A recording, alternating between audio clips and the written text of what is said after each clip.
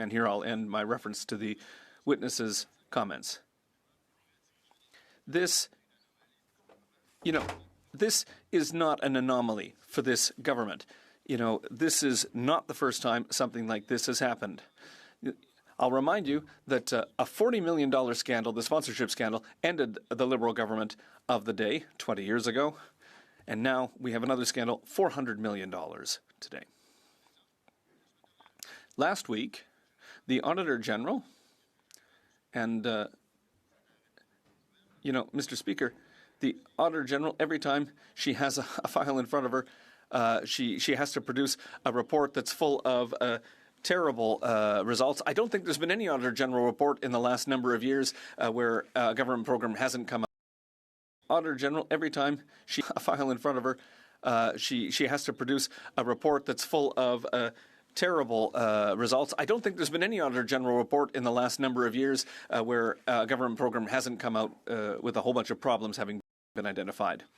She confirmed that her office is launching an inquiry into GC strategies. I think everybody probably remembers this. I know that time goes quickly around here, but I think everyone remembers the ArriveCan scandal. The Auditor General has announced that she's starting an investigation because GC Strategies got $100 million from this government since the current Prime Minister became Prime Minister. And it seems that several $1 million of contracts were awarded without tender to this business. Now, just on the Arrive scam, GC Strategies got $20 million in taxpayers' money for an application that should have cost $80,000. As such, the Auditor General accepted to look into all payments and contracts received by GC Strategies with the Government of Canada beyond ArriveCan. Because, between ArriveCan and all the other contracts that they got, between this, since the government came to power in 2015, that's a lot of money. They admitted, GC Strategies, that they were paid over $2,000 an hour for recruitment, and they were billing the government 1,500 times a month. Imagine how somebody's apparently just sending bills all day, every day, if they're billing 1,500 times a month. It's just incredible to think about. GC Strategies started getting contracts from the government just a couple of weeks after the government came to power, November 4th, 2015. And the company was founded just a few weeks before that. And there are more and more revelations that have come out, recently. They bragged that they had close links with highly placed members of the government. And they bragged that they were able to refuse appearing before a committee. Earlier this year, the founder of GC Strategies, Christian Firth, saw his house searched by the RCMP in their investigation into Arrive scam. Canadians deserve a government that will treat their money with respect. Only the Conservatives, the common sense Conservatives, will fight to shed light on how the Prime Minister gave millions and millions of dollars to this questionable company. So with that, Mr. Speaker, back to the Green Slush Fund scandal, $400 million given to Liberal insiders. We have the Auditor General who's starting an investigation into GC Strategies, which for the last 9 years, oddly enough, has got $100 million in contracts from this government, including $20 million for the Arrive scam. So that, brings us back to everything that's happened over the last 9 years. And I think in my case, what history is going to remember of this Prime Minister and his record, and of this government's record, will be just a laundry list of scandals. Scandals upon scandals. I think that'll be the title of, the chapter in the history books. Scandal, scandal, scandal. Something like that. There's the Aga Khan Island trip, for example. I think it's the first time that a prime minister was, found in contraventions of ethics laws. Then there was the firing of Jody Wilson-Raybould because she didn't help SNC Lavalin get around, federal laws. We spent weeks and weeks talking about the SNC Lavalin scandal. I think some people have forgotten it, but Ms. Wilson-Raybould certainly hasn't forgotten about it.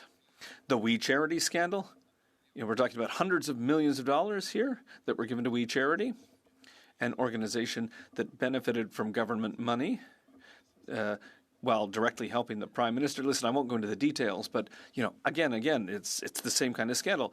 Another scandal that maybe flew a little bit under the radar was during the pandemic. At that time, I was looking into procurement during the pandemic, and we took our PPE reserves and we shipped all that to China, all of our personal protective equipment. And when I asked, hey guys, listen, we're going to need that at some point, they said, oh, listen, you're a racist. And I said, listen, I don't see what the link is here, but we sent our equipment, our protective equipment to China, and what happened? Well, 2 weeks, 3 weeks later, we were in trouble. We needed that equipment, and we didn't have any left because we'd sent it all away. So what happened? Well, a big contract, $80 million, was given for masks, and the stuff that came in, well, it was garbage. We couldn't even use it. So what happened then? Well, Liberals said, listen, we gave the money away. Too bad. Yet another scandal. And what's even worse is that it cost hundreds of thousands of dollars to destroy those masks that couldn't be used. It's, just scandal upon scandal, and it continues. The former MP, Frank Baylis, came in during the pandemic. He said, listen, I'm going to build you some respirators. I'm going to make 10,000 respirators for you. It's going to cost $325 million. No, $226 million, rather. We're not at $100 million, here or there. But, 10,000 respirators, well, first of all, it didn't seem like we needed them because there weren't enough emergency rooms to use them. And then second, the market cost for those should have been $100 million less.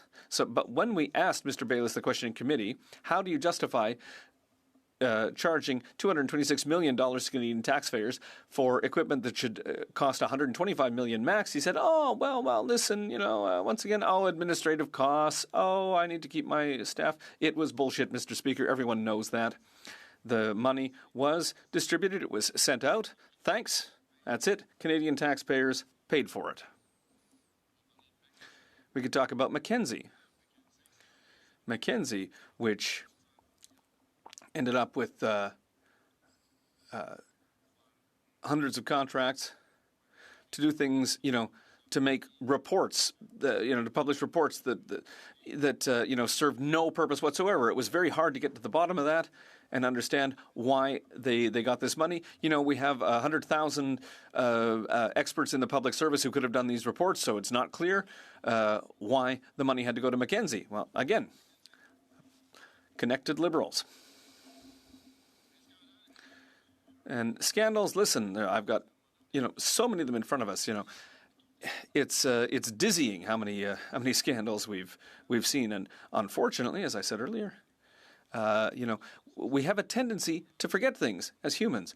And that's where we're at today. We have this government across the way, a prime minister who came in and said, listen, I'm going to be perfect. I'm going to be the best in the world. Canada is back. It's going to be great. And, after 9 years, it's incredible.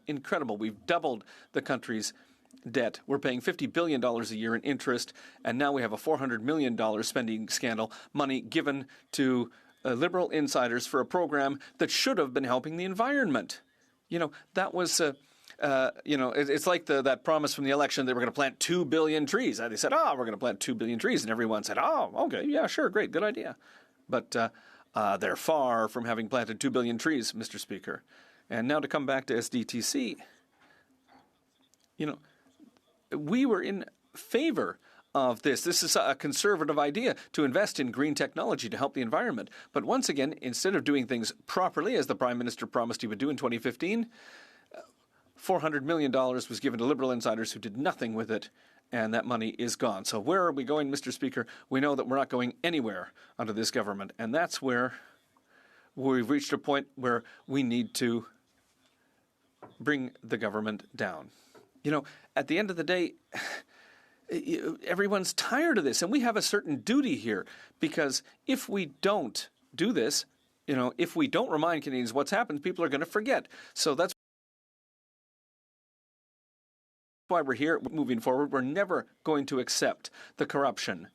We're never going to accept that millions and millions, even billions of dollars now after 9 years have been given to liberal insiders left and right. You know, people who've said, why, you know, when you ask them, why does it cost more? And they say, well, listen, that's how it goes. That's the way it is. No, Mr. Speaker. This needs to end. And I can confirm that a Conservative government, you know, in the coming weeks, in the coming months, will bring order back to this country, will stop giving hundreds of millions of dollars to people. When you ask them, why does it cost so much? They say their only answer is, well, that's how it is. No, we need to bring an end to this. So thank you, Mr. Speaker, and I hope that very soon. We have time for a very short question, for questions and comments.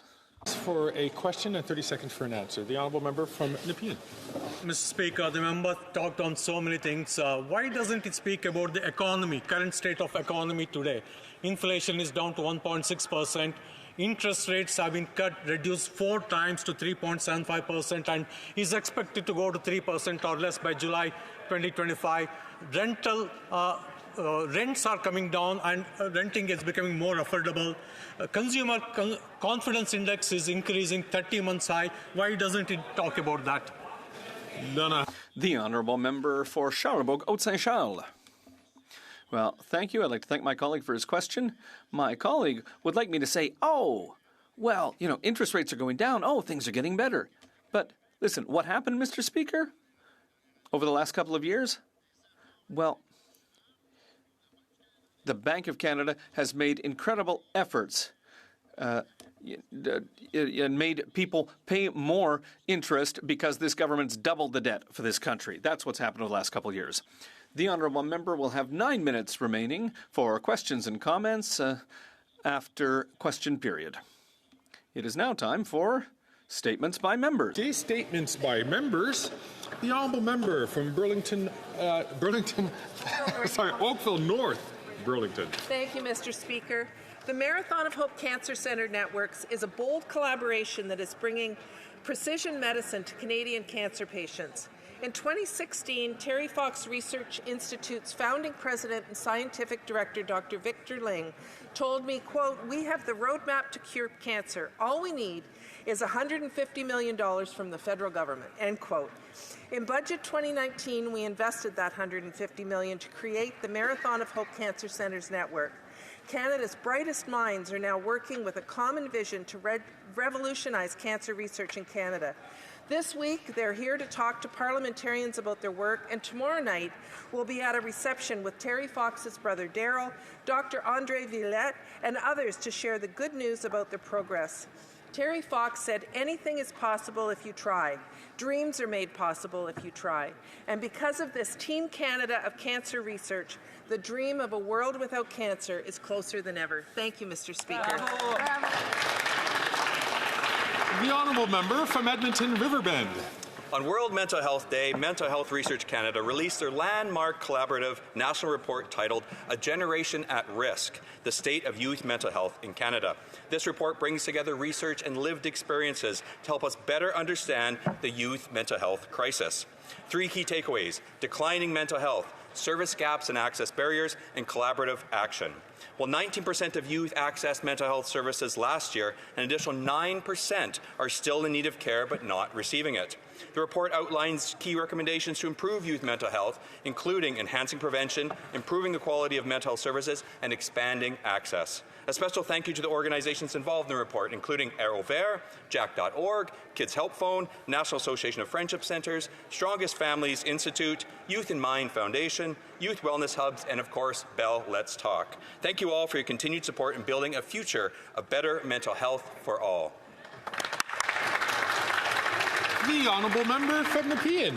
Mr. Speaker, to house asylum claimants, the City of Ottawa is proposing glorified tents called sprung structures. Their proposed locations are far away at about 20 to 25 kilometers from other support systems needed for asylum seekers. We have to treat people with dignity, and herding them into proposed structure is not the way to accommodate them. Hence, I firmly oppose the City of Ottawa proposal to accommodate asylum seekers in Barhaven using a sprung structure.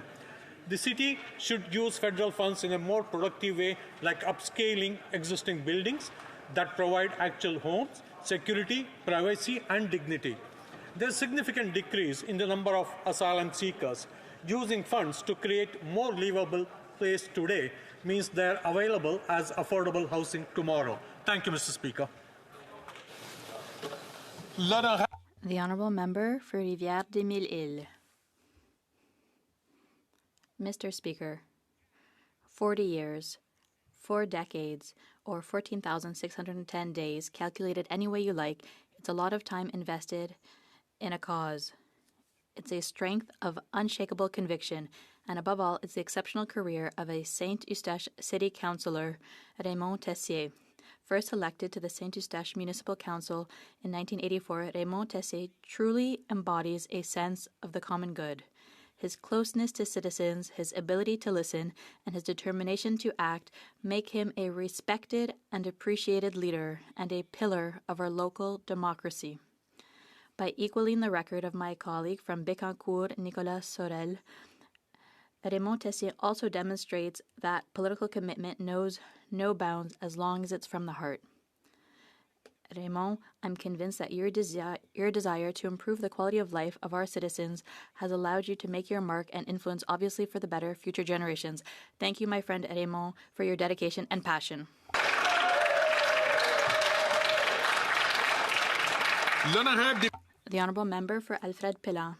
Mr. Speaker, the Association for Seniors Living in Laval, an Alfred Pellan organization that has enriched the lives of Laval seniors, celebrated its 50th anniversary with a magnificent evening organized by and for local seniors. Over the past 5 decades, the association has been a place of social integration, offering services and resources needed to overcome loneliness, preserve autonomy, and help people stay in their own homes. I am deeply grateful for the work accomplished by the entire team and volunteers. Thanks to their dedication, they have been able to meet the diverse needs of our residents with care and respect, making the association a true place where each member feels valued and supported. Congratulations on this important milestone, and best wishes for many more years to come. Thank you, Mr. Speaker.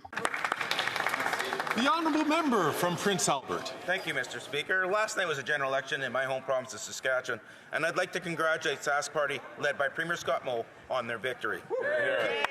To all those who knocked on doors, volunteered to run as candidates, and went out to the polls and voted, your participation in our democracy is what it means to be a proud Saskatchewanian. Elections don't run themselves, and democracies can't happen without the people. I'd like to congratulate Alana Ross, Eric Schmaltz, Darlene Roden, Todd Gowdy, Terry Bowman, Kevin Kassoon on your recent election victory. I would also like to thank Fred Bradshaw, Joe Hargrave, Nadine Wilson, and Delbert Kirsch for their many years of service. I look forward to working with each and every one of my provincial counterparts, for both new and old faces, to continue to serve the people of Saskatchewan. Thank you, Mr. Speaker. The Honourable Member from Labrador. Thank you, Mr. Speaker. October is Breast Cancer Awareness Month, and each year 28,000 Canadians are diagnosed with breast cancer, and thousands more live with its lasting impact. Breast cancer remains the most commonly diagnosed cancer among Canadian women. As a 2-time survivor of breast cancer, first diagnosed at age 42, I know firsthand the importance of early detection. That is why I've long advocated for reducing the screening age from 50 to 40 in Canada, so women don't have to wait for mammography testing, but rather have choice. I encourage all provinces to follow the lead of the United States and Ontario, Manitoba, British Columbia, Nova Scotia, Prince Edward Island, Newfoundland and Labrador, and the Yukon, which have already reduced mammography screening to age 40. Liberals agree, and so does the Canadian Cancer Society, that we need new national benchmarks to ensure women across the country have access to early screening and detection. Mr. Speaker, I am proof that early detection saves lives, so I encourage all women today, get your mammogram. It could make all the difference in your lives as well.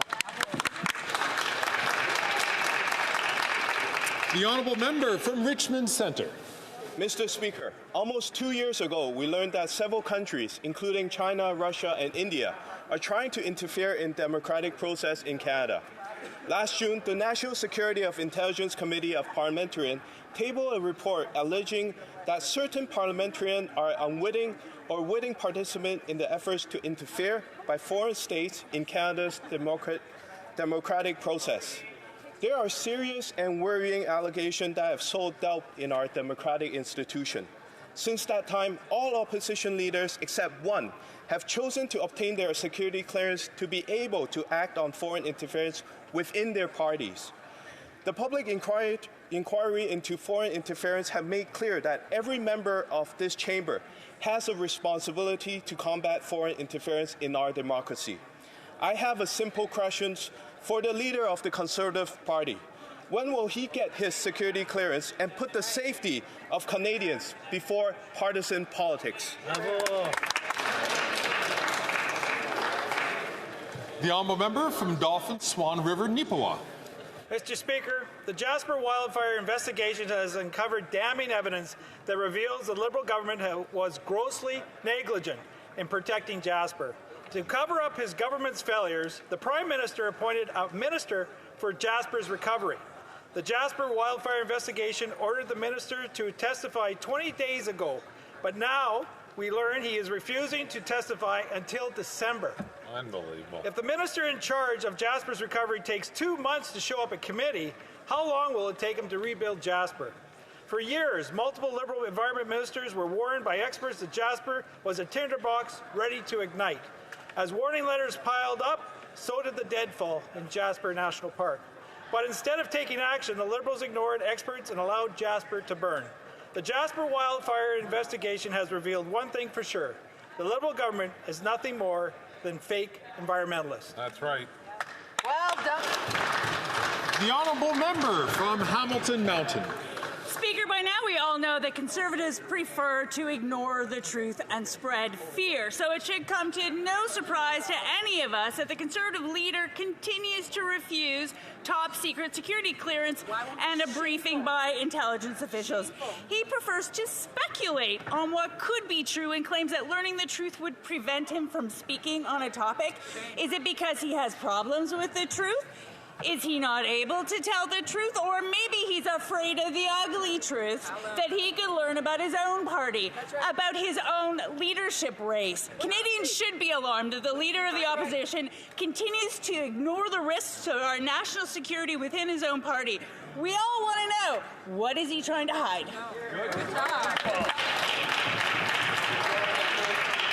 The honourable member from Hastings, Lennox and Addington. The Liberal NDP carbon tax is fueling an affordability crisis that Canada has not seen in generations. According to Food Banks Canada, a shocking 2 million Canadians use a food bank in a month. And to be clear, it's not just the unemployed or those with limited income who are needing this. Nearly 1 in 5 have full-time work, and this increase in usage is causing havoc on food banks themselves. Nearly 30% are running out of food. People who were donating 9 years ago are now the ones standing in line. I've spent most of my life in rural Ontario, and never, ever has food bank usage been this high. And worst of all, Mr. Speaker, is that nearly 1/3 of them are children. Despite record-high food bank use, the NDP Liberals continue to increase the cost of groceries by increasing the carbon tax by 23% on their way to quadruple the tax. Mr. Speaker, food insecurity is real, and many Canadians are desperate. This Prime Minister must call a carbon tax election. Will he? Let's go. The honourable member from the Bay of Quinte. Mr. Speaker, after 9 years of this Liberal government, rents have doubled, mortgage payments have doubled, the amount needed for a down payment has doubled. The dream of home ownership has slipped away from Canadians. That's why Common Sense Conservatives have announced we will axe the federal sales tax on all new home sales. That means for under $1 million. That means for a house for $800,000, there'll be an annual savings of a one-time savings of $40,000 and then $2,200 of annual mortgage payment savings. And people agree this is great. Eric Lombardi, housing advocate, said, "I'm glad to see this. It's much needed change." And Richard Lyle, the Residential Construction Council, said, "We commend the Conservative leader and his party for putting forward this plan." Mr. Speaker, home ownership shouldn't be because of a GST-sized surprise. Only Conservatives will build homes and make sure that they're more affordable. Conservatives will axe the tax, build the homes, and bring it home to Canadians and their families. The honourable member from Mississauga East Cooksville. Thank you, Mr. Speaker. Mr. Speaker, we were elected to this chamber to represent all Canadian communities and uphold our nation's sovereignty. Democracy belongs to everyone.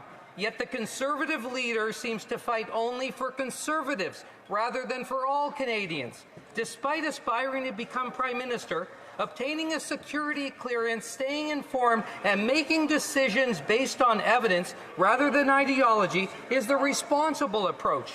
Yet, the Conservative leader is still the only party leader to refuse to get his security clearance and to act on foreign interference in his own party, Mr. Speaker. So I ask the leader of the Conservative Party, why? Why won't he get his security clearance? Who is he trying to protect?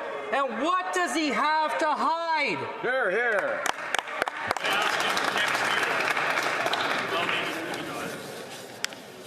What a great maiden speech. Colleagues. The honourable member from Churchill-Kiwatanuk-Askey. Mr. Speaker, I rise today because unlike what lawyers for the Liberals are arguing when they fight First Nations in court, we in the NDP believe in First Nations' right to clean drinking water. Canada shamefully argues that First Nations are to blame for the lack of clean drinking water. Their lawyers even said, quote, Canada doesn't stop you from helping yourself, unquote. On the one hand, Liberals in Parliament say that all First Nations deserve clean drinking water, while on the other, Liberal-hired lawyers say in court that these aren't statements that should be taken seriously. But if we can't take Liberals' words seriously, let's look at their actions. We're now 1,338 days since the Liberals promised to eliminate all long-term boil water advisories with no end in sight. In my riding, Shamattawa and Tatasquat Cree Nation are fighting the Liberals over that failure. The tap water in Barons River has been brown since May and is a danger to people's health, including those on dialysis. It's time for the Liberals to call off their lawyers, recognize First Nations' right to clean water, and deliver it. The honourable member for Thérèse de Blainville. The Mouvement Autonome et Solidaire des Sans-Emploi is on the Hill today to launch the 2024-2025 edition of their Employment Insurance Report, a document that paints a portrait of the problems experienced by the unemployed and tells the story of the many failures of the system in their lives. A program under federal jurisdiction that is unjust and completely obsolete that the Liberal government has promised to reform on numerous occasions and has done nothing about. After 10 years, it's time for the government to take concrete action for workers.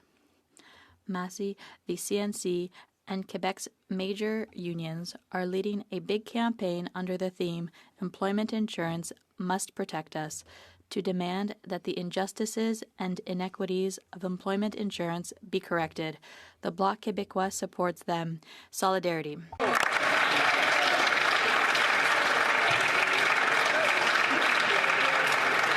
The honourable member from Dufferin-Caledon.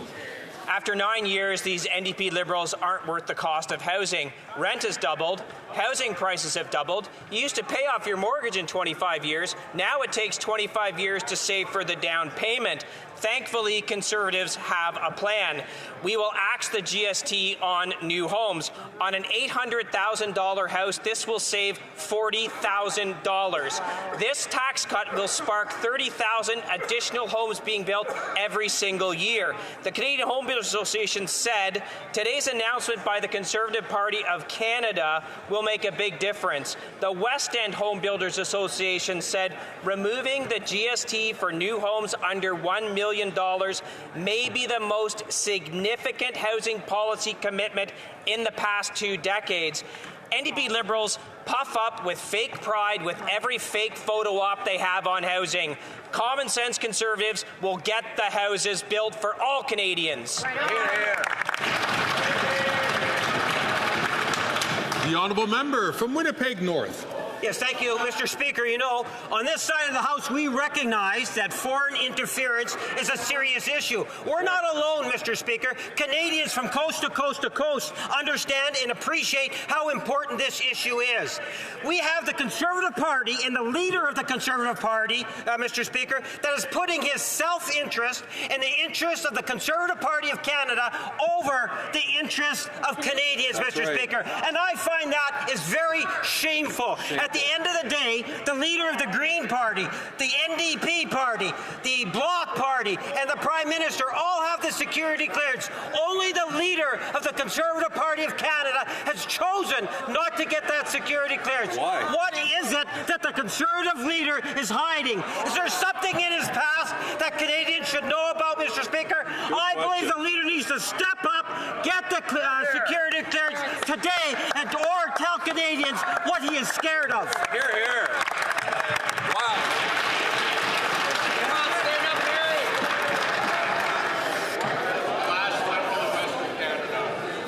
À l'ordre. Order. Oral questions. Questions orales.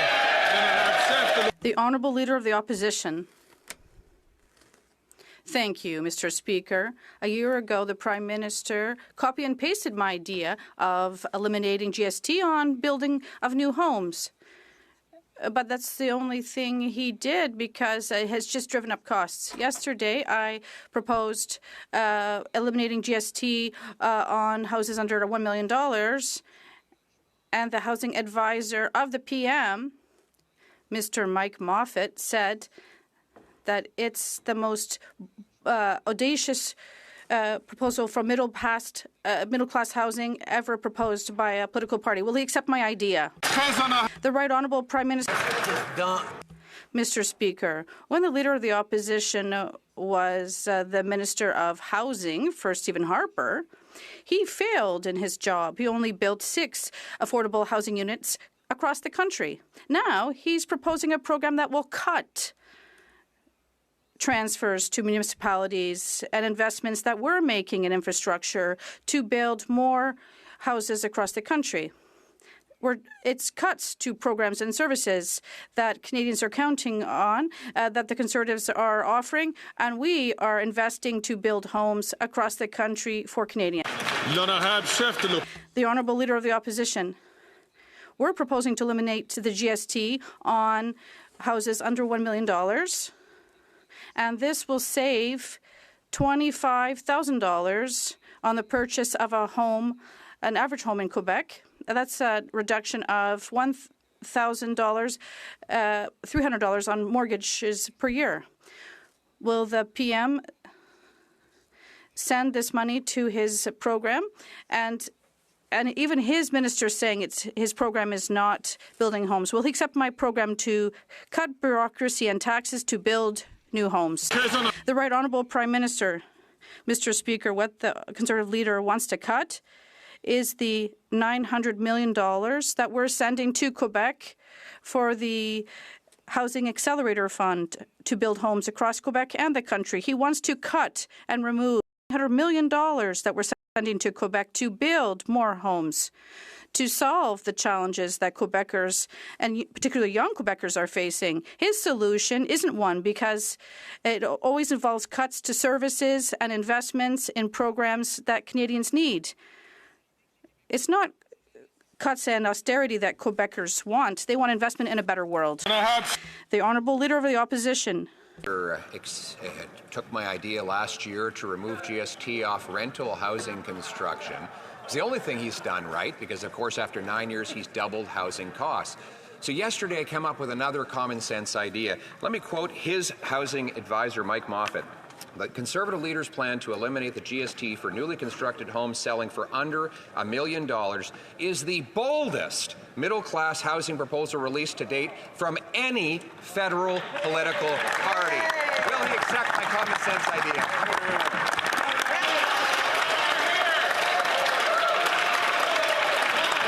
The Right Honourable Prime Minister. the decades, Canadians learned the hard way. With Conservative promises, you always have to check the fine print. And the fine print on this one is they're going to cut the investments we're making across the country, working with municipalities to cut red tape, to invest in more housing, to invest in more affordable homes, to accelerate permitting and create densification. He's going to cut the services and programs and investments that Canadians are counting on to solve this housing crisis. That's all he offers, Mr. Speaker. Cuts to the programs and supports that Canadians need, whether it's the housing accelerator or housing and infrastructure investments. He's going to build slow homes. The Honourable Leader of the Opposition. He named the two bureaucracies I'll get rid of. One is ironically named the Housing Infrastructure Fund. $5 billion. How many houses is it built? Zero. How many pieces of infrastructure? Zero. Can you even apply for money for it? No. It's just for bureaucrats. Then there's the Housing Accelerator Fund, which his own Liberal housing minister says the fund doesn't go towards the cost of building houses. It doesn't actually lead to the construction of specific homes. The Housing Accelerator Fund doesn't actually directly build homes. So why not take the money, axe the tax, and build the homes?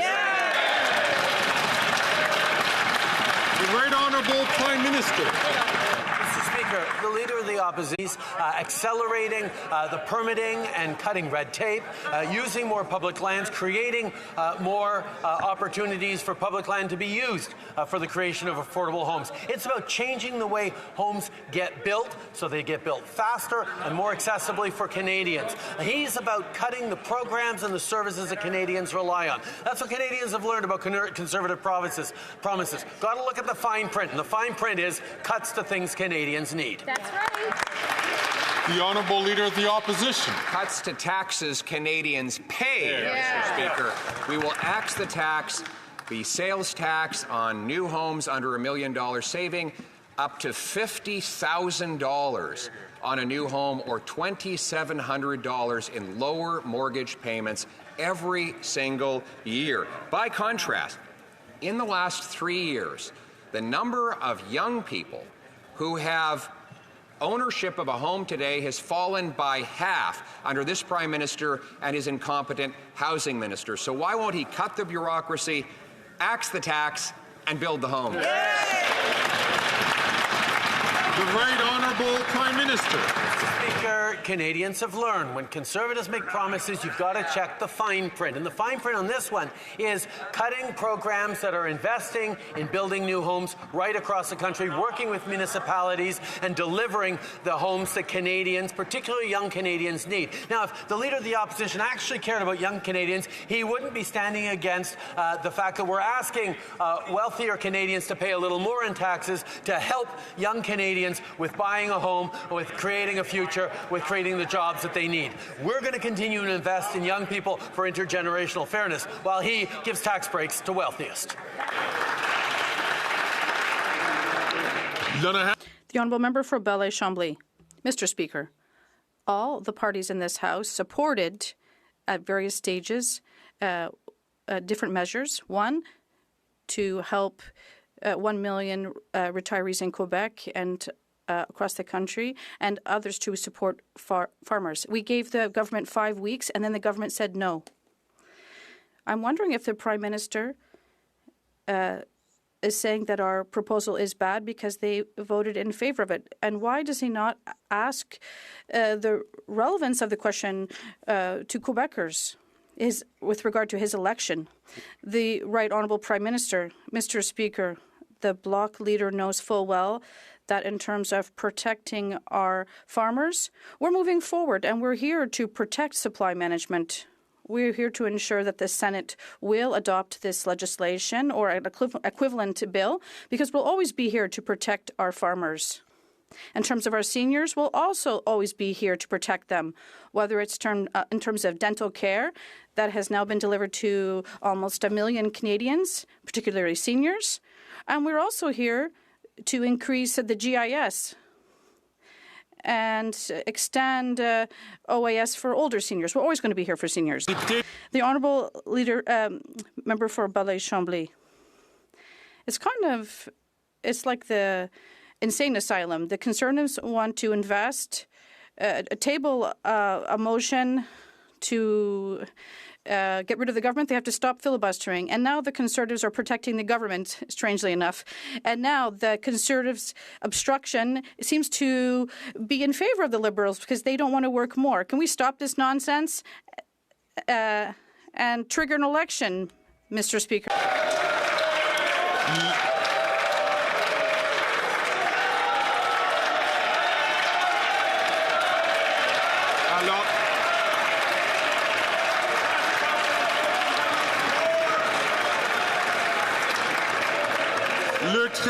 The Right Honourable Prime Minister, we can clearly see who is here in this House to play politics and who's here to work.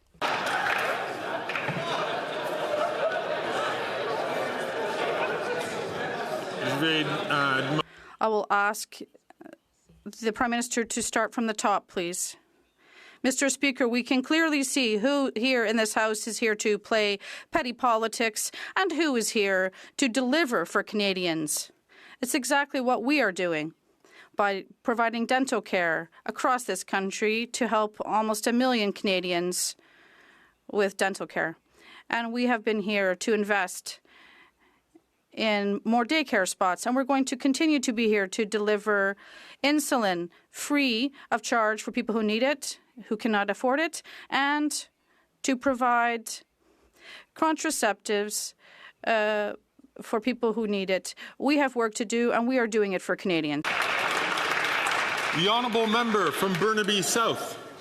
Rogers is ripping off Canadians with hidden TV box fees. Again, the Conservatives laugh about this while Canadians get ripped off. Very interesting. The Liberals help them do it by allowing the merger, the multi-billion-dollar merger with Shaw. And the Conservatives not only are laughing, but they don't care about it because their Conservative leader gets big checks from Edward Rogers. Oh, that makes sense. I get it now.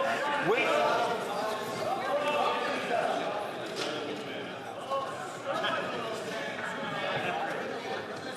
Colleagues, in order for us to get through question period in the required time, it's important that members not be interrupted and that the chair can hear the question. And invite the honourable member from Burnaby South to start from the top and to ask his question. The honourable member. I'm curious if the Conservatives are going to laugh again when I mentioned that Canadians are getting ripped off by Rogers, who is charging them hidden fees every month when they rent their TV box. Now, I know that the Liberals have helped Rogers do that by allowing the multi-billion-dollar merger with Shaw. The Conservatives don't care about helping Canadians because their leader gets big checks from Edward Rogers. But my question is to the Prime Minister. Will he commit today to forcing Rogers to reverse these fees or ban them from receiving any federal contracts? The Right Honourable Prime Minister. Mr. Speaker, over the past number of years, we've seen data fees and cell phone fees decrease across this country because of the efforts this government has brought in for more competition and for support for consumers. We know there's always more to do. We're going to continue to hold the telcos to account to deliver high-quality services to Canadians at affordable prices. That's something that we will continue to be there for. That's right. The Honourable Member for Burnaby South. Allowed a massive merger to happen.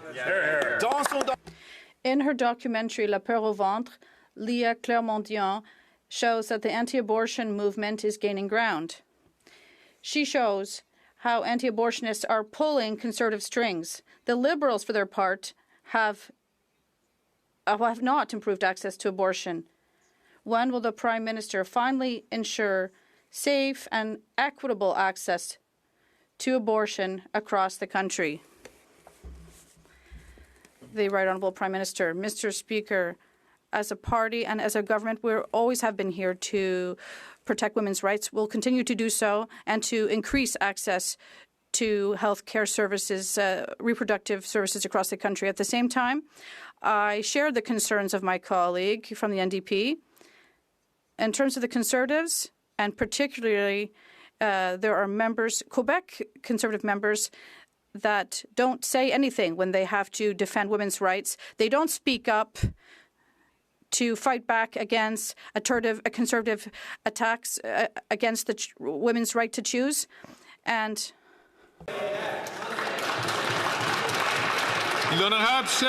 the Honourable Leader of the Opposition, Mr. Speaker, the Bloc has done a flip-flop after voting 188 times to keep this government in power. It's the most centralizing and expansionist government in history. They've kept them in power. They voted two more times this fall in a confidence vote, even though they gave nothing to farmers or seniors. Once again, can the Bloc vote with us to end this government that does less for Quebec? Will the NDP finally break off its costly coalition with the government and call a carbon tax election?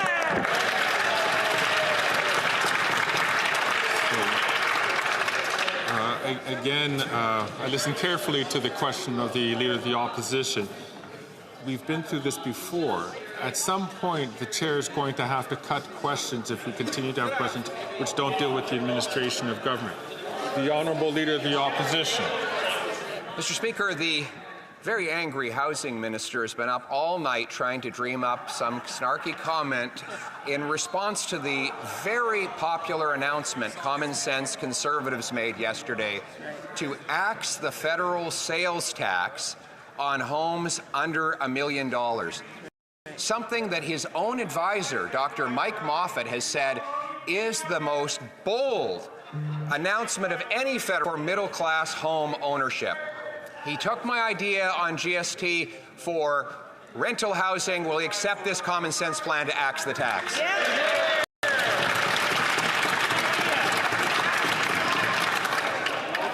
There's a lot of chatter coming. I can only identify the member from New Westminster Burnaby, but I would warn other members, please, to not take the floor unless recognized by the chair. It's important for question period to happen during the time that it's supposed to happen. The Honourable Minister for Infrastructure, Housing and Communities. Mr. Speaker, with all the time and energy he spends on me, I'm going to have to send him a check for the time I've been living rent-free in his head. But I got to tell you, yesterday, make no mistake, the Conservative leader announced he would make multi-billion-dollar cuts to programs that will get homes built in this country.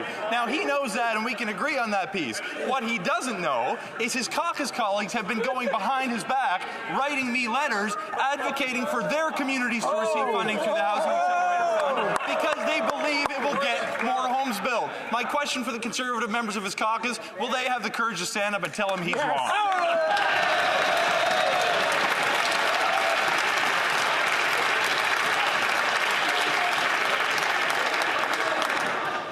The Honourable Leader of the Opposition. Mr. Speaker, it's the only rent he hasn't doubled.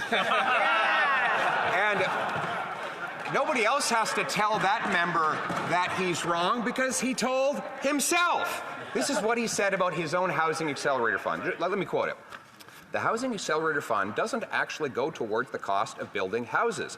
It doesn't actually lead to the construction of specific homes. The Housing Accelerator Fund doesn't actually directly build homes. And he's right. Since he started forking over these big checks, construction has gone down in the major municipalities that has received it. So will he cut the bureaucracy, axe the tax, and build the home?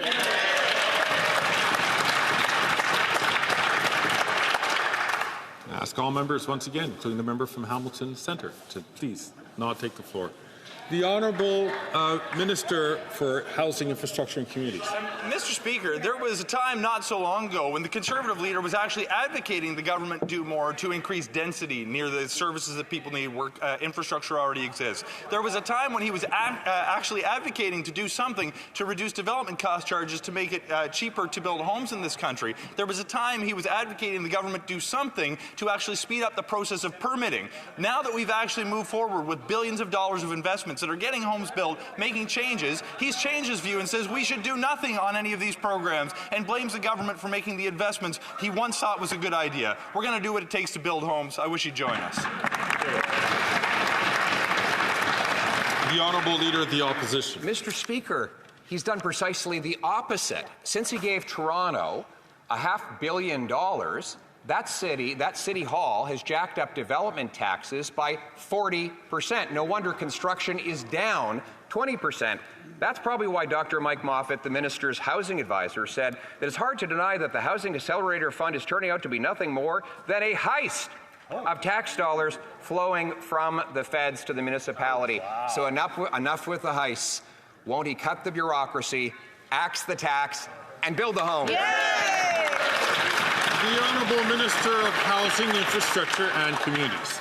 Mr. Speaker, I sometimes ask myself where they found this guy. He twists the facts to suit his narrative whenever he wants. It's almost like the Conservative Party, when looking for a new leader, hopped on Temu, typed in far-right Conservative, and then spit this guy out instead. He opposes investments in affordable housing. He borrows lessons from his cousins south of the border when he opposes birth control for women.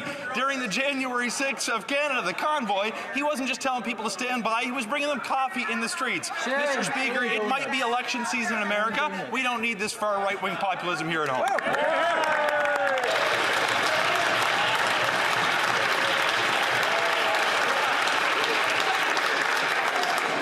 The Order.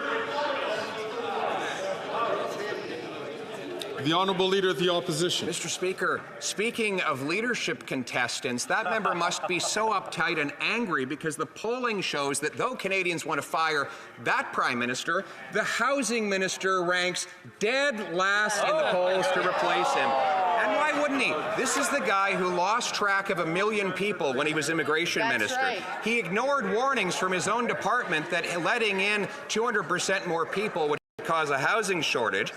And his own government spent the last week trashing his entire immigration record. How can arrogance and incompetence so comfortably reside in one man? Yeah!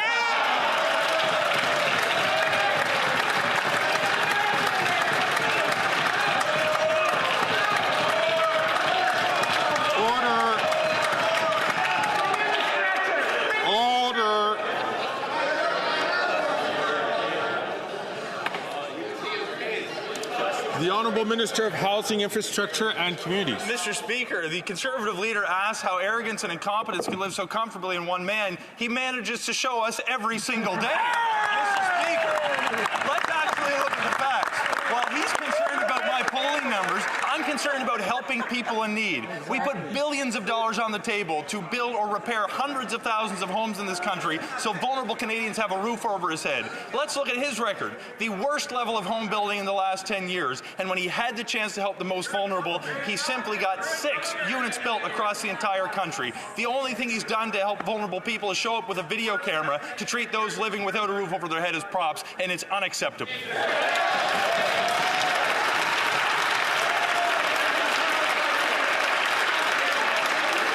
The Honourable Leader of the Opposition. Mr. Speaker, the sum total of the chaos in our immigration system that happened under this government happened while he was the minister. Yeah. His own subsequent Liberal successor has now denounced him and blamed him and his policies for the housing shortfall we have today. And now as housing minister, since he took office, the number of young people who own a home has gone from 47% down to 26% as he builds bureaucracy to block homes. Why doesn't he realize his failure, accept my common sense plan to axe the tax and build the home?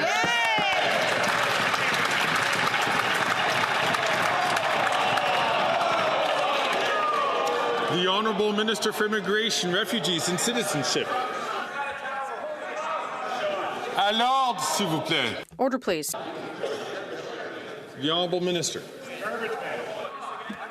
Mr. Speaker, the Leader of the Opposition has said there's been consensus on immigration for 150 years. That means he's okay with the Chinese head tax. That means he's okay with not letting Jews in after the Second World War.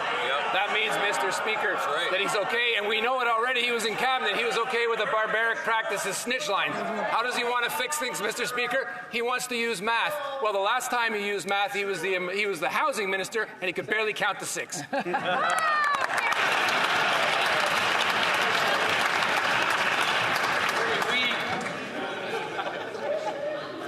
The Honourable Member for Montcalm. With 1 day to go before the start of advanced requests for MAID in Quebec, the federal government is still refusing to amend the criminal code. The expert committee has been calling for this for a year and a half. And the Liberals have been dragging their feet on this, daring to complain they don't have enough time to consult. It's not time that's lacking, it's courage. Today, the Liberals are creating worries for doctors who are concerned they won't be able to provide care. Do they realize that they are limiting access, to end-of-life care? The Honourable Minister of Health. Thank you very much, Mr. Speaker. I lost my grandmother, and this is a very sensitive issue. It's a national conversation that is needed across the country, and with my provincial counterparts, I will do so. I would ask on the other side if they could cooperate with me to have time for a national conversation to make sure the system is ready and that we've had a conversation in every family across the country. I think that's very important. The Honourable Member from Montcalm. The Liberals lack courage and are complicating access to end-of-life care. And as if that weren't enough, they're passing the buck to the next government. Better off if today's ministers don't challenge Quebec's decision to accept advanced requests, but can they offer the slightest guarantee to those who will be in their place after the next election that they won't contest it? Of course not. Do they realize that they are shoveling the responsibility of legalizing advanced requests for MAID onto the Conservatives? The Honourable Minister of Health. Mr. Speaker, it's not a question of courage, but rather of logic and compassion to ensure we've had time to make sure the system is ready for such a large change. And we have to make sure for such a sensitive topic as this that we have time in every family across the country to have a conversation. And that's the reason why we're having a national conversation now, not for a long time, just for the next period. And during this time, it's a good opportunity to talk and make sure our system is ready. The Honourable Member for Montcalm. It's not time to talk, but to take action. The Liberals are shoveling the decision on the legality of advanced requests onto the Conservatives.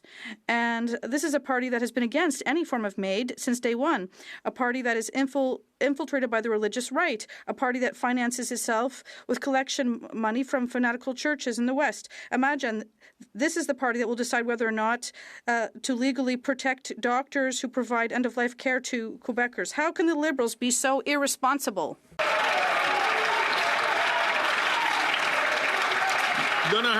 The Honourable Minister of Health. Mr. Speaker, what's irresponsible is to take action without having the opportunity to make sure that the system is ready. And for me, this is absolutely essential. And that is why we're having a conversation across the country, not for a long time, just for a few months. For the entire history of our country, so it's illogical to take a few months to make sure the system is ready. We're having a conversation where all people in every family across the country can participate. From Calgary Nose Hill. Mr. Speaker, I was dismayed that earlier in question period, in response to the Leader of the Opposition's question on housing, the Minister of Housing treated these questions like they were a joke. The reality, no, seriously, listen to them laugh now. Today, Scotiabank said that nearly 25% less Canadians can own a home now than when the minister took office. This is on top of the fact that housing has doubled under this government. Housing should be for everyone. Will the minister commit to axing the federal GST on new homes so that young Canadians can afford them? The Honourable Minister for Housing, Infrastructure and Communities. Mr. Speaker, I thank the honourable member for her question. And to be clear, what the Conservative Party announced yesterday was billions of dollars worth of cuts to programs that are actually going to get homes built in this country.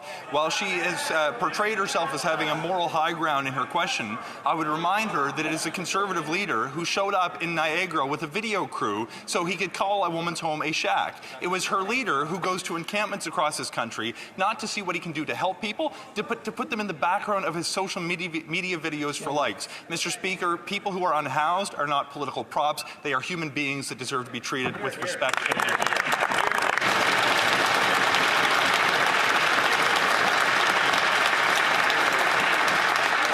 The honourable member from Calgary Nose Hill. The Housing Accelerator Fund doesn't actually directly build homes. Who said that? The Minister of Housing! This is the same man who juiced temporary visas knowing that students were sleeping under bridges and were performing sex acts because they couldn't afford rent. This minister has been allowed to fail upwards. Even his caucus members know that. So when will the Prime Minister stop letting this minister fail upwards while Canadians are failing to pay their rent? Hear, hear. The Honourable Minister of Housing, Infrastructure and Communities. Mr. Speaker, the attempt to link very challenging life circumstances to the government's Housing Accelerator Fund is beyond disingenuous. She wants to talk about what her colleague members know. They know that this fund is actually helping get more housing built in this country. There is a number of them who are writing me personally asking that their communities be picked for funding because they know that it's going to succeed in building more homes in their cities. Mr. Speaker, my question is whether they will have the courage to actually stand up and tell their leader that he is wrong to make billions of dollars of cuts to housing like he was wrong when he did it when he was the minister.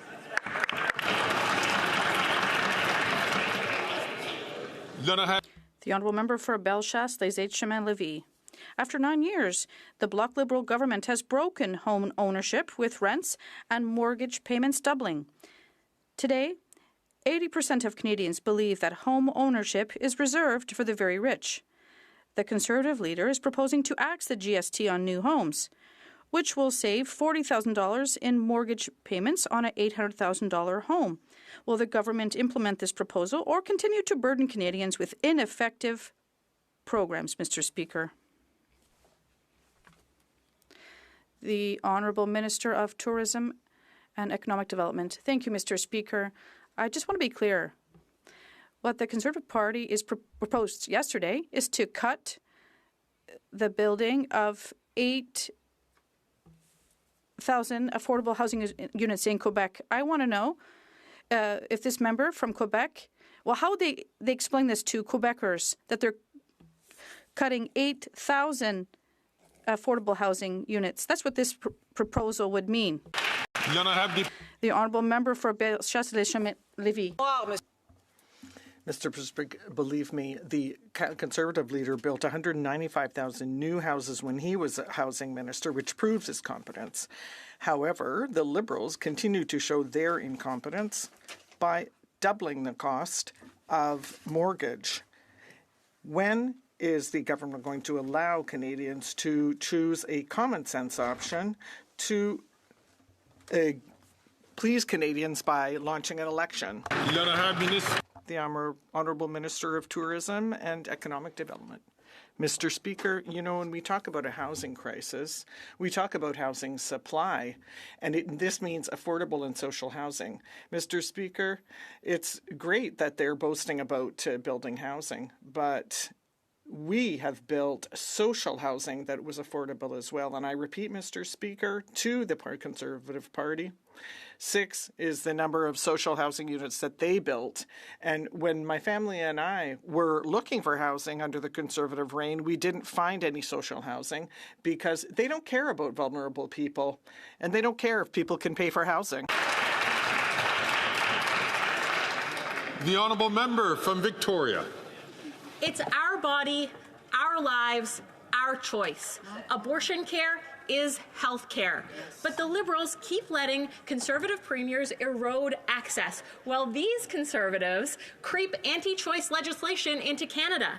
Conservative cuts mean no family doctors, no midwives, no nurses to staff clinics. This isn't real access. Everyone should be able to get health care when they need it, including abortion care. Will the Liberals enforce the Canada Health Act to stop Conservative attacks on abortion? The Honourable Minister for Women and Gender Equality.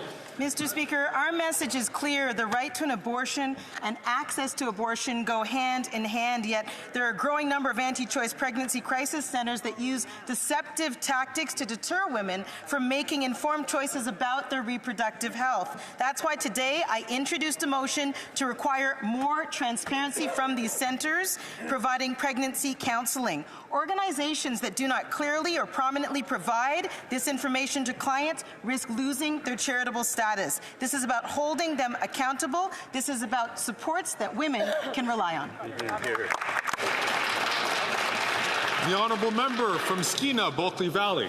Mr. Speaker, last week the U.S. Department of Transport fined American Airlines $50 million for its horrible treatment of people with disabilities. Well, here in Canada, people have been dropped on the floor, they've had their wheelchairs broken and lost. One even had to drag themselves off a plane by their arms. And this government's response? Wait for it. The minister held a summit with plenty of nice words and zero action. Why is it that the Americans get a Secretary of Transport that stands up for passengers, while here in Canada we get ministers of transport that continually cave to the big airlines? The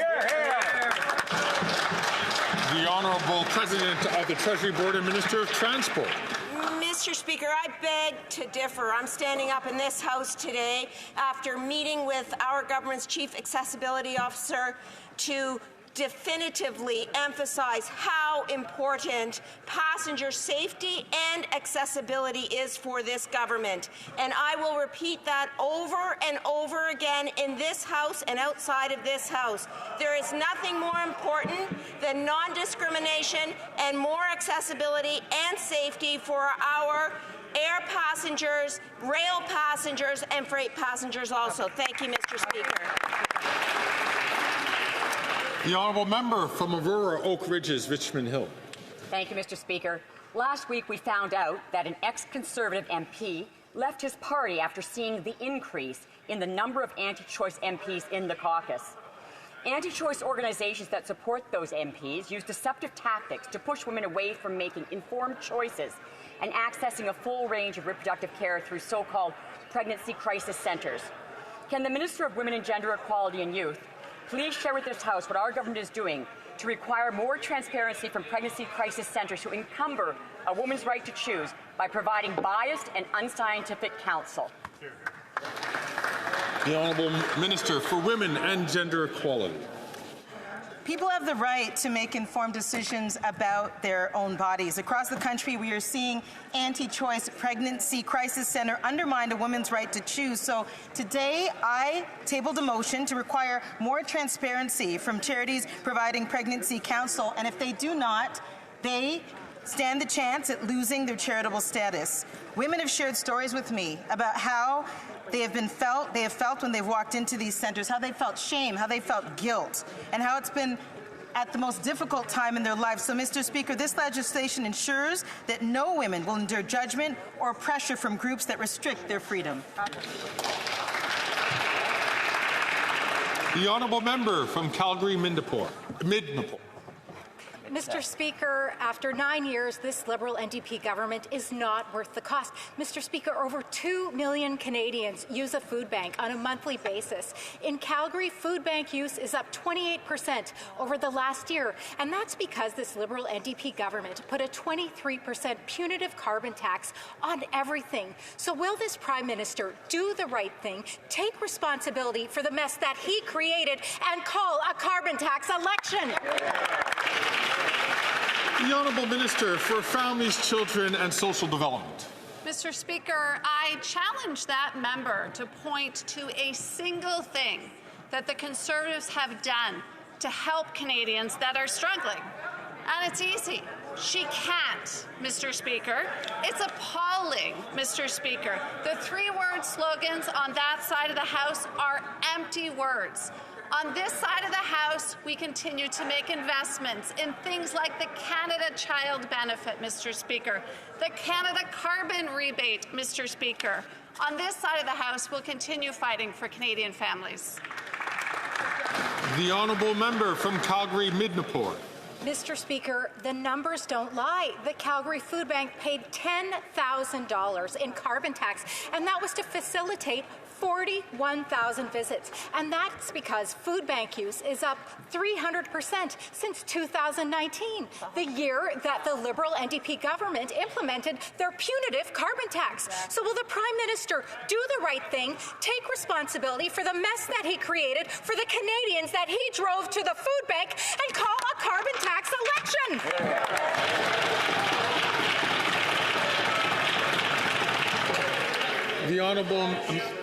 The Honourable Minister for Employment, Workforce Development and Official Languages. Thank you, Mr. Speaker. The Honourable Member wants to talk about numbers and facts, so let's talk about the numbers and facts. 8 out of 10 Albertans get more money back from the Canada Carbon Rebate than they pay in the price on pollution. But, Mr. Speaker, the best solution to people who are struggling is a good job. $22 billion in investments from this government into the energy sector, into clean electricity, into carbon capture, use and storage, $25 billion for the healthcare system.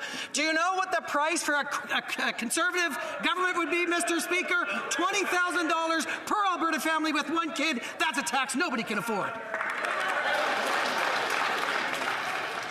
The Honourable Member from Portage Lisgar. After 9 years, these NDP Liberals are simply not worth the cost. Food Banks Canada reveals a devastating truth. Over 2 million Canadians are turning to food banks. They also report that up to 25% of Canadians are living in a state of poverty. In Manitoba, food bank usage has surged by 30% in just the last year alone. And despite this crisis, the Prime Minister still thinks it's some sort of a brilliant idea to quadruple the carbon tax. So when will the Prime Minister put an end to this misery and finally just call a carbon tax election? The Honourable Minister for Families, Children and Social Development. Mr. Speaker, I had the opportunity recently to be in Manitoba and to announce that Manitoba has signed on to our National School Food Program. This year alone, Mr. Speaker, 19,000 additional kids in that province will receive food at school through this program. That's real children and real food, not the bureaucracy that the Leader of the Conservatives would like to claim that this program is. That's the impact of the work that we're doing as we roll out this program across the country. The Honourable Member from Portage Lisgar. Canadians recognize the impact of this Liberal government's policies, and it's that they're being recklessly driven into poverty. How many more families have to suffer? How long do the lineups at food banks need to be before this Prime Minister realizes that he and his government are the cause? Because if you tax the farmer who grows the food, the trucker who ships the food, and the grocer who sells the food, how can he be surprised when we're seeing record-breaking food bank use? Canadians want a carbon tax election. When will this Prime Minister give it to them? The Honourable Deputy Prime Minister and Minister of Finance. Mr. Speaker, the Conservative leader doesn't usually give press conferences. That's why it's understandable that he goofed yesterday, and he admitted his true plan. He said, we're going to cut 2 programs for sure, and more beyond that. Shame. So now we all know the Conservative plan is one of cuts, cuts, cuts. Shame. They're going to cut that school food program that's going to feed 400,000 kids. They're going to cut dental care that is provided care to 1 million Canadians. They're going to cut pharmacare. They're going to cut early learning and child care. But we won't let them. That's right. The Honourable Member for Avignon, La Métis, Matane, Matapédia. Mr. Speaker, at the Bordeaux prison in Montreal, the correctional officers say that there are so many drones that fly overhead that it's like an airport. They carry knives, drugs, and they smuggle in cell phones for the criminals in prison. And in Ottawa, they just sit back and sit idly by. Quebec is calling for phone signal jammers, and correctional officers want the same thing in federal prisons. But nothing is moving, except for the drones, of course. What is the minister waiting for to ban the use of cell phones in prison? The Honourable Minister of Public Safety. Mr. Speaker, on the contrary, we're not waiting. We're already rolling out a number of technologies in federal prisons. And obviously, we can't discuss the details of this technology capacity in public. I have visited some of these federal penitentiaries in Quebec, and I've seen for myself that the application of these technologies works. And I've had a great discussion with Minister Bonnardel in Quebec to help Quebec with their prisons so that they have access to the same technology. The Honourable Member for Rivière-du-Nord. Mr. Speaker, the most serious problem with cell phones in prison is that it allows gang leaders to continue their criminal activities inside the walls. These bandits can take out contract killings against their enemies. They can burn down stores and make drug deals. In fact, they continue to represent a security threat to Quebecers and Canadians from federal prisons. This is proven, as we know, and the minister should know this. Why is he not working to ban once and for all the use of cell phones in penitentiaries? Thank you. The Honourable Minister of Public Safety. Monsieur le Président. Mr. Speaker, of course, we are acting exactly to prevent this issue, and my colleague knows this. I am going to be visiting a penitentiary on Friday with Minister Bonnardel, and we're going to discuss this issue, and I'll be very pleased to organize a briefing for my colleagues in the bloc to discuss the technologies that are in place. And it's not it's simple, so we can't give details in public on the floor of the House of Commons. The Honourable Member from Haliburton, Kawartha Lakes, Brock. Speaker, after 9 years, these NDP Liberals aren't worth the misery. Every month in Ontario, 750,000 people must rely on food banks to get by. That's up nearly 10% over last year. Shameful. Worse, monthly visits by Ontario's children are up almost 117% since 2019. Despite these record numbers of children relying on these food banks, the NDP Liberals continue to increase the carbon tax by 23%, on the way to actually quadrupling it, making groceries even more expensive. How many more families must suffer before the Prime Minister calls an election? Good question. The Honourable Minister for Families, Children and Social Development. Mr. Speaker, Canadians have been facing challenges in these expensive times, and that's exactly why we've been delivering programs to help them. Our $10 a day childcare program, Mr. Speaker, is saving families thousands of dollars each and every year. The National School Food Program, Mr. Speaker, which will see 400,000 additional kids receive food at school. The Conservatives would like to make you think they are pro-family, but we know that they will cut these programs at the first possible opportunity. The Honourable Member from Haliburton, Kawartha Lakes, Brock. Speaker, after 9 years, Indigenous peoples and families living in rural and remote Ontario know the NDP Liberals aren't worth the cost. The impact of the carbon tax on the cost of groceries is a real issue for those trying to make ends meet and feed their families. Hunger Count 2024 reports there are over 2 million visits to food banks across Canada in March of last year. That's up 90% since 2019. When will the Prime Minister stop ignoring the evidence, admit their carbon tax scheme isn't working, and call a carbon tax election? The Honourable Minister for Indigenous Services. Well, thank you, Mr. Speaker. For a moment, I thought my official critic was going to ask a question about Indigenous peoples, but again, we saw a return to their talking points, not the kinds of things that matter to the First Nations people that I've been working so hard with along with my colleagues. In fact, that member voted against Indigenous health care, Grassy Narrows care home, emergency management support, schools, roads, housing, water. You get the picture, Mr. Speaker. They're no friends to Indigenous people. The Honourable Member from Coastal Bay Central, Notre Dame. After 9 years, the NDP Liberals are not worth the cost. Yesterday, Food Banks Canada reported that the need for food banks is spiraling out of control, with 2 million Canadians per month depending on them. Demand at Bridges to Hope Food Bank in St. John's is expected to surge 30% compared to 2023. Despite record-smashing food bank usage, the NDP Liberals increased the cost of groceries by raising the carbon tax 23%. Mr. Speaker, instead of quadrupling the carbon tax, Well, they axe the tax so that people can afford to eat. The Honourable Minister of Health. Mr. Speaker, what they would axe in a place like Newfoundland, remember, the Conservative leader said the dental care program didn't exist, right? Said it's not going to work, not going to happen. Newfoundland now happens to be one of the leading places in the country for people getting care. And on average, it's saving them $730. Do you know that what it's going to save our emergency rooms and creating space? About $1.8 billion, the opportunity to serve emergency rooms.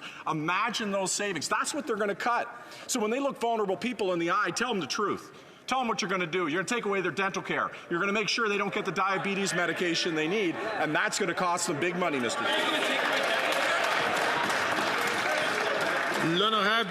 The Honourable Member for Sudbury.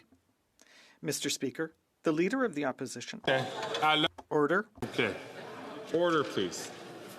The Honourable Member for Sudbury. Mr. Speaker, the Leader of the Opposition continues to bury his head in the sand and refuses to take the security of our country seriously. All other party leaders have received their security clearance, but not him.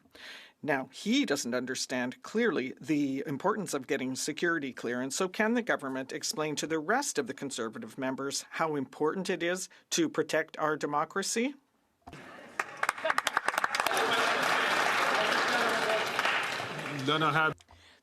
The Honourable Minister of the Environment and Climate Change. Thank you, Mr. Speaker, and I'd like to thank the member for Sudbury for her question. Our government recognizes the importance of protecting our country and our democratic institutions from the threat of foreign interference. That is why we offered all party leaders their security clearance. Now, the Conservative leader is the only one who is shirking his obligations.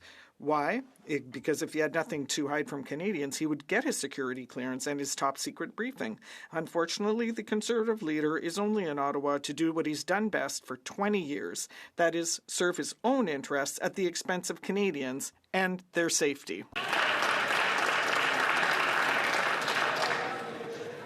The Honourable Member from Kildone and St. Paul. Mr. Speaker, after 9 years of Liberals, crime is up and small businesses are fed up. The Liberal Prime Minister changed the laws to make it easier for violent repeat offenders to get bail, and now break-and-enters, thefts, vandalism have become everyday realities for small businesses in Canada. Nearly 60% of small businesses in BC, for example, are being directly impacted by crime.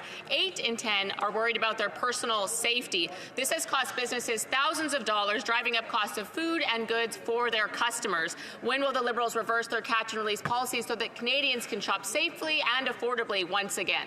The Honourable Minister of National Defence. Thank you, Mr. Speaker. I spent 39 years fighting crime in the city of Toronto, and one of the things I learned in that 39 years is that cops count. But, Mr. Speaker, today there are 700 fewer police officers in the city of Toronto than when I was the police chief. And those are the same cops, by the way, who fought guns and gangs, gave evidence at bail hearings, and kept our neighborhood safe. But just like the Harper government that cut 1,000 RCMP positions, Conservative mayors and premiers have frozen police hiring. This is the price we're all paying for reckless Conservative cuts. And if the Conservatives are looking for causation of the rising crime, look in the mirror. The Honourable Member for Charlebourg and Saint-Jean. This Minister of Justice has showed us that he'd rather be soft on criminals than keep children safe. Paul Arcand reports that André Fèvre, a paedophile who led a social club of child abusers, which aimed to teach people how to lure and seduce children, was released by the parole board once again. The minister seems satisfied that experts say that his risk of reoffending is low, even though he has violated his conditions over and over the past 50 years. Is the minister aware of this? And if so, why is he not doing anything? The Honourable Minister of Public Safety. Mr. Speaker, my colleague knows very well that the parole board is independent. It's at arm's length from the government. It makes good decisions, and what it takes seriously is public safety. We're not going to comment on individual cases that are before the parole board. We trusted the board's work, and however, as my colleague, the Minister of Defence, said, we are very surprised to see how many cuts the Conservatives have made to the RCMP and the CBSA, and now they claim to want to fight crime gangs. From Sherwood Park, Fort Saskatchewan. After 9 years of NDP Liberals, taxes are up, costs are up, crime is up, and time is up. Now, Liberals have allowed fraudulent, non-Indigenous insiders and shell companies to steal contracts that had been earmarked for Indigenous businesses. Now that companies like Canadian Healthcare Agency and Dalian Enterprises, who got over $100 million each, have been removed from the Indigenous business list, they should pay back the money that had been set aside for Indigenous companies. When will this government get our money back from bad actors who pretended to be Indigenous?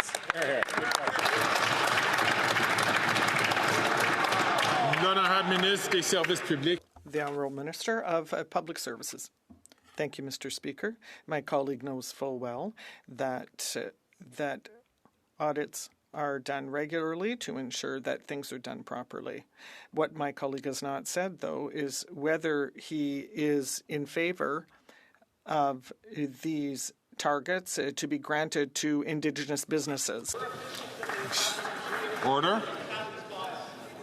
The Honourable Member from St. John's East. Mr. Speaker, protecting a woman's right to control her own body includes access to clear and transparent choices in health care.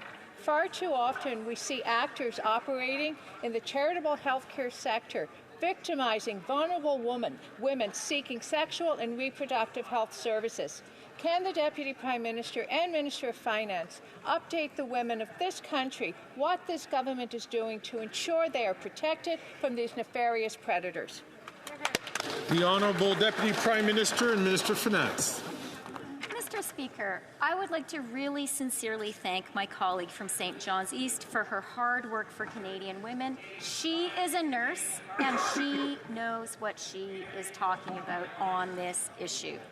Today, we introduced legislation that would deny charitable status to centres that fail to disclose services they do or do not offer. This is about telling the truth. It is about women and girls across our country having control of their own bodies. That is what our government is proud to stand up for. Thank you, Mr. Speaker. The Honourable Member from Edmonton Strathcona. Mr. Speaker, this week the Israeli Parliament banned UNRWA from operating in Israel-occupied East Jerusalem and designated this life-saving organization. Colleagues, I need to hear the question. The Honourable Member from Edmonton Strathcona for the top, please. Mr. Speaker, this week the Israeli Parliament banned UNRWA from operating in Israel and occupied East Jerusalem and designated this life-saving organization as a terrorist organization. Millions of Palestinians are living through hell and they need aid, and there is no aid organization that can do what UNRWA can do on the ground. Canada must act now. We cannot tolerate these outrageous attacks on the United Nations and international law. Will the government finally sanction Netanyahu and his extremist cabinet? Hear, hear.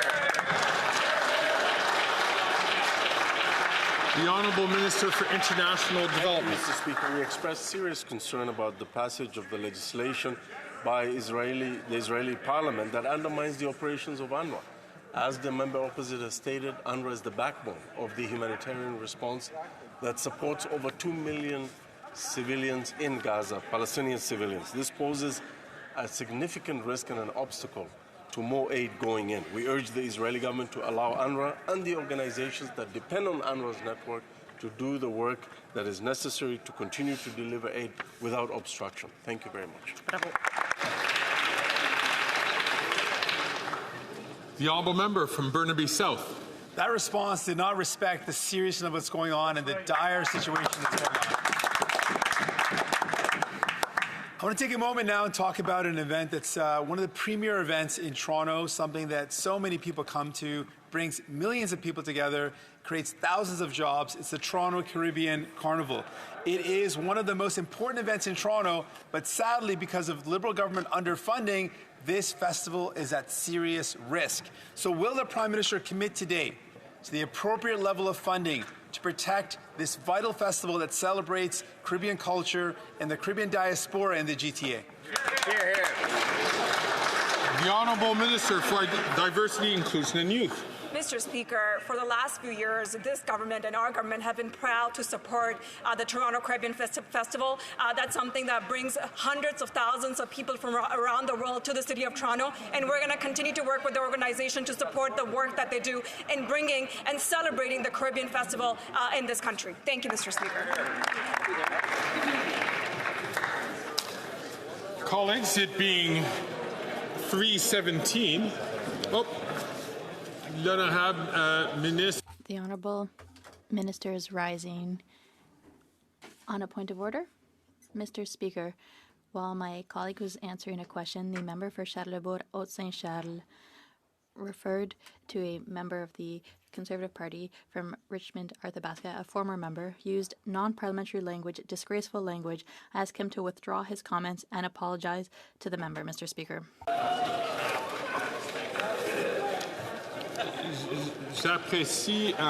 I appreciate that point of order.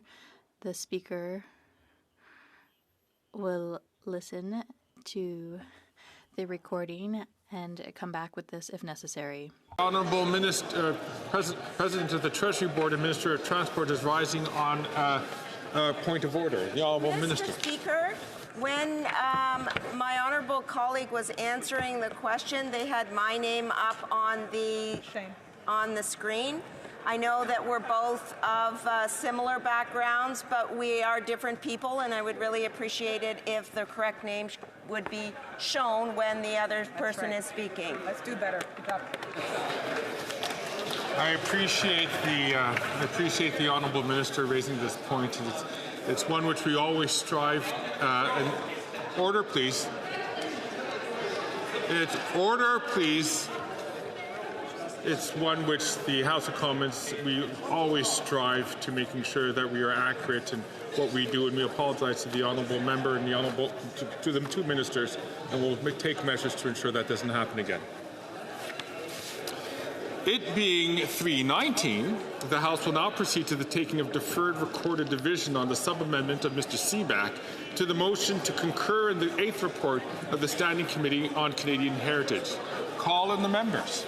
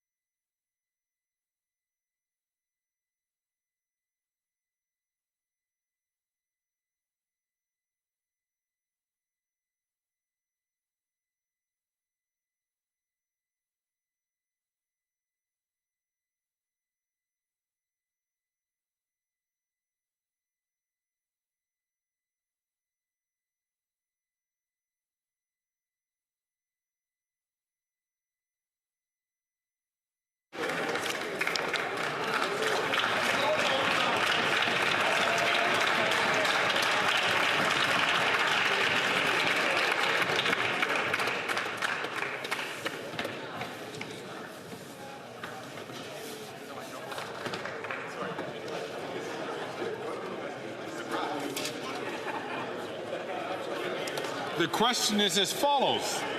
Mr. Waugh, seconded by Mr. Couric, moved that the 8th report on the Standing Committee on Canadian Heritage presented on Tuesday, December 12th, 2023 be concurred in. Mr. Lamoureux, seconded by Ms. Scrow, moved the following amendment. That the motion be amended by deleting all the words after the word that and substituting the following.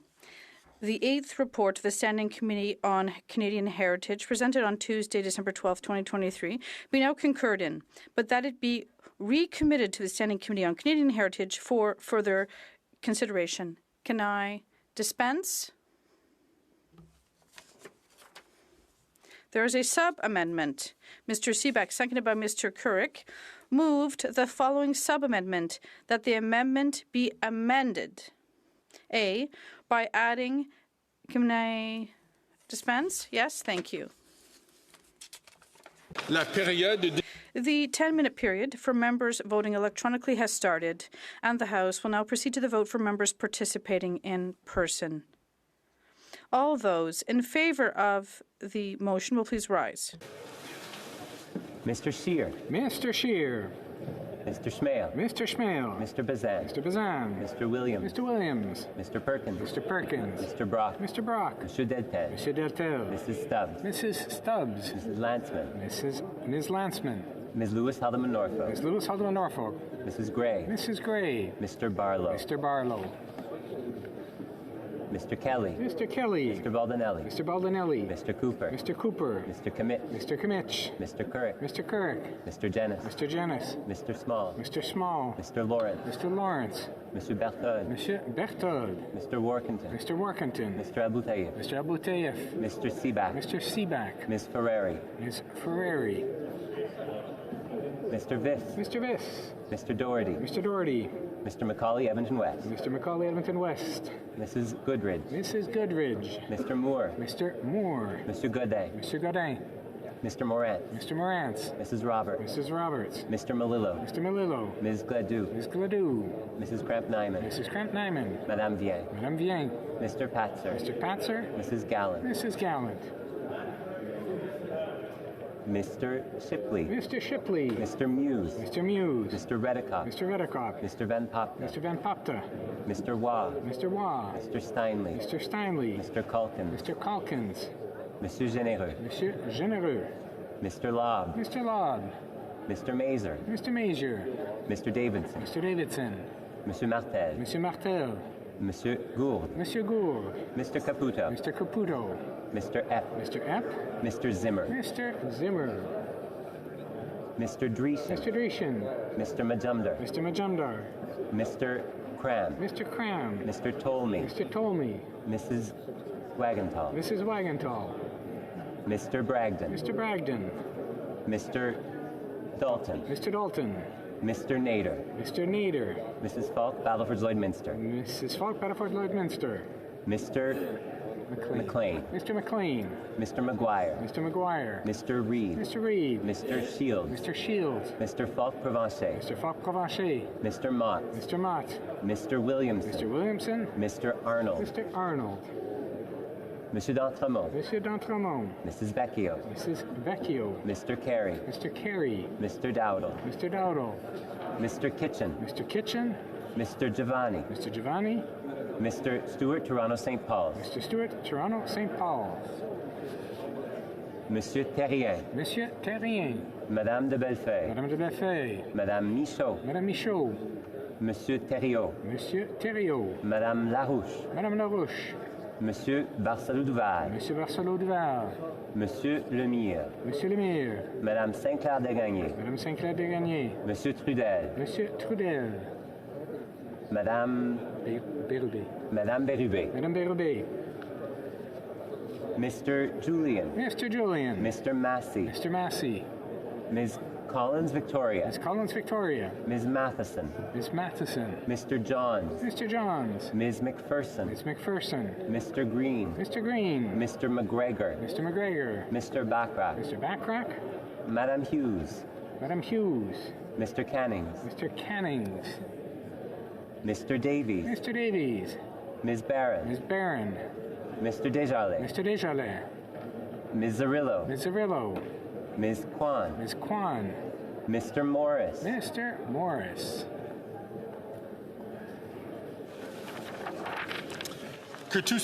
All those opposed to the sub-amendment will please rise. Sajan. Mr. Sajan. Ms. Tassi. Ms. Tassi. Ms. Scrow. Ms. Scrow. Mr. Scarpaleggia. Mr. Scarpaleggia. Ms. Cara. Ms. Cara. Madame Saint-Onge. Madame Saint-Onge. Ms. Sahota. Ms. Sahota. Ms. Yen. Ms. Yen. Madame Bibot. Madame Bibot. Mr. Ananda Sangari. Mr. Ananda Sangari. Madame Martinez Ferrada. Madame Martinez Ferrada. Ms. Jazek. Ms. Jazek. Ms. Jones. Ms. Jones. Ms. O'Connell. Ms. O'Connell. Mr. Gerritsen. Mr. Gerritsen. Mr. Lamoureux. Mr. Lamoureux. Madame Fortier. Madame Fortier. Mr. Fragascatos. Mr. Fragascatos. Ms. de Brusen. Mr. Brusen. Mr. Vancouverden. Mr. Vancouverden. Mr. Kuzmarchuk. Mr. Kuzmarchuk. Mr. May Cambridge. Mr. May Cambridge. Ms. Dillon. Ms. Dillon. Ms. Zarevitz. Ms. Zerowitz. Mr. Hardy. Mr. Hardy. Monsieur Yakino. Monsieur Yakino. Monsieur Lightbound. Monsieur Lightbound. Mr. Cedar Brampton East. Mr. Cedar Brampton East. Mr. Badaway. Mr. Badaway. Mr. Dogood. Mr. Dogood. Mr. Housefather. Mr. Housefather. Mr. Kellaway. Mr. Kellaway. Mrs. Vandenveld. Mrs. Vandenveld. Monsieur Serré. Monsieur Serré. Madame Koutrakis. Madame Koutrakis. Madame Brière. Madame Brière. Mr. Fisher. Mr. Fisher. Mr. Longfield. Mr. Longfield. Mr. McDonald Avalon. Mr. McDonald Avalon. Mr. McKinnon Coquitlam Port Coquitlam. Mr. McKinnon Coquitlam Port Coquitlam. Mr. McLeod. Mr. McLeod. Mr. Morrissey. Mr. Morrissey. Monsieur Robillard. Monsieur Robillard. Monsieur Sifke. Mr. Shifke. Ms. Cedar Brampton South. Ms. Cedar Brampton South. Mr. Sorbara. Mr. Sorbera. Mr. Zuberi. Monsieur Zuberi. Ms. Hefner. Ms. Hefner. Mr. Nur Mohammed. Mr. Nur Mohammed. Mr. Chang. Mr. Chang. Mrs. Zaid. Mrs. Zaid. Mr. Rogers. Mr. Rogers. Ms. Yip. Ms. Yip. Ms. Latanzio. Ms. Latanzio. Mr. Lewis Kitchener-Conestoga. Mr. Lewis Kitchener-Conestoga. Mr. Van Bynen. Mr. Van Bynen. Mr. Baines. Mr. Baines. Ms. Bradford. Ms. Bradford. Mr. Chahal. Mr. Chahal. Madame Chatel. Madame Chatel. Mr. Koto. Mr. Koto. Mr. Gahir. Mr. Gahir. Ms. Kayabaga. Ms. Kayabaga. Madame Lapointe. Madame Lapointe. Mr. Meow. Mr. Meow. Ms. Taylor-Roy. Ms. Taylor-Roy. Ms. Thompson. Ms. Thompson.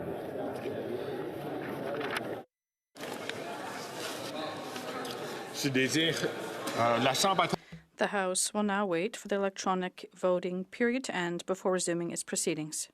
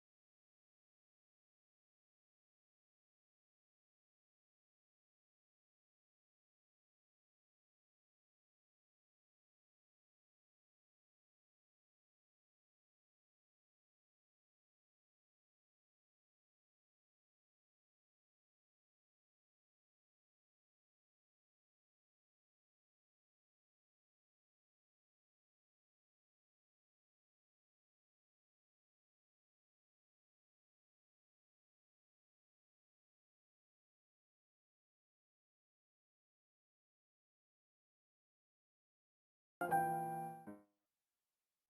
inform the House that the electronic voting period has ended. If members weren't able to vote due to technical difficulties, they may now use the raise hand function and the chair will recognize them. The table will now compile the results of the vote. Yeas pour 178, 178. Nays contre 152, 152. I declare the sub-amendment carried.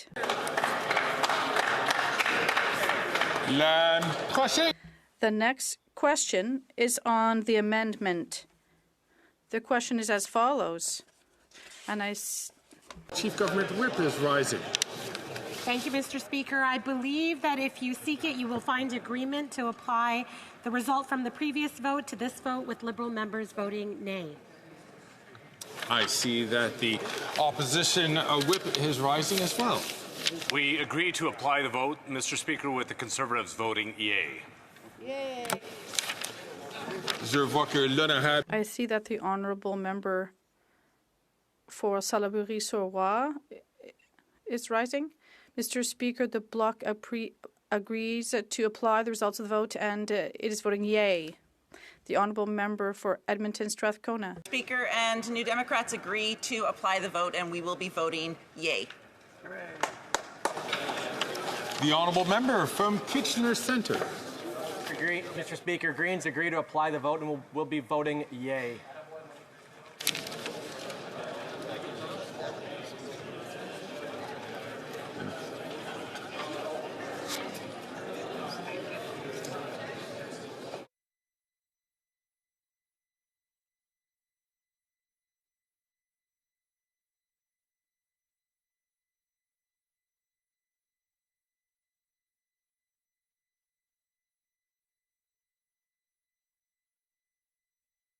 Now compile the results of the vote.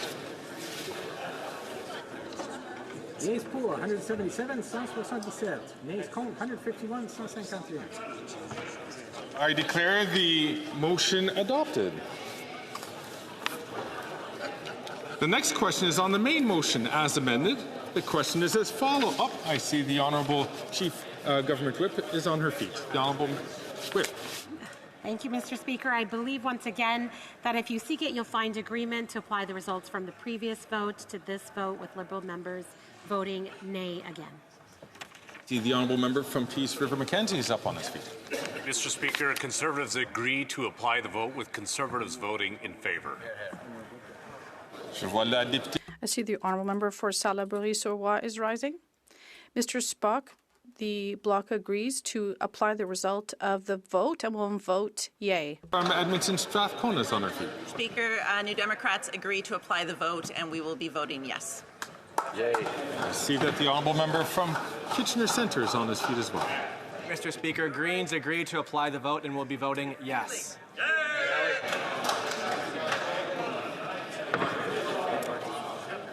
The table will now compile the results of the vote. Yeas pour 177, 177. Nays contre 151, 150. The motion adopted. Accordingly, the 8th report of the Standing Committee on Canadian Heritage is referred to the Standing Committee.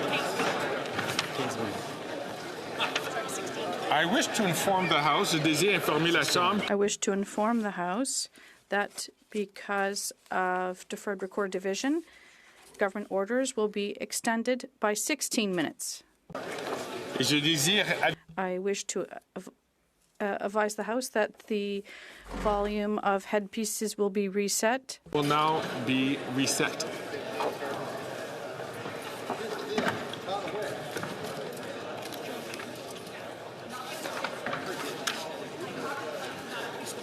I am now ready to rule on the question of privilege raised on October 7, 2024 by the member for Thornhill concerning public access to Parliament Hill. In her intervention, the member for Thornhill alleged that an officer of the Parliamentary Protective Services, or PPS, prevented a member of the public from accessing the grounds of Parliament Hill, ostensibly because of his political ideology. This interaction was video recorded and then posted to social media. The member for Thornhill argued that the officer was applying some sort of political test by which a person would be barred from accessing the parliamentary precinct if they did not support a particular cause, in this case relating to Palestine. Selon la députée, cela signifie que dans des circonstances. The member contended that in similar circumstances, if a member of Parliament had refused to identify themselves as a supporter of Palestine, they would also have been barred from the Hill, constituting a breach of their right of access to the parliamentary precinct. She concluded by declaring that no member or individual should be denied access to the grounds of Parliament Hill because of the political views that they hold. She felt that the issue should therefore be considered by the Standing Committee on Procedure and House Affairs.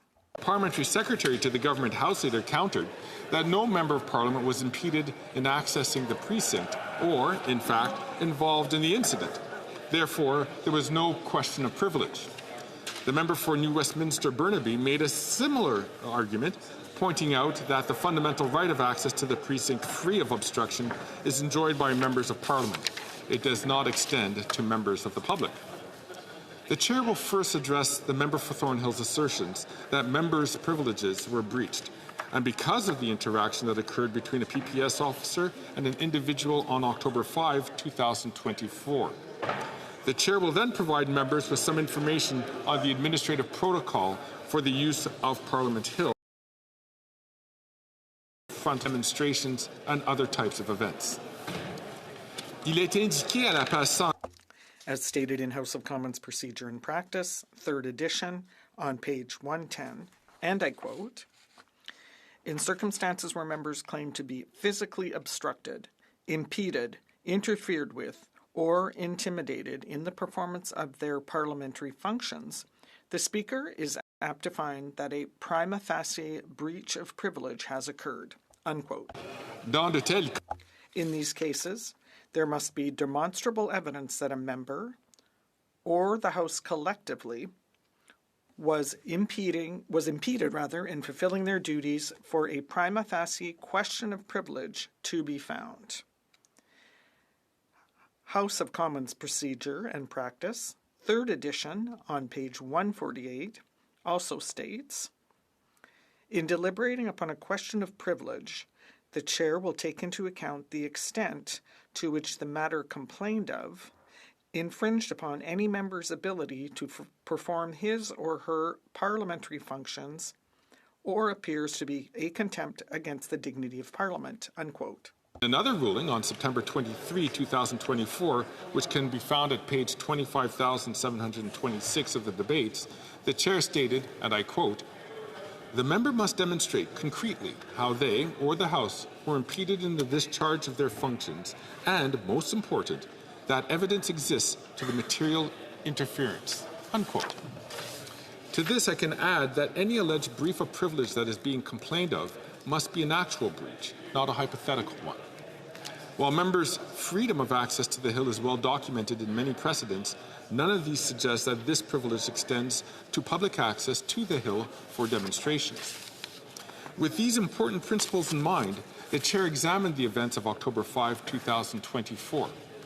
After reviewing the video on social media that captures a portion of the interaction and consulting the House security partners, the Chair cannot conclude that members were denied access to the parliamentary precinct, nor was the situation related to any proceeding of Parliament. This is therefore not a prima facie case of privilege. Question of privilege. Avant de terminer, la présidente. Before concluding, the Chair would like to share with members some additional information about organized demonstrations and other types of events on the front lawn of Parliament Hill. By default, the grounds of Parliament Hill are open to the public. The front lawn is also accessible to those who wish to organize a demonstration to highlight a particular cause or political concern. We are all used to seeing demonstrations on the front lawn and in the vicinity of the precinct. Decisions about the use of the grounds of Parliament Hill are made under the authority of the Committee on the Use of Parliament Hill. The committee is co-chaired by the House of Commons Sergeant-at-Arms and the Senate Director of Corporate Security on behalf of their respective speakers. Its membership also includes representatives of various government departments. This group is to ensure that any use of the grounds remains peaceful and incident-free, and to protect the safety of all visitors to the Hill and those who work in the precinct. I can assure all members that this protocol is entirely administrative and that no member of Parliament, nor the Speaker, is involved in the operation of this protocol.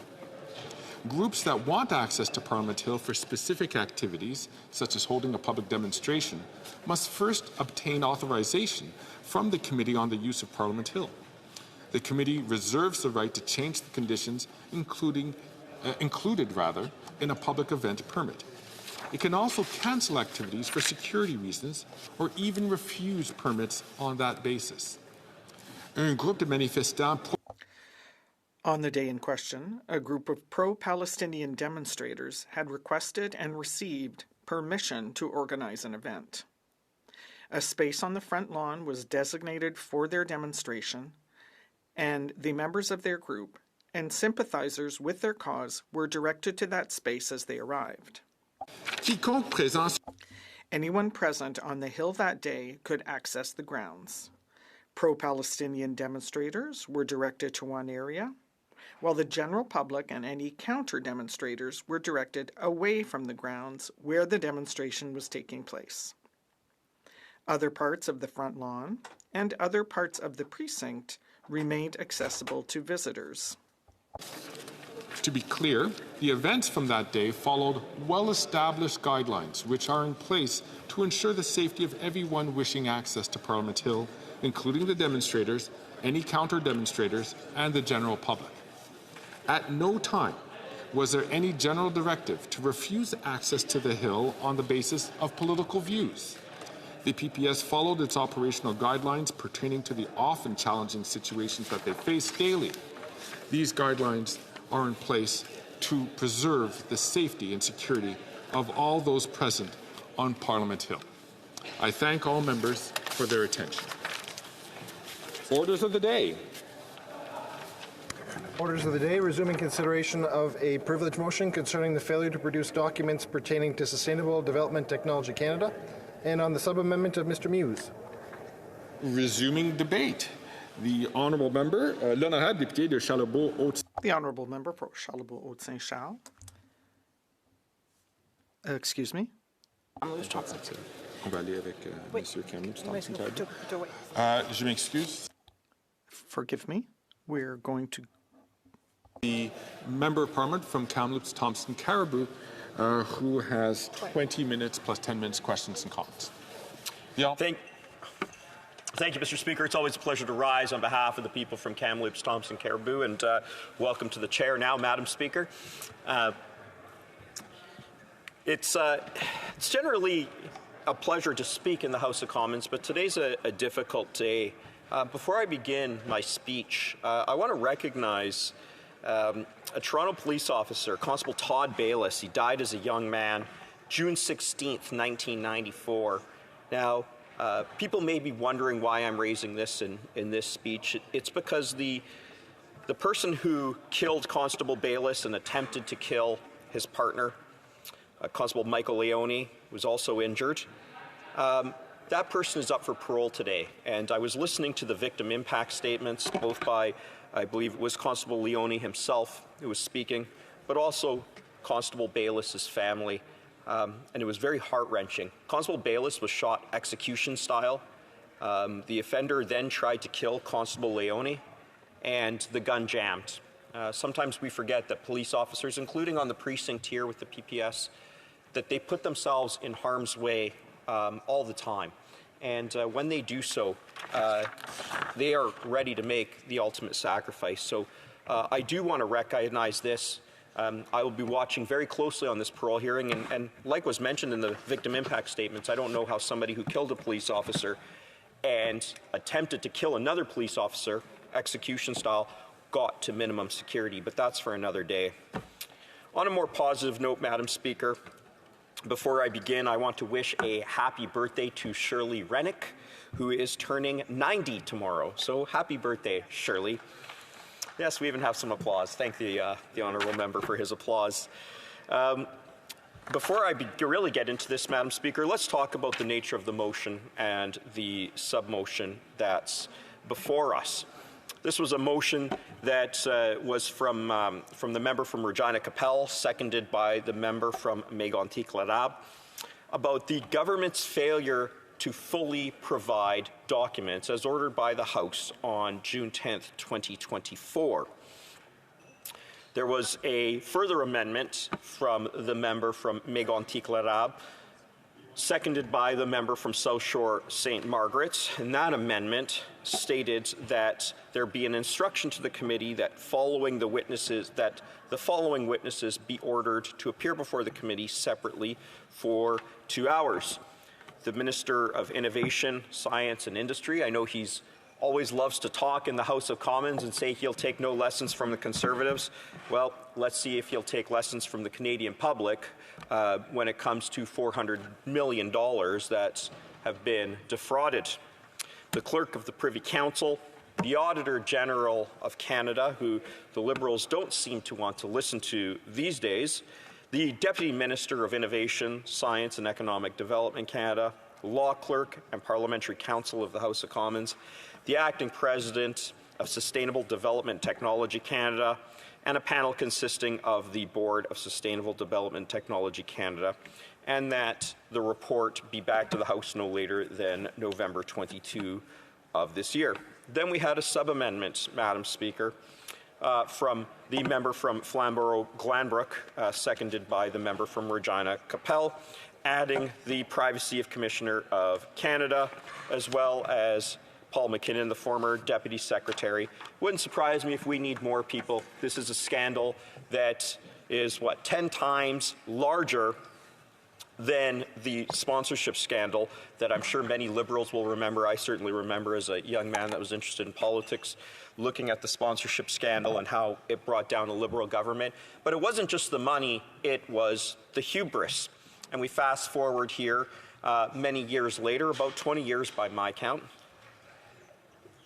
and we have that same hubris really revealing itself. Let's make no mistake, Madam Speaker, this is theft, but it's theft of the worst kind. It's theft from the government or theft from the state.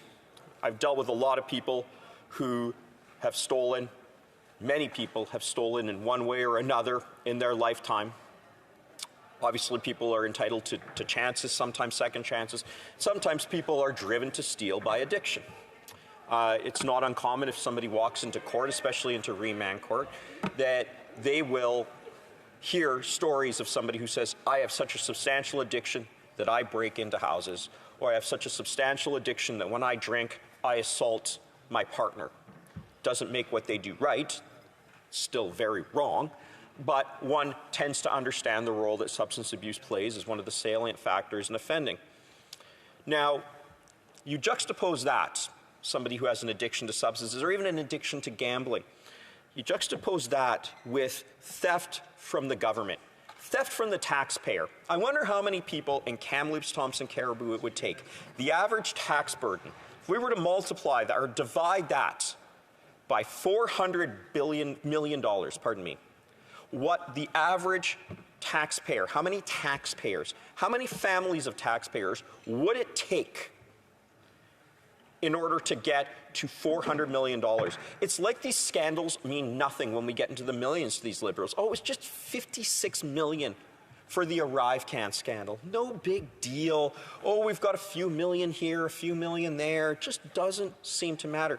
But this theft from the government, the arrogance, the hubris, one of the greatest problems here is that this was pure greed from what I can see. And in my view, that is the worst type of offense. You had people who were sophisticated, they were often business people, and the chair, many others who did wrong, appointed by the Liberal government.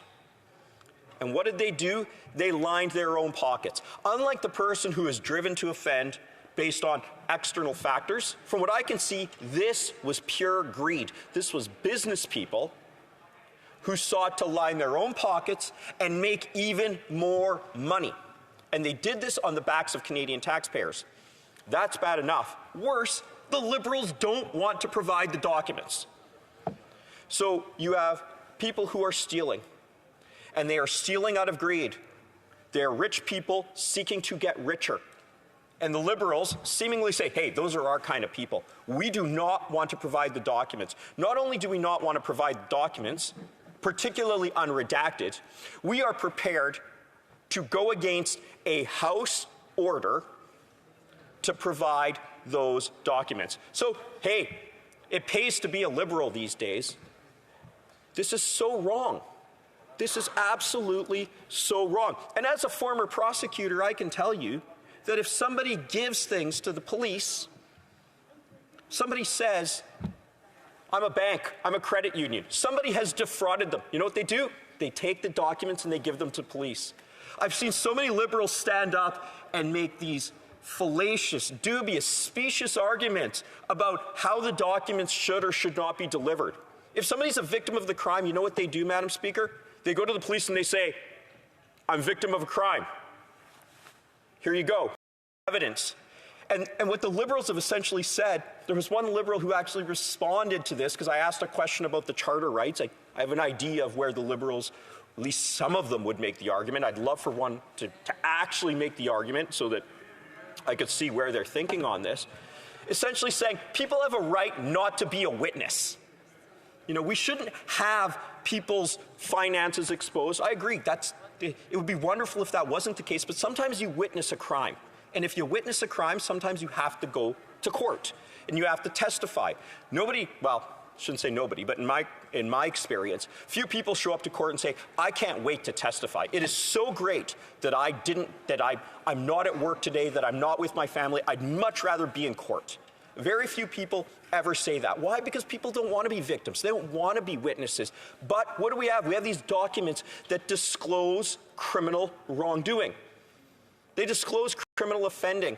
And the Liberals, looking out for Liberals, don't want those documents provided unredacted. When one compounds that with the fact that we are dealing with the worst kind of offending, it's my view that this is an untenable situation. It is egregious that the Liberals will not put these documents forward. What are they waiting for? The Prime Minister talks about people in the middle class and wanting to join it. The people who stole this $400 million, the fraud, they are not part of that middle class. In fact, it is the people who are in the middle class and those hoping to join it that were victims just like every single taxpayer in this country. What does $400 million get you? Madam Speaker, I'm attempting to get more doctors to my riding. I can't tell you what $400 million would do in aid of that effort. What would $400 million do when about 50% or more of the people in Kamloops, Thompson, Caribou do not have a family doctor? And frankly, it would be easy just to go like this, point my fingers and say it's the province's problem. But when you get a letter a day, two sometimes, people saying I'm 8 months pregnant, I need a hip replacement and I've been waiting. You can only get so many of those letters, in my view, and not act, Madam Speaker. So that's what I've decided to show the wonderful nature of Kamloops, Thompson, Caribou off, because I believe that people who come there, people who are doctors who might be from overseas, looking to immigrate to Canada, live the same dream that my parents lived and I was able to live as their child. $400 million could certainly go a long way there. What about food? Poverty. Our food banks in Kamloops, Thompson, Caribou are stretched thin, and I know that because I've visited them regularly. In fact, I was at the Kamloops Food Bank not long ago, within a couple of months, I believe. I was also at the 100 Mile House Food Bank not long ago, and the numbers have skyrocketed. Imagine what $400 million could do. How about when it comes to housing? How much housing could we build with $400 $200 million. Kamloops, Thompson Caribou, the city of Kamloops, I know they recently hoped for federal funding and housing. It didn't come through. What would $400 million have gotten them? And what are we left with, Madam Speaker? We're left with 186 conflicts of interest. Now, for those at home who don't know, a conflict of interest is when you are acting on something and you could benefit, or someone else could benefit. And there's actual conflicts of interest, as in, I will benefit from this or could benefit. And then there are what we call apparent conflicts of interest, where it just looks like somebody could benefit. From what I can see, these seem like actual conflicts, but who knows, some of them may have been apparent. 186 of them. These were committee members who own their own businesses and essentially said, Madam Speaker, you scratch my back, I will scratch yours, and together we will all get rich. And when it was time for accounting, when it was time for there to be a reckoning, when it was time for Parliament to follow the law,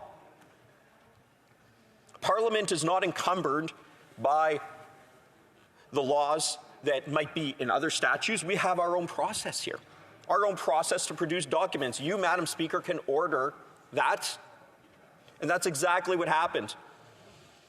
So when the Liberals talk about their respect for institutions, oh, we just love our institutions, and the Conservatives, they just want to drag them down. What about the institution of Parliament? Where's the respect for that institution to turn over the documents that they were ordered to turn over? There is no respect for the institution of Parliament when they stand up and say, we are going to defy the Speaker's orders. Where is the respect for that institution? And it's made even more egregious when we think about the wrongdoing. But don't worry, we're working for those who are in the middle class and those trying to join it. What message does this send, Madam Speaker? It sends a message that $400 million, if it's $400, $4,000, $4 million, I don't care what it is. Big number. We've just lost track of this. My parents, my family came to Canada to live what I call the Canadian dream, and frankly, the fact that I'm standing here reflects that. So many of us here are living that dream. Maybe you're in my position where your family came to Canada. My mom, 1957, my dad followed shortly thereafter, both with their parents. In my mom's case, Dad left home, left my mom for, 5 years, I believe it was. My mom couldn't even remember her dad, I'm betting, when she saw him at 7 years old, hadn't seen him since 2. This wasn't a time when people could just Skype one another or FaceTime or even talk on the phone. Those people who sacrificed so much, how much does $400 million mean to them? And what does it mean when the Liberals won't turn over the documents? There are people who came to Canada themselves in this House, who aren't first-generation Canadians like me, who actually immigrated to Canada.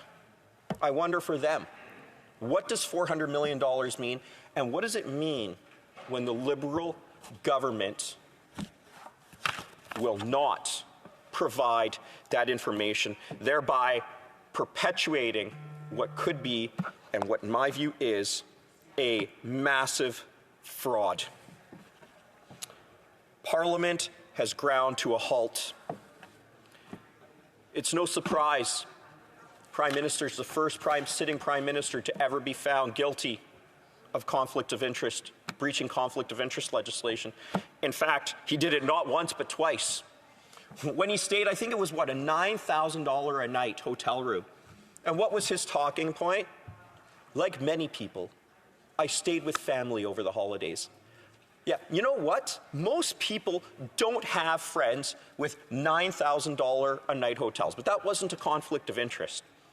It's tone deaf. It's completely out of touch, but it was ruled, I believe, not a conflict of interest. It just shows you, though, the mentality, and the Liberal government, they stand for this. They're okay with it. He hopped on a helicopter and went to a private island. We have Liberals. That's okay behind him. Well, apparently not. Apparently 24 won't stand behind him.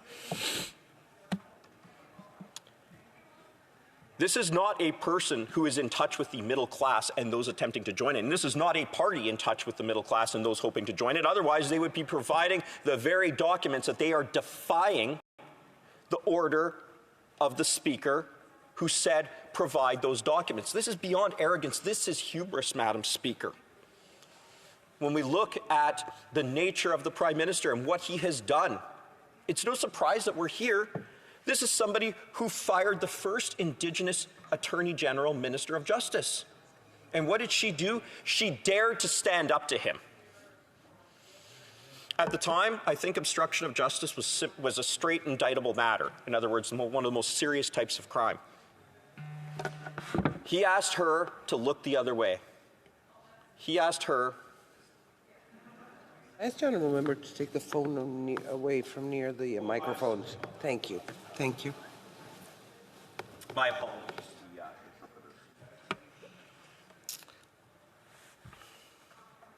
First Indigenous Attorney General, the first Indigenous Minister of Justice. Obstruction of justice, what is it? Attempting to pervert, defeat, or obstruct the course of justice. To obstruct a few crimes where, apart from attempted murder, I suppose, you don't have to actually follow through. You don't have to be successful. It's just the attempt. And what did he do? He told this person, you need to give a deferred prosecution agreement to Liberal friends. Now imagine if somebody went up to a prosecutor and said, you know what, that person's a friend of mine. If a politician did that, you need to give them a break. You need to give them a break. That would be obstruction of justice. But this isn't just an ordinary person. This isn't a small town mayor. It's not even a member of parliament, an MLA, not even a minister. It is the Prime Minister, the chief servant of the people, telling somebody, give people a break.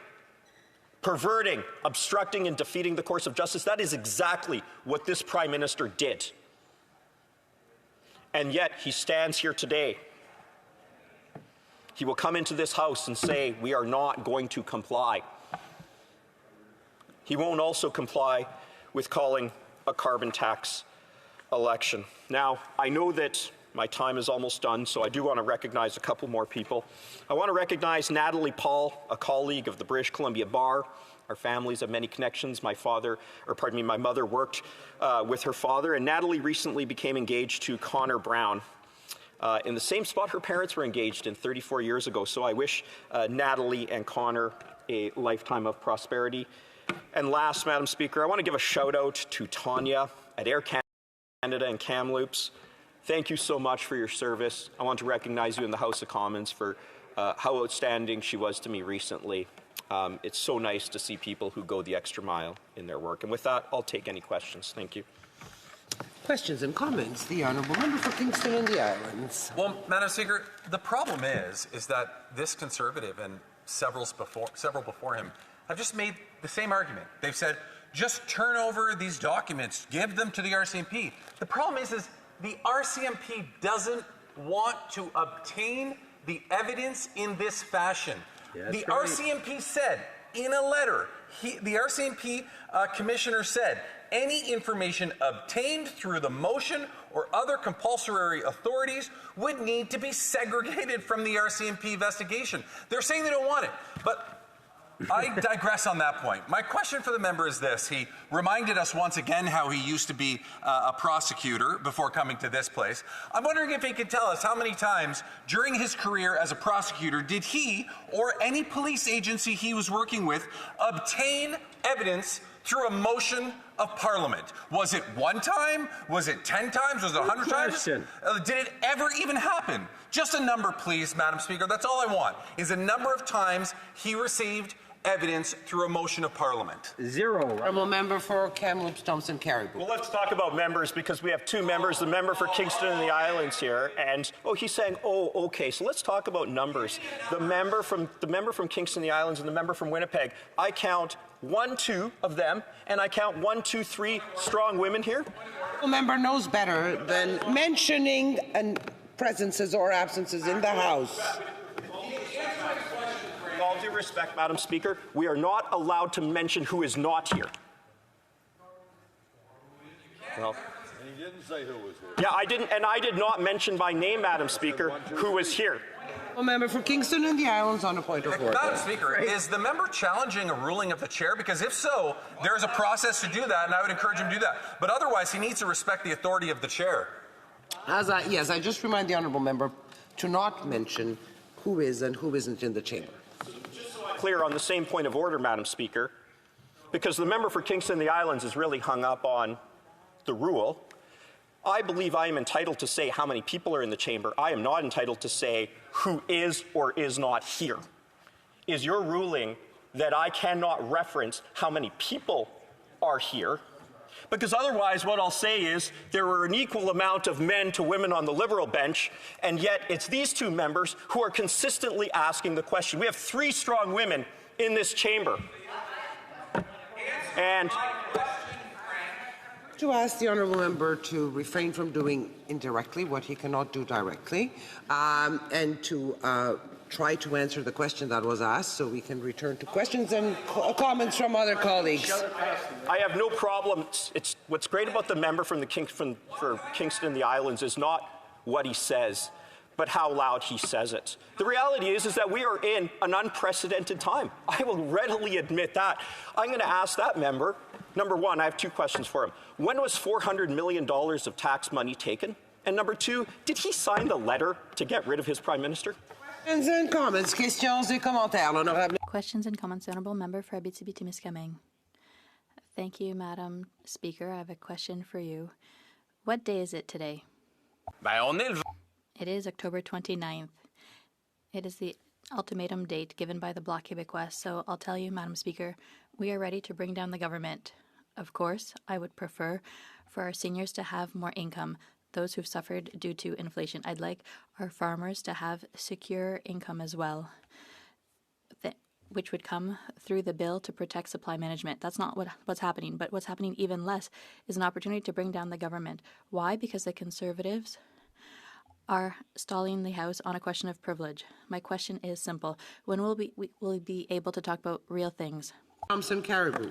Well, I thank the member for his speech. The problem is we actually had 2 opposition days in which we declared no confidence in the government, and I would have loved to have heard that same rhetoric from the Bloc at that time. Now, that member will also be aware, and while I respect his sentiments that he wants to bring the government down now, we don't actually know where the NDP stands. We actually call them the NDP Liberals for a reason. And the reason is because they have been united at the hip consistently throughout this Parliament. It is no secret that the NDP does not wish to bring down the government. I would bring down the government tomorrow. I don't have any confidence. Questions and comments. Questions et commentaires, l'honorable. The Honourable Member for Rosemont-la-Petite-Patrie. Thank you very much, Madam Speaker. I can reassure my colleague that I don't need his confidence to do my work. But speaking of real things, rather than teasing and blocking and having systematic obstruction in Parliament, is he able, contrary to all of his Conservative colleagues whom I asked the question to earlier, is he able to guarantee to the seniors of this country that we will extend and protect the dental care program that has already helped hundreds of thousands of Quebecers go to the dentist? If ever, unfortunately, his party took power, can he tell seniors, look them in the eyes and say, we will continue with that program because it's important for you? The Honourable Member for Kamloops Thompson Caribou. Thank you, Madam Speaker. Thank my colleague for his speech. And I think that one of the most heartbreaking conversations I had with seniors recently was in speaking with them and how difficult it has become and how difficult it's become because of the carbon tax, because of other taxes. In fact, I presented a petition today that was talking about the poverty line that seniors have to go, that seniors are often living under. And if that member thinks I don't care, that would be completely wrong. You know, my parents are seniors. I deal with people every single day. What I can commit to doing for seniors is doing my absolute best in order to reduce their tax burden, reduce the cost of their groceries, reduce the cost of their fuel, in hopes that we will eventually give them the best life. Questions and comments. The Honourable Member for Prince George Caribou, or Caribou Prince George. Caribou Prince George, but thank you, close. Madam Speaker, through you, I want to thank our honourable colleague for his intervention today as a former prosecutor back home in our province of British Columbia, and a community that I know very well. Also served as a parole officer for a number of times. I know that he has served his community well. Madam Speaker, through you, we're talking about, I want to remind the packed house that is in the gallery today, as well as those that are tuning in, what we're talking about. We're talking about the theft, essentially, of over $400 million, where the Auditor General found 186 points of conflict of interest, where the Liberal insiders, Liberal chair, and others that were appointed by this Liberal government essentially funneled that money to their own coffers, their own businesses. So through you, Madam Speaker, I'm going to ask my honourable colleague the same as what I've asked our colleagues previously. When somebody steals from them, my honourable colleague, would he call the RCMP, or would he take the matter to a committee, which is essentially what we're being asked to from the Liberals across the way? Honourable Member for Kamloops Thompson Caribou. Thank you, Madam Speaker. Well, that's a very good question. I think I would do what is most common sense. I would provide the documents straight to the law enforcement agency. Those documents would then be reviewed by a prosecutor. Police might have more questions. People would be summoned as witnesses through a subpoena, and then the trial would happen. The problem with what we have here is that we have that intermediary, that intermediate step, if you will, and the Liberals are attempting to obfuscate, to obstruct, and to prevent that from happening. So I think that there's obviously something really big in these documents if they believe that $400 million in tax funds, that we should be waiting even longer, that we should be providing, that it's okay to provide redacted documents, rather than dealing with the fact that this is a fraud, it's happened, let's get to the bottom of it. Questions and comments. The Honourable Parliamentary Secretary to the Government House Leader. Yes, Madam Speaker, it's a very clear issue. The RCMP say no, this Conservative game and tactic is not right. Now, the member from Kingston and Niles asked a very good question. Thank you. And that was, how many cases, being a prosecutor, as has been illustrated on several occasions here, Madam Speaker, will the member actually answer the question? It's a very simple question, Madam Speaker. How many cases has he tried in his extensive career, or any of his colleagues? Can he cite any cases tell us the number. above the number 0? Can he actually say something, or we are going to assume it is 0? How many cases has he dealt with where it was done through a... Honourable Member for Kamloops Thompson Caribou. Well, this is unprecedented. $400 million to the Liberals is something that they want to laugh at. I'm looking right at them. $400 million, they should be ashamed, every single one of them, for this unprecedented fraud, and they are standing up for it, and they are not providing the documents. Provide the documents. By the way, release the names. Thank you. Honourable Member, the Honourable Parliamentary Secretary, I was rising on a point of order. Yes. Madam Speaker, the members pointing and challenging us on numbers, all I asked for him was just to confirm it was 0. It was 0. That's all. The Honourable Member for questions and comments. Questions et commentaires? Well, the Honourable Member for Fleetwood Port Kells. So, the Honourable Member and I come from kind of the same stomping ground in Kamloops. And as the prosecutor, I'd like to draw on the Honourable Member's experience, because if the RCMP were to be delivered, I wonder if the Honourable Member is actually listening to the question. And I'll ask my Honourable Members to quit bugging him while I'm trying to ask him a question.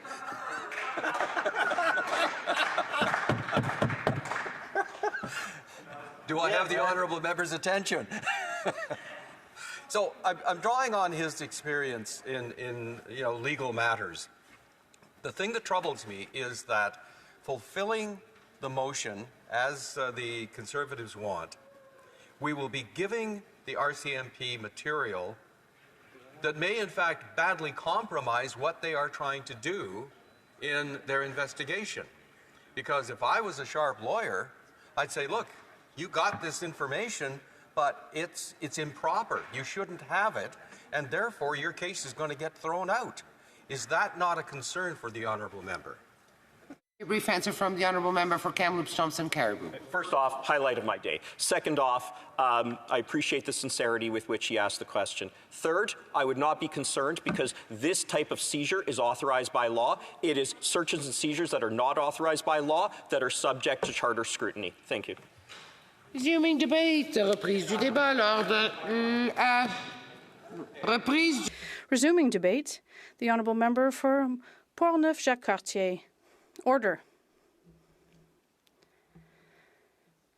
Thank you, Madam Speaker. Member for Kamloops Thompson Caribou, that his time is up. L'honorable député. The honourable member for Portneuf-Jacques-Cartier. Thank you, Madam Speaker. Before I start my speech, on this October 29th, I would like to, well, this won't be the only opportunity I have, but I would like to speak here in the House before October 31st, which is Halloween. And I would like to wish all young people in Canada, particularly young people in my riding, a very happy Halloween. The weather will be nice, and I would ask you to be very careful. As you know, on Halloween Day, there are sometimes witches and people who scare you. Be careful, watch out, and November 1st, everything will be okay.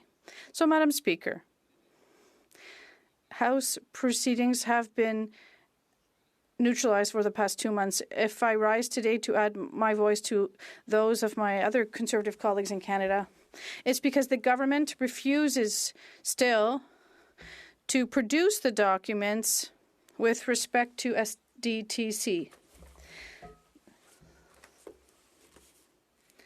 Before I go any further, Madam Speaker, I have in my hands, I won't read it in full, the decision of the Speaker from September 26th. Mr. Speaker, mentions, colleagues, I am now ready to pronounce my opinion on the question of privilege raised on September 16th by the leader with respect to the non-respect of the production of documents for SDTC. I will skip 2 pages and I will read a short paragraph. The motion was adopted in its current form. The House clearly ordered the production of some documents, but this order was not fully executed. The Chair can only conclude that there is a prima facie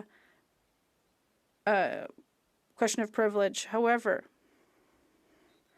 before asking the Leader of the Official Opposition to move a motion, I would like to make some observations with respect to the type of motion that the Chair would deem acceptable given the circumstances.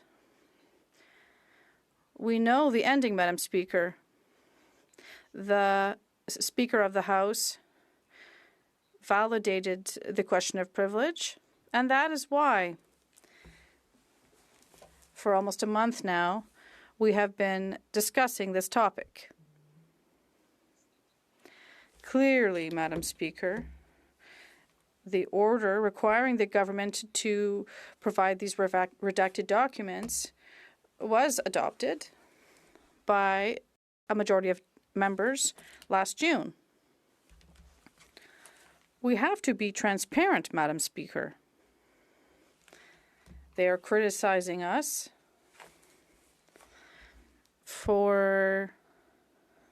of using the tools at our disposition as the official opposition. And Madam Speaker, it's written in the books and the table clerk every day validates our procedures to ensure that we respect the orders of the House of Commons. SDTC, for several years, has been embroiled in a Liberal scandal that we have called the Green Slush Fund. These documents should have been transmitted to the RCMP, and the government did not respect this government order and still refuses to do so. And this has, what brought us to this was the conclusion of the Auditor General, according to who the board of the SDTC has violated on many occasions conflict of interest laws and absconded over $400 million in taxpayer monies to give to their own companies. Madam Speaker, $400 million of public funds earned by Canadians through their hard work, and is now, this money is in the pockets of the insiders of the Liberal government. I would like to describe, or rather break down, Madam Speaker, these $400 million. The Auditor General, Madam Speaker, not the official opposition or the other parties in the opposition, or the independent members, or someone just in the street. It's the Auditor General herself has said that $400 million was wasted and broken down as $58 million given to 10 projects that are not even admissible for this program. They don't even qualify.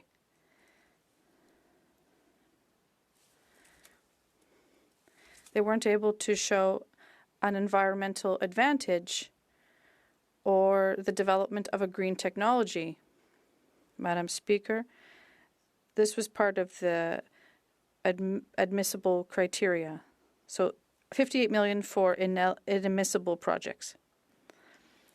$334 million over 186 projects for which board members had conflicts of interest.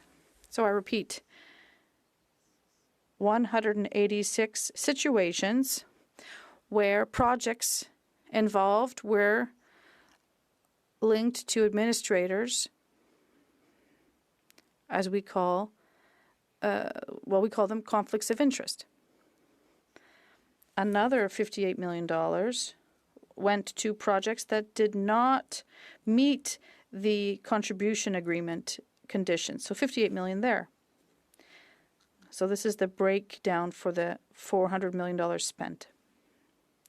And as I repeat, Madam Speaker, it's the Auditor General herself who shed light on this funding. Madam Speaker, this is my third term as a Member of Parliament. 3 terms, and I could write many chapters about the many scandals involving the Liberal government and their poor management and lack of discernment. And this government has been in place since my arrival at the House of Commons, and for 9 years now this government has been in power. And if we listen to what Canadians are saying, they're fed up. They're tired and they're poorer. They want an election. And once again, there is obstruction with the complicity of the NDP and the Bloc. Today, the Bloc may have changed its opinion, but the future will tell us. We'll see if there'll be any big wins after their ultimatum that had today for a deadline. So I'd ask the question to the leader of the Bloc, what happens on the morning of October 30th? Well, we'll see, Madam Speaker. This government is asking us to stop doing our work to allow them to move forward. So I'll give you an example, Madam Speaker. At the Official Languages Committee, we tabled a motion to understand the nomination process for the Governor General, who was chosen by this government that claims to defend both official languages, but who appointed a Governor General who doesn't speak French. First, one of the two official languages of our beautiful country of Canada. So, Madam Speaker, I'd like to share this information. Nearly 80% of Canadians want bilingualism, and when we talk about bilingualism, we mean English and French. This is unique to our country, and we have to protect both languages. It's a strength, and it is attractive for people who are lucky enough to be able to use both languages. La réponse des libéraux en comité. And at committee, the Liberals responded to our tabling of a motion because, once again, everything seems to be murky. There is some bunch of insiders that decided who should be the Governor General, who also decided what would happen at SDTC. So the Liberals went to committee with the support of the NDP and said, we don't have time to discuss this. It's not the time. But when will it be the time, Madam Speaker? They just delay things. And then they are criticizing us of doing our work. They accuse us of being acting in bad faith.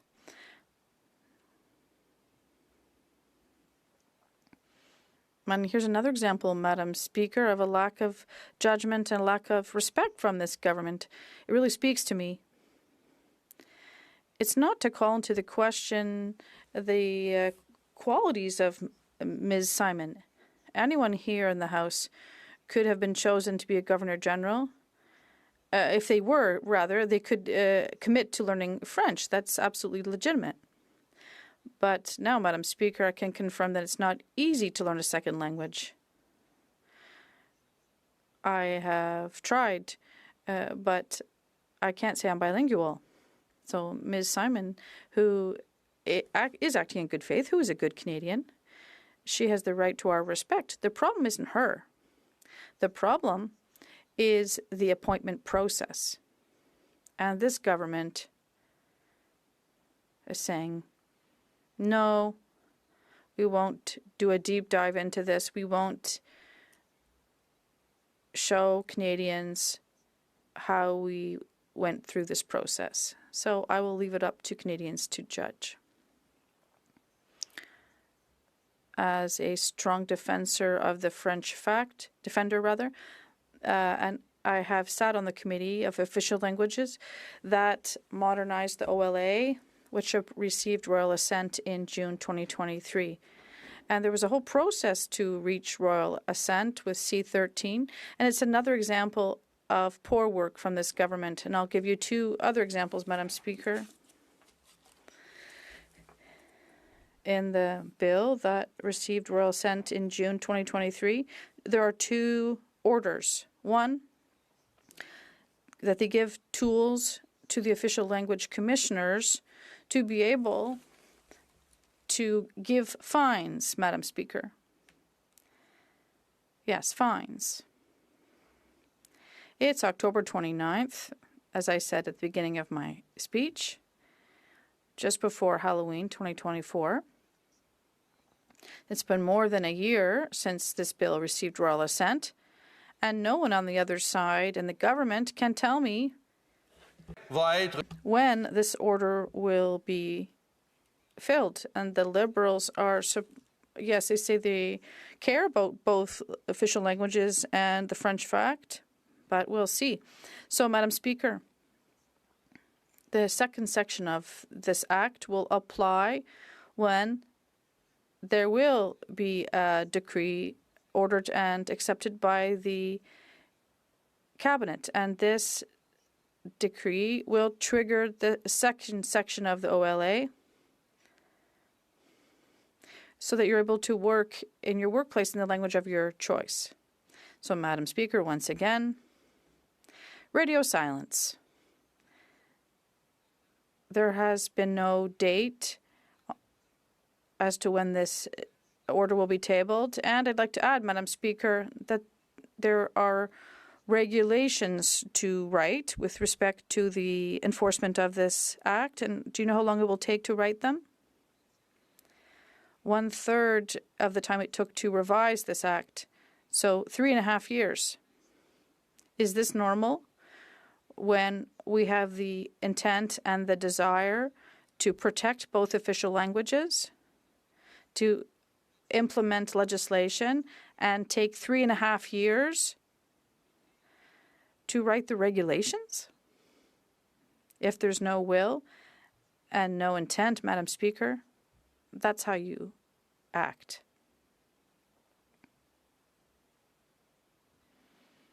Madam Speaker, my question is simple. When will it be time to respect French here in Canada? And until, well, it is a bilingual country, as we know, French and English. We should never forget this. Also at the Official Language Committee in May and June of last year, the Liberals were very stubborn in protecting one of their insider friends and blocked the committee for more than 7 sessions to protect one of their friends, the member for Glengarry Prescott Russell. Madam Speaker, yes, he insulted Quebec, and this is very incoherent.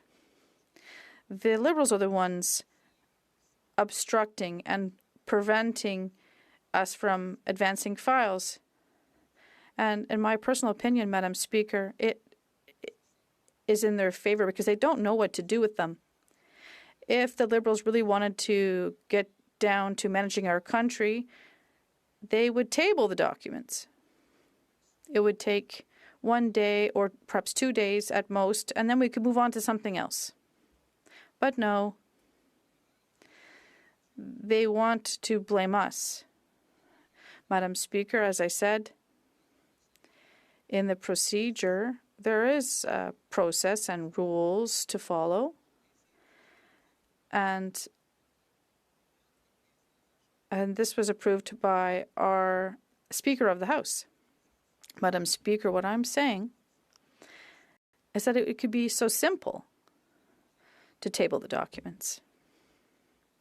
And their argument to not do so is that the RCMP doesn't want them to, it wants this or that or the other. Oh, that's not important. What is important is that the House has ordered this government to produce the documents non-redacted.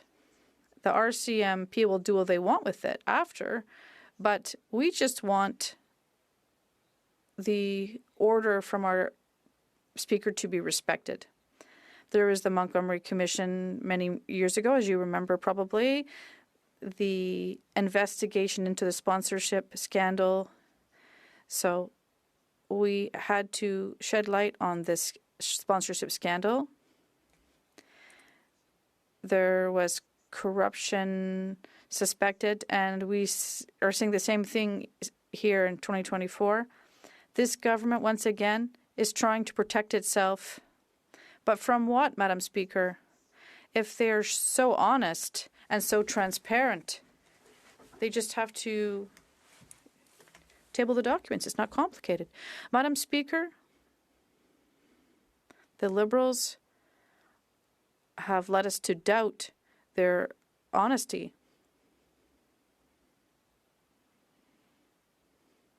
And let's remember, Madam Speaker, as I said, I have been elected, well, I was elected in 2015, and my colleagues were also, some of them were, we went through the pandemic, and Mr. Bayless did not run again. And he became an expert in ventilators by chance, and he was able to access government contracts very quickly to sell ventilators. And this is public funds that were at stake. So what are they hiding? It was a lovely opportunity for these Liberal insiders, but Obviously, we can remember a whole series over the past 9 years of scandals. I realize I don't have a lot of time left, but I'll go through them quickly.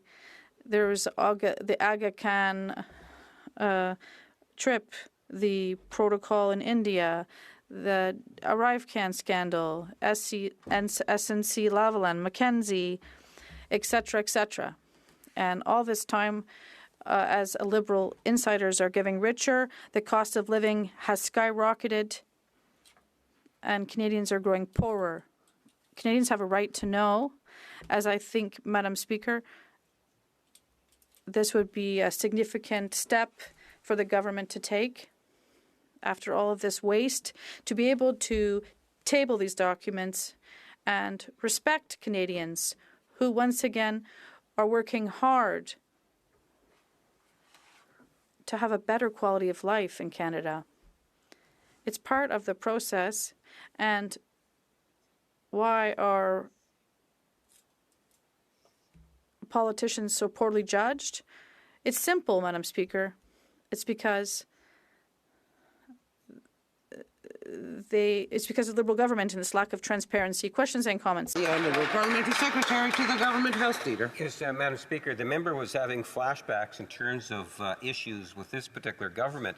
Let me remind him that when the leader of the Conservative Party was a part of the Conservative government, I have a booklet on abuse of power, scandals, and corruption, and I could list off 70-plus scandals, abuses of power, and corruption from the Harper government, in which the current leader was a part of, to list off a couple of them: money scandal, Senate hush money scandal, contempt of Parliament, refusal to share budget information, granted immunity testimony, and so forth. Madam Speaker, the reason why I say that is because how the Conservatives have changed. Here, there is a legitimate reason why we cannot hand the information over to the RCMP, let alone the RCMP themselves have said that it wouldn't be appropriate. But suffice to say, the current leader of the Conservative Party was a part of a Prime Minister that was held in contempt of Parliament because it refused to be able to produce the type of documents that they're calling now. Why the substantial flip-flop? And in their situation, they could not justify it, Madam Speaker. Here, we are listening to the RCMP as opposed to the Conservatives. Does the member not see a little bit of hypocrisy? The Honourable Member for Paul-Neuf-Jacques-Cartier. Thank you, Madam Speaker. Madam Speaker, I'd like to thank my colleague from Winnipeg North for his question. He's always very involved in the debate. Now, Madam Speaker, you must recognize it's not the Conservative Party of Canada that has corruption in its DNA. We never had a sponsorship scandal. Never. Now, Madam Speaker, his argument on that side is that the RCMP doesn't really want the documents. But, Madam Speaker, that's not what important. They're just trying to deflect and divert. The Speaker of the House of Commons said, provide the documents, all of them, and not redacted. So what is it in that statement that my colleague does not understand? Thank you. The Honourable Member for Longueuil-Saint-Hubert. Thank you, Madam Speaker. My colleague talked about language, that French is threatened, and he sits on the Official Languages Committee. He's right. French is under threat. I learned something on the weekend that I didn't know. French is the 17th most spoken language in Toronto. And so we can just say that things are not going very well for the French language. In the Official Languages Act, the Liberals have promised to invest $700 million over the next 5 years in the English-speaking community in Quebec instead of the threatened French language population. So $700 million for the Anglophones in Quebec, who represent 8% of the population, and only $50 million to protect the French language. Now, should the Conservatives take power in a year, does my colleague pledge to review this funding, which is completely nonsensical? The Honourable Member for Paul-Neuf-Jacques-Cartier. Thank you, Madam Speaker, and I'd like to thank my colleague from Longueuil-Saint-Hubert for his question. In fact, Madam Speaker, I appreciate his comment. He recognizes that the decline of the French language in Canada is very serious. We are in a country where I, as a shadow minister for the opposition party, I am very sensitive to official language minority communities and to their cause. And yes, Madam Speaker, we recognize that French is declining. We know that we must act. We know that we must protect and promote both official languages. When we talk about the fact that French is only the 17th most spoken language in Toronto and the 8th in Alberta, that's dramatic, but it simply proves that I tabled a number of amendments to this act that was introduced, but those amendments were not retained by the Liberal government and their NDP cronies. And that means that it means that I'm worried about the French language in Canada and what's going to happen to it over the next year. So I do agree with my colleague. Thank you. The Honourable Member for Rosemont-la-Petite-Patrie. Thank you very much, Madam Speaker. My colleague will not be surprised at the question I'm going to ask him. I would love to hear from a Conservative who's going to tell me the truth. Earlier he said, I'm here to take care of people, to improve the standard of living of Canadians and Quebecers, and that's why we forced this minority government to set up the dental care plan. There are already 800,000 Quebecers who've signed up for it, and a number of them have already received treatment. If the Conservatives take power, can he guarantee to seniors that he will maintain this dental care plan that is so helpful for all Quebecers? The Honourable Member for Pont-Neuf-Jacques-Cartier. Thank you, Madam Speaker, and I'd like to thank my colleague from Rosemont-la-Petite-Patrie. Madam Speaker, it gives me the opportunity to tell my colleague that, yes, we in the Conservative Party of Canada are extremely attuned to the needs of seniors. Just this morning, I welcomed the National Federation of Seniors in my office. And do you know what they asked me, Madam Speaker? They asked me for two things: employability and affordable rent costs. And what I told them, Madam Speaker, is that there are two sets of clientele who are important: our young people, who are the future of this country, and seniors, who have brought this country as far as it has come today. So we've done well, but we can do better. So, Madam Speaker, I can reassure my colleague that we are going to be very attuned to the needs of seniors here in Canada. Thank you. Member for Waterloo. Thank you, Madam Speaker. We put a number of questions today to the Conservatives across the way, and I am very proud to have two official languages in Canada. I was born in the Waterloo region, and my mother tongue is Punjabi. Then I speak English and then French. And I'm very pleased that my parents gave me the opportunity to go to a school that taught more than one language. So I'd like to ask my honourable colleague, what his Conservative colleagues, why are they saying to people who answer questions in question period, why are they asking them to speak English? The Honourable Member for Pont-Neuf-Jacques-Cartier. Thank you, Madam Speaker. And I'd like to thank my colleague from Waterloo. Her French is excellent indeed. Congratulations. Now, Madam Speaker, we had a discussion this morning in the Official Languages Committee, and I want to draw a parallel. In May, there was a Liberal Member of Parliament from Glengarry Prescott Russell who told witnesses from Quebec who had come to testify before the committee. He said that they were full of, and I'm not going to say the word, but I'm sure you've all heard about it. All the Liberals arose to defend that member. It took 5 days before this member who he did everything not to apologize, but it took 6 years, or rather 6 days, for him to apologize, and he did so very half-heartedly. Unfortunately, I wasn't here. I was in Prince Edward Island, but my colleague presented his apologies about 2 hours after the issue happened at question period. He officially gave his apology. So I think this is a double standard, Madam Speaker. I think Conservatives are more sensitive to bilingualism in Canada than the Liberals are. Thank you very much, Madam Speaker. And I just wanted to get my colleagues' thoughts on something here. Back in the 90s, the Liberals were famous for the sponsorship scandal, where the Prime Minister Chrétien at the time was trying to spend hundreds of millions of dollars on building unity after the Quebec referendum that had just happened. But what happened was Liberal insiders took advantage of a national unity crisis to let themselves get rich, with over $100 million being awarded to Liberal insiders. And now here today we see it again, Liberal insiders making themselves be rich. So I'm wondering what my colleague has to say about that. The Honourable Member for Pont-Neuf-Jacques-Cartier. Very quickly, please. Thank you, Madam Speaker. I'd like to thank my colleague from our party.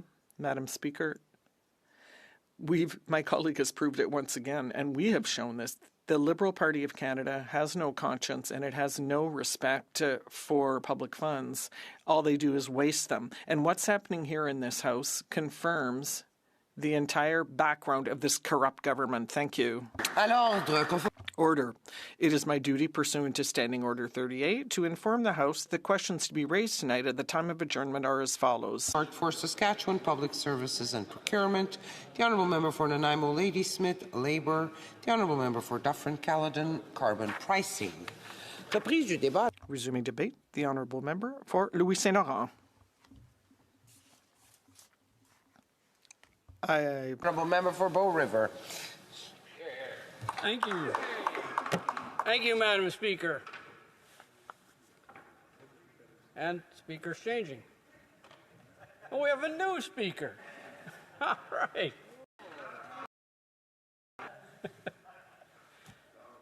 Continue.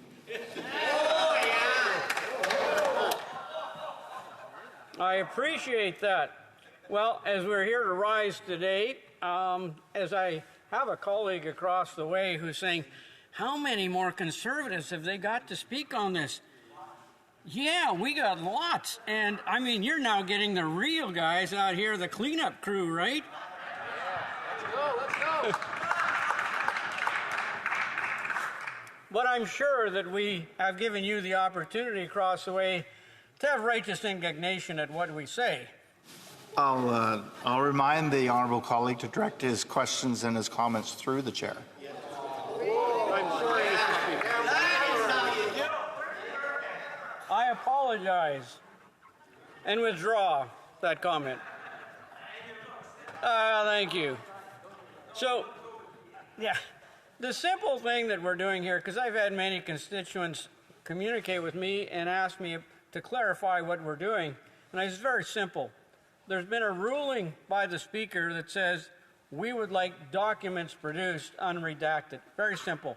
That's all that needs to be done. And they say, well, why can't that happen? We're asking the same thing day after day, speech after speech. So that's what we're doing here today. It's democracy, and we're proud to be here and speak in this House. As the opportunity, this is the House of the Commoners. This is the House where we have the opportunity to express our opinions. And I appreciate the opportunity to do it. So for the last 3 weeks, we've been asking this for this unredacted, directed by the Speaker, unredacted documents. So we had a committee out there, the Sustainable Development Technology of Canada, a nonprofit corporation, started more than 20 years ago. It was to demonstrate new technologies, promote sustainable development, including technologies to address issues with climate change, quality of air, water, and soil.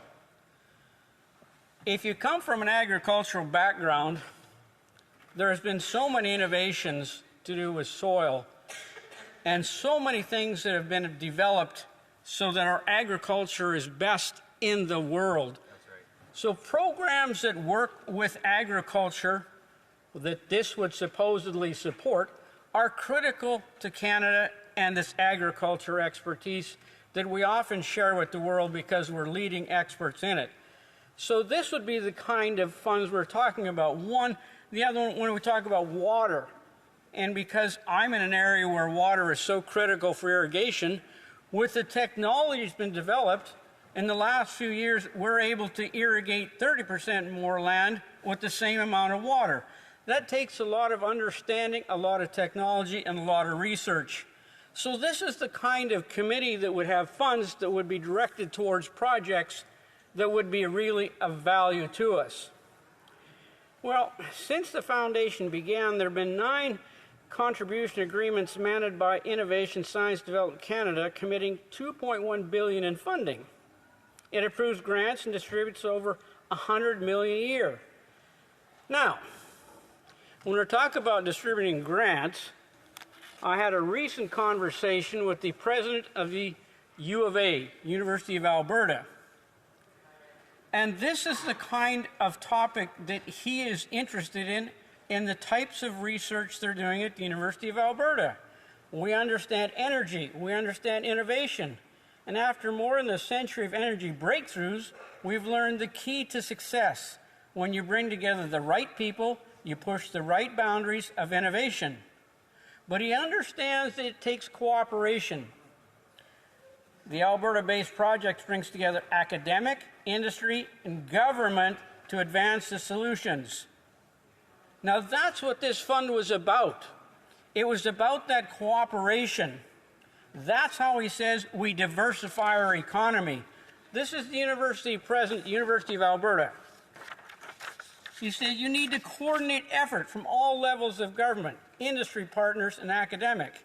That's what this fund was for, was to give grants to coordination and do that.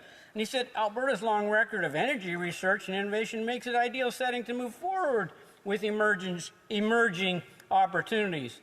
Dr. Camure is opening Canada up to the hydrogen market, predicting it'll be a $1.9 trillion by 2050 by blending hydrogen with natural gas without any costly changes to existing infrastructure.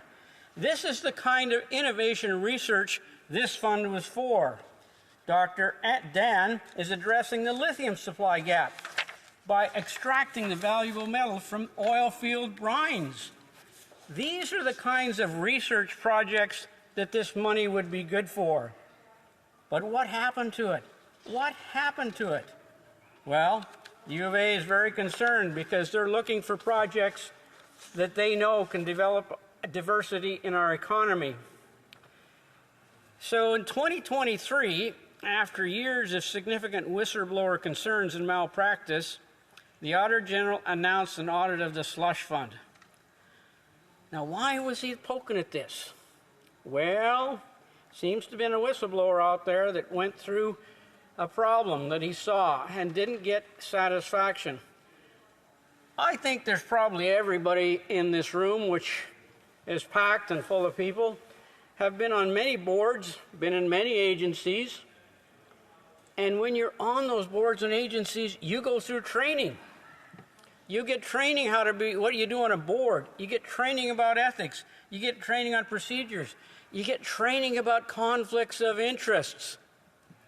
I remember as a mayor, when there would be a topic came up that we had a banker as a counselor.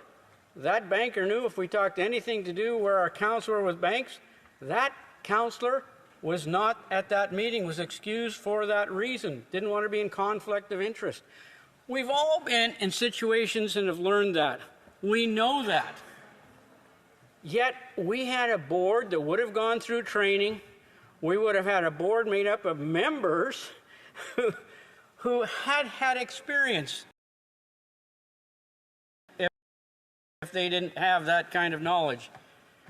But then we have bureaucrats sitting there, senior bureaucrats, meeting after meeting, not saying, board members, I think we have an issue here. You need to reconsider what you're doing here. They didn't stop them. That is problematic when we have board members that I am sure were experienced, came from private sectors, came from nonprofits. They understood what it means to be a board member, what your due diligence is responsible for. And then you're dealing with $1 billion of taxpayers' money that we need for innovation in this country. So he looked at how many? He looked at a few. He looked at a few of those contracts. He looked at a few. Almost $400 million later of taxpayers' money went in votes in ways that they shouldn't happen at a committee. They went in a different direction than they should. And that's very drastic. Because not only did the University of Alberta say that the president that we need this innovative money done with in a proper way, and there's a lot of projects that it needs, the Premier of Alberta wrote a letter in support of the U of A president, asking the Minister of Innovation and Science and Industry to consider carbon capture, consider hydrogen, critical minerals, water and land reclamation. So we had the Premier of Alberta, along with the U of A president, saying this is the kind of resource money we need for innovation. Alberta innovates in cooperation with federal grants, and I've seen some of their projects. One of the ones that was very curious, where I saw they were extracting carbon, there was projects, 5 of them, done in the Calgary area where they're extracting carbon from the atmosphere, and they turned one of them into vodka. And people went, how can you turn carbon into vodka? Well, for the consumers of vodka, they said it was one of the best that was out there. Another one of the things they did when you get innovation and grants handed out in the right way, there's cement, and it takes fly ash to use cement, and it has a huge green footprint. But they found a way to put carbon fibers back in instead of fly ash, which reduced the carbon footprint. That's Alberta Innovates. That's how money from federal grants and cooperations with researchers, they can produce changes that we are looking for in our environment. But yet, we had board members sitting there making decisions to spend tax dollars, taxpayers' money, giving it to themselves by passing motions in an improper, unethical way. Speaking of carbon tax, that's one of the challenges that we have with carbon tax. It is not directed into creating projects in our country. It's taking money away from people, and as the 90% of it goes back to them, well, don't take it away in the first place. But the carbon tax is really causing a problem in a different way than most people don't talk about.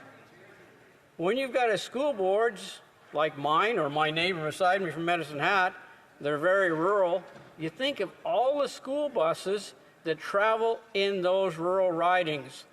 The amount of carbon tax that's paid by school boards for busing, buildings, it is incredible, the carbon tax that leaves for that. Then you take a look at what it costs for all the healthcare facilities and what it costs for the carbon tax. And it's not going to innovation. It's not going. There's less teachers, there's less nurses. This is the problem with the carbon tax. It's handicapping our healthcare, our school systems, less staff, and it's not going into innovation. And that's a problem. That's a problem when we have taxes misdirected, and then we have a $1 billion fund out there that was supposed to be giving contracts to people for innovation. But yet, what were they doing with it? They were giving it to each other for their own companies. So, when the slush fund approved $8.56 billion funding to 420 projects, and the 58 of these projects that he checked on, it's only 58 of the projects that he checked on out of the 420 that he found that there was a problem. In 90 separate cases, conflict of interest policies were not followed.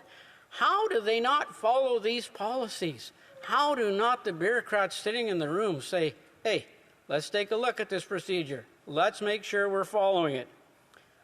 So, To expand on that, our great committee members exposed that at 82% of the funding transitions approved by the Board of Directors during a 5-year sample period, the Auditor General looked at 82% of these transactions as conflicted. Wow!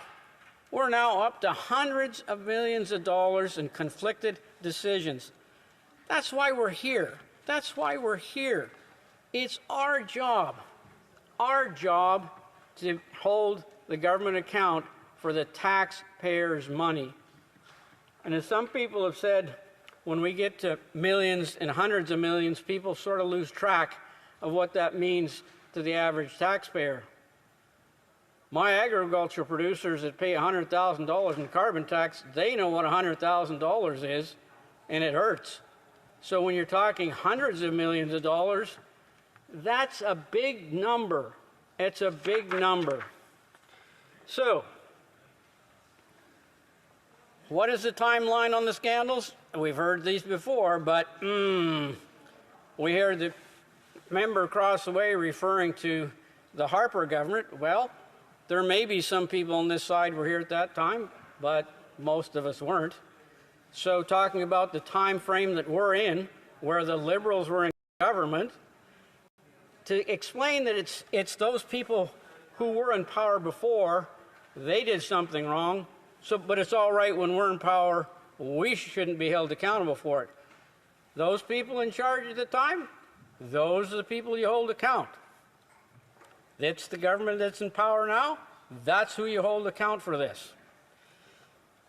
So, I remember back to the Admiral Norman case. The Admiral Norman case was a very brutal case.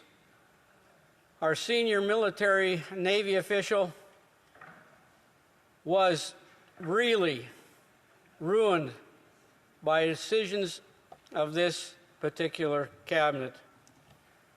Charged, but was he ever gone to court? No. In 2 years of his life being ruined, there was a settlement. It never went to court. That's how this Liberal government started out, was with the Admiral Norman controversy. It's well documented. You can find it if you research it. But what upset me and many others was how they ruined a tremendous military man's career and his family and life. That's how they started out, was a corruption by ruining one of our significant military commanders of the Navy in this country. There was cash for access, which is a problem. The Chinese government and the things involved with that, with the rich lobbyists and businessmen, events in Toronto and Vancouver. Then we got into the Aga Khan Island. I mean,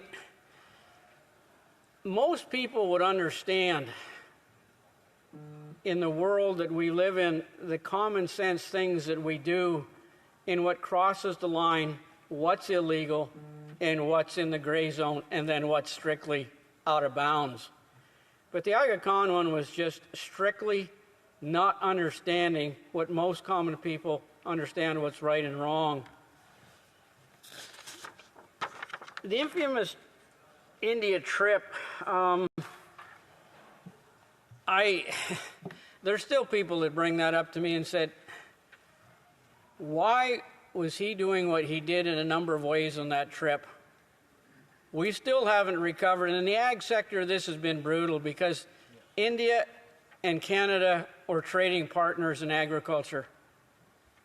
In 2017, that started to deteriorate because of that India trip. In 2018, we still haven't recovered from that trip 6 years ago in the agricultural sector and trading. Not alone the costumes, but who he brought with him, the terrorist at the dinner party.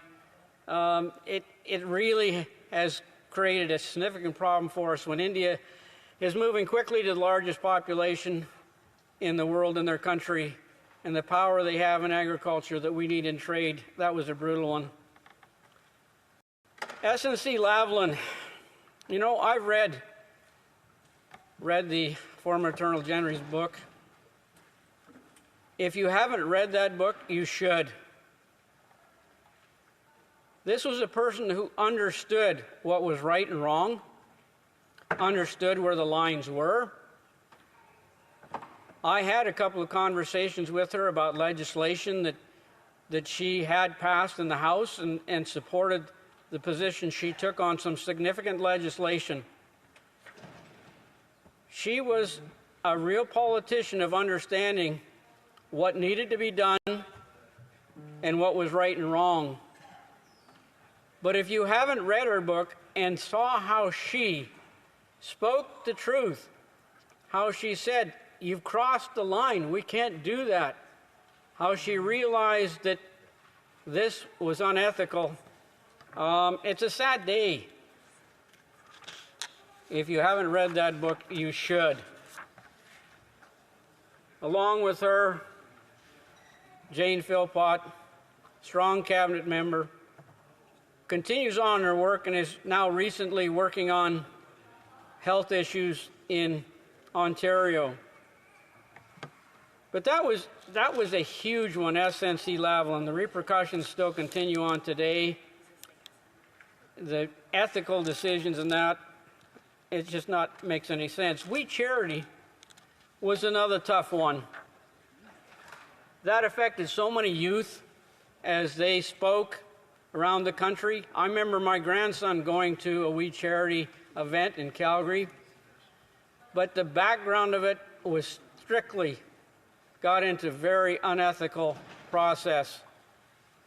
The Winnipeg Lab, another serious ethical one. The ArriveCan scam is just brutal out there. Still, we're working at it today. And at this point, Madam Speaker, you're going to say my time's up. Thank you for the opportunity to speak in the House of Commons. Before we go to questions and comments, may I ask members, particularly the honourable member from Bow River, to take his phone from near the microphone. I know that the interpreters are hearing a buzzing. The honourable member doesn't have a phone near the microphone? But that mic was probably on too, so yeah, if the honourable member doesn't mind, thank you. Questions and comments, the honourable member for Lac Saint-Louis. Thank you, Madam Speaker. I listened intently to the member's speech. He mentioned many things, including cash for access. But it's my understanding that the Leader of the Opposition is having fundraisers in private homes all over the country. Yet somehow we don't speak about that. But let's put that aside. I'm more interested in arguments about funding technology. Now, whenever governments make decisions, Madam Speaker, economic decisions, there's room for criticism. Even when there's no conflict of interest, even when there's no corruption, whenever people make decisions about which company to fund, which not to fund, they are making decisions, they are picking winners and losers. They are distorting markets in the view of free market economists like Milton Friedman. Does the member not agree that the most elegant solution, the most elegant mechanism for fighting climate change is the price on carbon, because it's not governments making decisions, it's individual citizens making decisions every day in their purchasing decisions? You could call it, Madam Speaker, total freedom. Honourable member for Bow River. Well, it's an interesting topic. When I see the millions and millions of dollars that leave my riding for a carbon tax and not an investment in innovation, but where I see private sector and that has worked with academic and Alberta Innovates, some federal money in there, the projects they develop because they bring the manpower to the table of all of those sectors.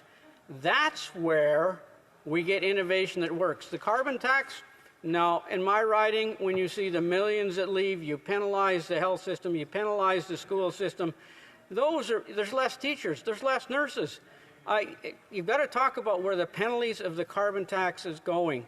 It's not going to innovation. You're taking it away and say you gave 80% back. Well, don't take it away in the first place. Questions et commentaires, questions and comments. The honourable member for Dauphin, Swan River, Nipawin. Thank you, Madam Speaker, and thank you for my colleague for the great intervention. We were talking about carbon tax here earlier. There was a question asked. The Net Zero Accelerator is an $8 billion slush fund to reduce emissions for the heaviest emitters in Canada, and yet there's been $8 billion. A portion, over $50 million, can be actually fast-tracked with a simple letter to the Prime Minister. I wonder what my colleague would have to say about that. The honourable member for Bow River. Whenever you're spending tax dollars, taxpayers' money, there's only one taxpayer in this country, only one taxpayer. You need to be so careful. You need to be transparent. You need to make sure, and I would agree with my colleague, it doesn't matter what decision you make, there's going to be people who are happy and people who are not happy. I agree with him on that. But you need to be very, very careful with taxpayers' money. It's hard-earned. They work hard for their pay, and the tax that we take from them, we need to work just as hard to make sure there is all sorts of checks and balances on how money is spent. We need to support innovation. We've got great history of innovation in this country in cooperation with our scientists, with our academic, and with our private sector. But we must hold those people accountable for what money they receive, how they've got it, where they spend it. That's our trust that people have in a government to do that. Thank you, Madam Speaker. Questions and comments. The honourable member for Cypress Hills Grasslands. Well, thank you very much, Madam Speaker. I listened with great interest to my colleague's speech. And in particular, he was talking a lot about innovations in agriculture and how those have generally been born from the farm gate. It's generally been farmers that have led the innovation because their livelihood depends upon it. Taking care of the soil, taking care of the water supply, taking care of everything that's around them, that's in their best interest. Whether you're a rancher, whether you're a farmer, doesn't matter what you're doing, they take care of the environment better than this government ever has or ever will. I'm just wondering if my colleague wants to talk about that point a little bit more. The honourable member for Bow River. And I appreciate my colleague in the question. One of the ones, and I give an example of it, people believe that animals like the cattle industry shouldn't exist. They are a huge part of the environmental movement of keeping the environment, the ecology of the prairies whole. It was once done by buffaloes. When the buffalo is not there, the cattle now replace that. They are a strong part of it. The cattle people understand that. A lot of people in the urbans don't. But another example in Saskatchewan that was developed was the air seeder. So you don't have to continue to till the soil every time you turn around. The air seeder was developed, and the development of that has made such a difference in agriculture, and we can export that kind of knowledge everywhere. So you're right. Agriculture has done a lot of environmental activities, and it's come from the farmers themselves on the land, whether they're farming, whether they're ranchers. Thank you, Madam Speaker. Questions and comments. L'honorable député. The honourable member for Rosemont-La Petite Patrie. Yes, thank you, Madam Speaker. I'll take the opportunity. He said something important earlier. We need to be very careful with taxpayer money. I agree with that. However, right now, I think we're wasting quite a bit of taxpayer money with conservative measures. But talking about saving money, at the NDP, we've decided to set up a new dental care program to save people a lot of money, especially seniors, vulnerable, low-income seniors. I talked to a woman who went to the dentist, and she saved $2,900. That's a lot of money for someone who has an income of $15,000 or $20,000 a year, $2,900. Does he commit to protecting the dental care program, especially for seniors? For Bow River. Thank you, Madam Speaker, and to my colleague, thank you for the question. I, at one time, negotiated contracts for employees, negotiated benefits, but I negotiated a much better dental plan than that. And I've got a problem because this particular plan, Madam Speaker, is a single-payer plan. A single-payer plan. My concern, as a super senior, not just a regular senior, but as a super senior, I understand, yeah, that's old guys, I'll tell you. Super seniors is the old ones.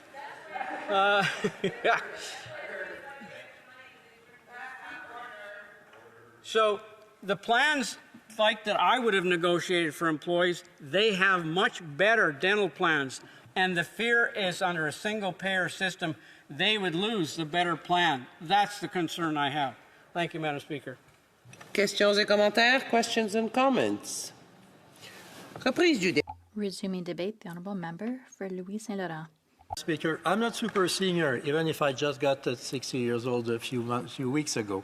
Alors, Madame la Présidente, Madam Speaker, I'm pleased to rise and participate in this debate today concerning transparency and sound management of public funds. Let's remember, Madam Speaker, that about 20 years ago, Canada had a scandal that still echoes today and may for decades to come. It was the infamous sponsorship scandal.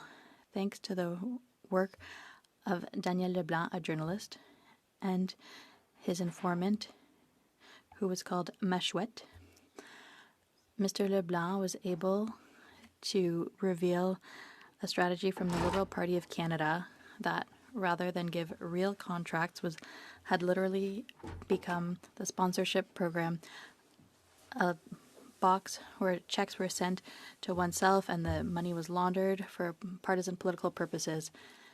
It was called the sponsorship scandal, and there was an investigation called for by Paul Martin, the Liberal Prime Minister, who acted very honorably to shed light on this.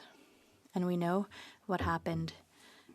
$42 million of taxpayer money was wrongly administered by managers of the sponsorship program to the benefit of the Liberal Party of Canada.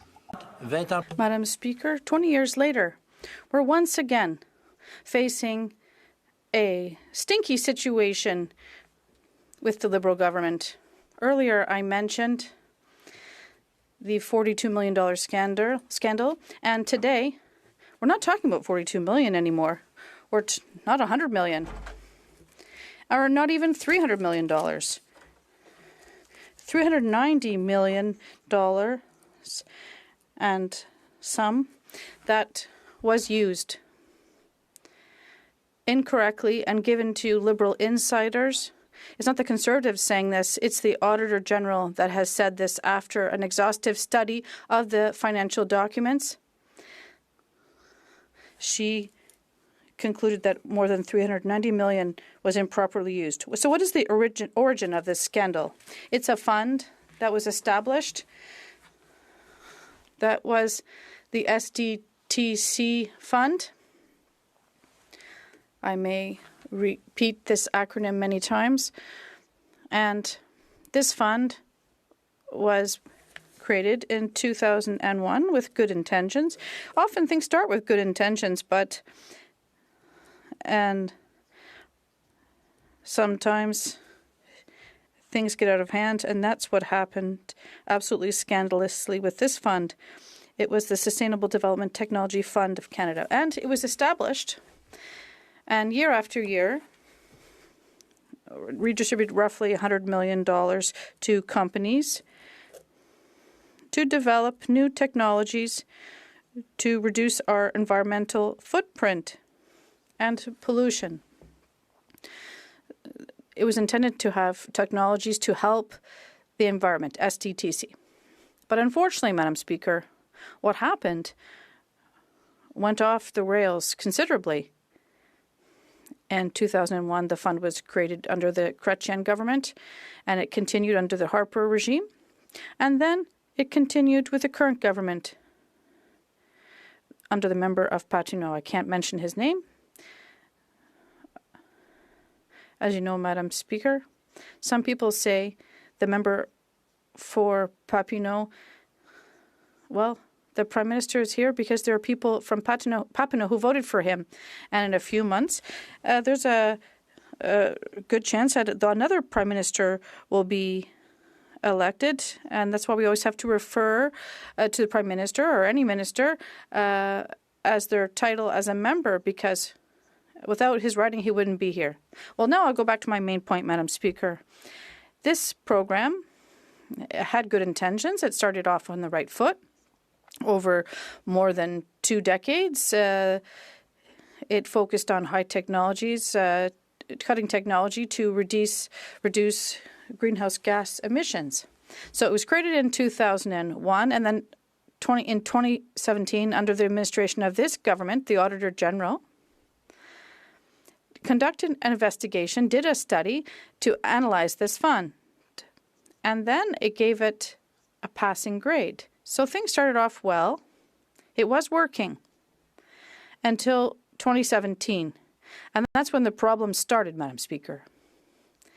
In 2019, the former Minister of Economic Development and Innovation, the Honourable Navdeep Bains, decided on the head of this fund.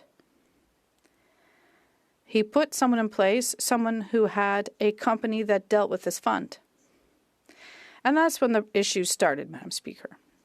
Because for years, those who managed this fund were not clients and distributors of the fund at the same time. There was no perpetual conflict of interest. But the former Liberal Minister, Navdeep Bains, created a precedent that unfortunately lasted for too long. And then they named a chair, a president of the board, presided over this fund, and this person gave herself contracts. And then there were two other persons who were appointed, and the AG's investigation, as I said, concluded that 9 people who were board members of SDTC were appointed by this government, even though they had conflicts of interest almost all the time. And their companies benefited from this fund. We could have seen everything right away. They could have said, stop, red light. We need people who are independent from this fund to be able to manage it. And I'll go back to it later, Madam Speaker. But it creates a fundamental question. When you appoint someone to the head of a board, we don't need to take people who just cash a check and leave. We need rigorous individuals who are well educated about how to manage companies, but not managing companies to make sure to their own benefit. And unfortunately, more than 9 members of the board had conflicts of interest. So in June 2019, Navdeep Bains appointed someone who had a conflict of interest, and other people arrived.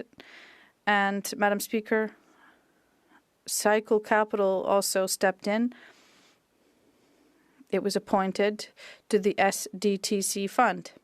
And with this case, the AG's investigation concluded that there was roughly $250 million that was involved in a conflict of interest. We also learned through the investigation of the Auditor General that the current Minister of the Environment and Climate Change was involved in this company as well, which is absolutely okay. I have no problem with people working with these companies.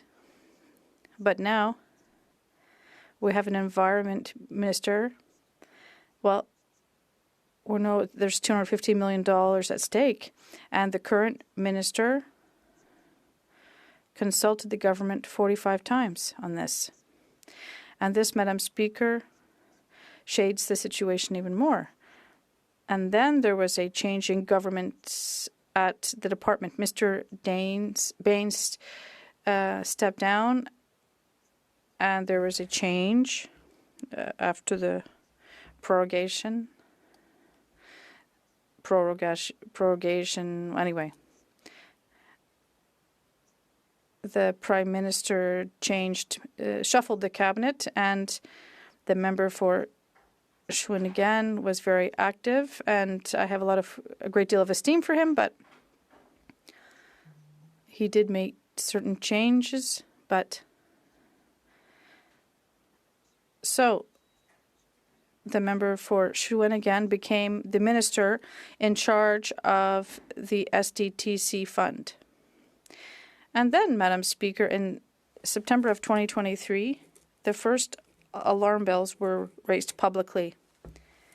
There was a whistleblower. Just like Mr. LeBlanc was in the sponsorship scandal, someone came out of the closet and confirmed to the press that there was corruption in this fund.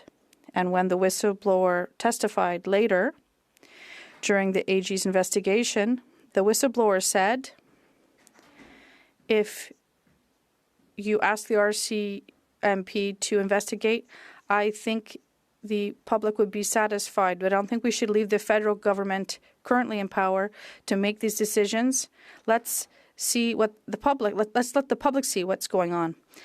And they were always persuaded that the fund was improperly managed, and the RCMP can find out what criminal activities are happening at this organization. And I think that the current government is more interested in protecting itself and avoiding a public nightmare than protecting the improper management of this fund and managing such a situation.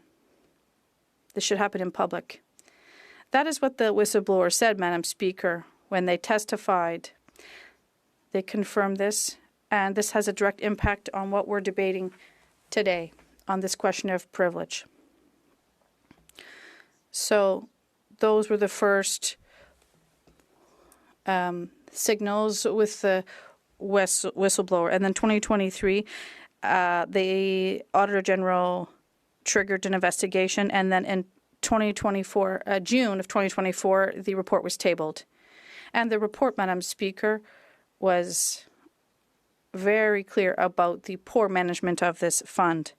All in all, Madam Speaker, of the 5 years that were studied by the Auditor General, that to the partisan appointment of Naveed Bames, well, we see the result. 82% of contracts were not awarded legitimately. 82%, Madam Speaker. This is not just a small little file that fell into a crack. No, 82% of them.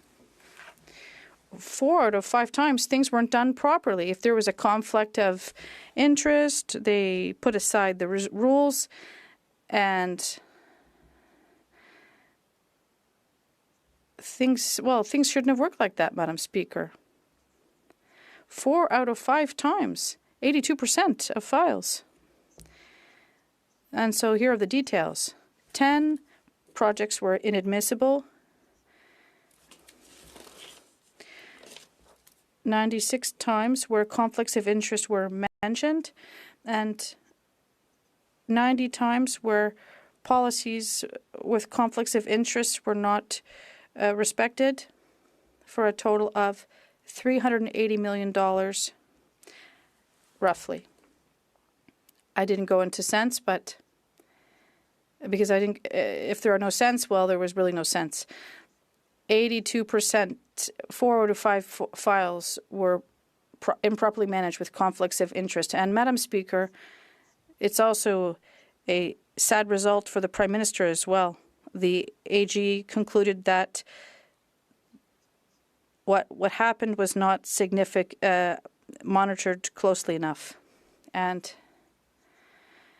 they always say, as soon as we learned about it, we intervened right away.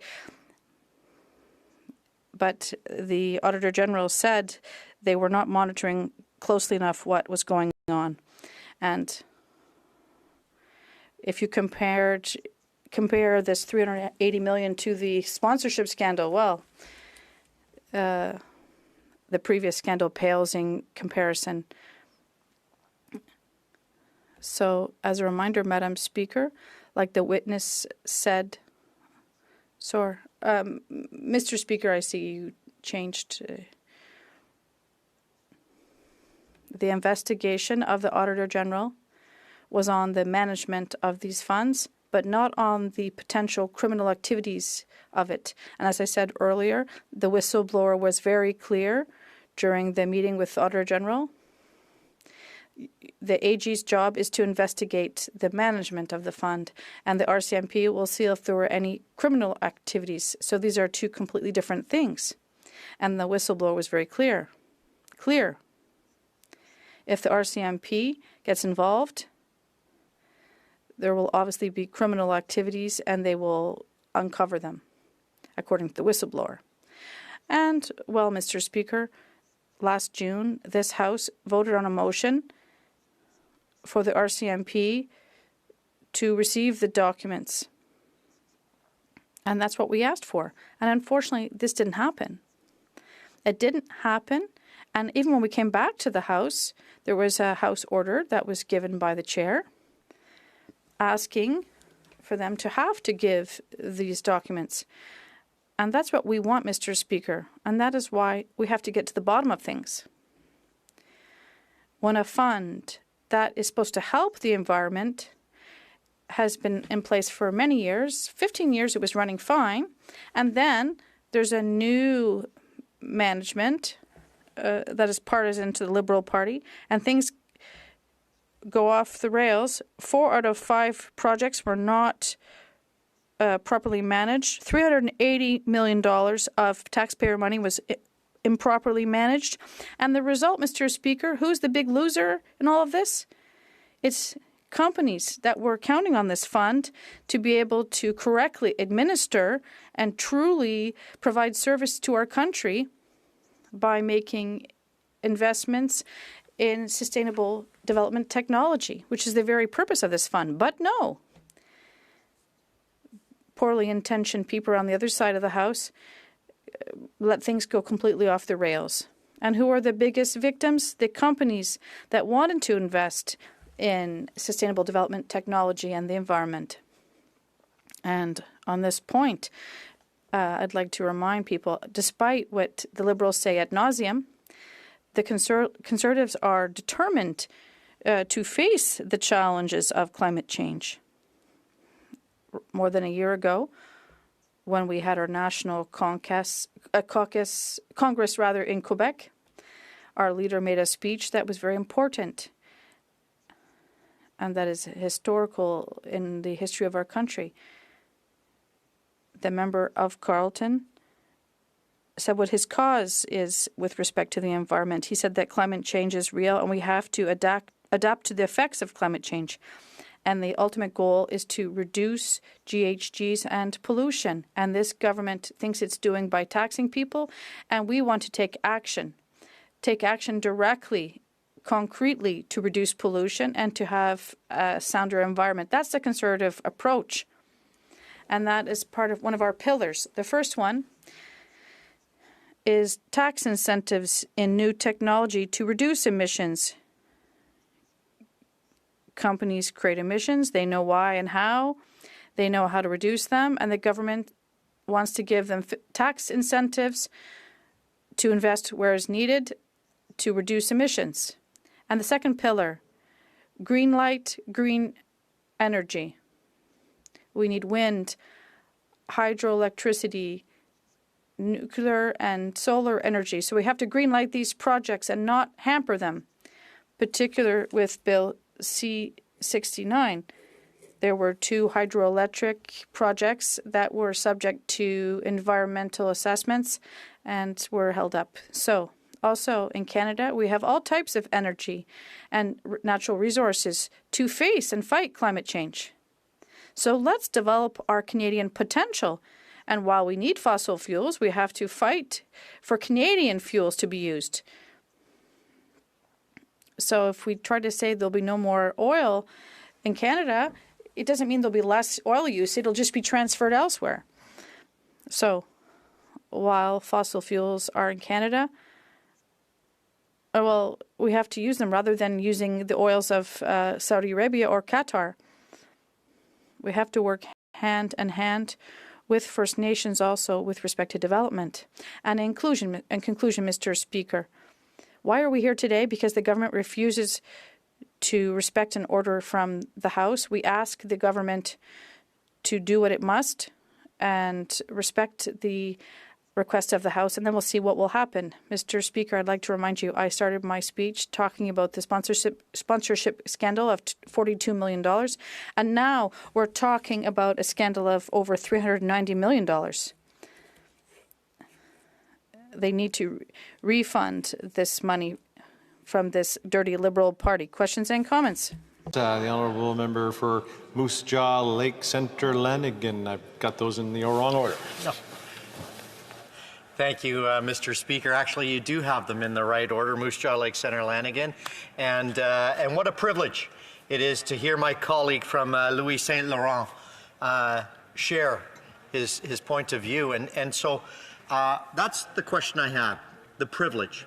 Many of the people that were appointed to this arm's length board, in my opinion, should have thought that this was a privilege. But the culture that they are part of and that they've enjoyed to be able to line their pockets has to start with somewhere.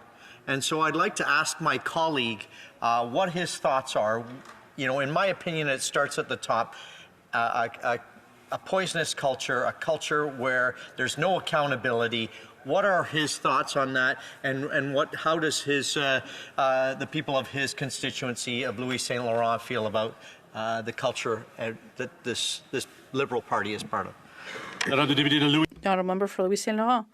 Thank my colleague for this very important question. Unfortunately, Mr. Speaker, it's starting from the top.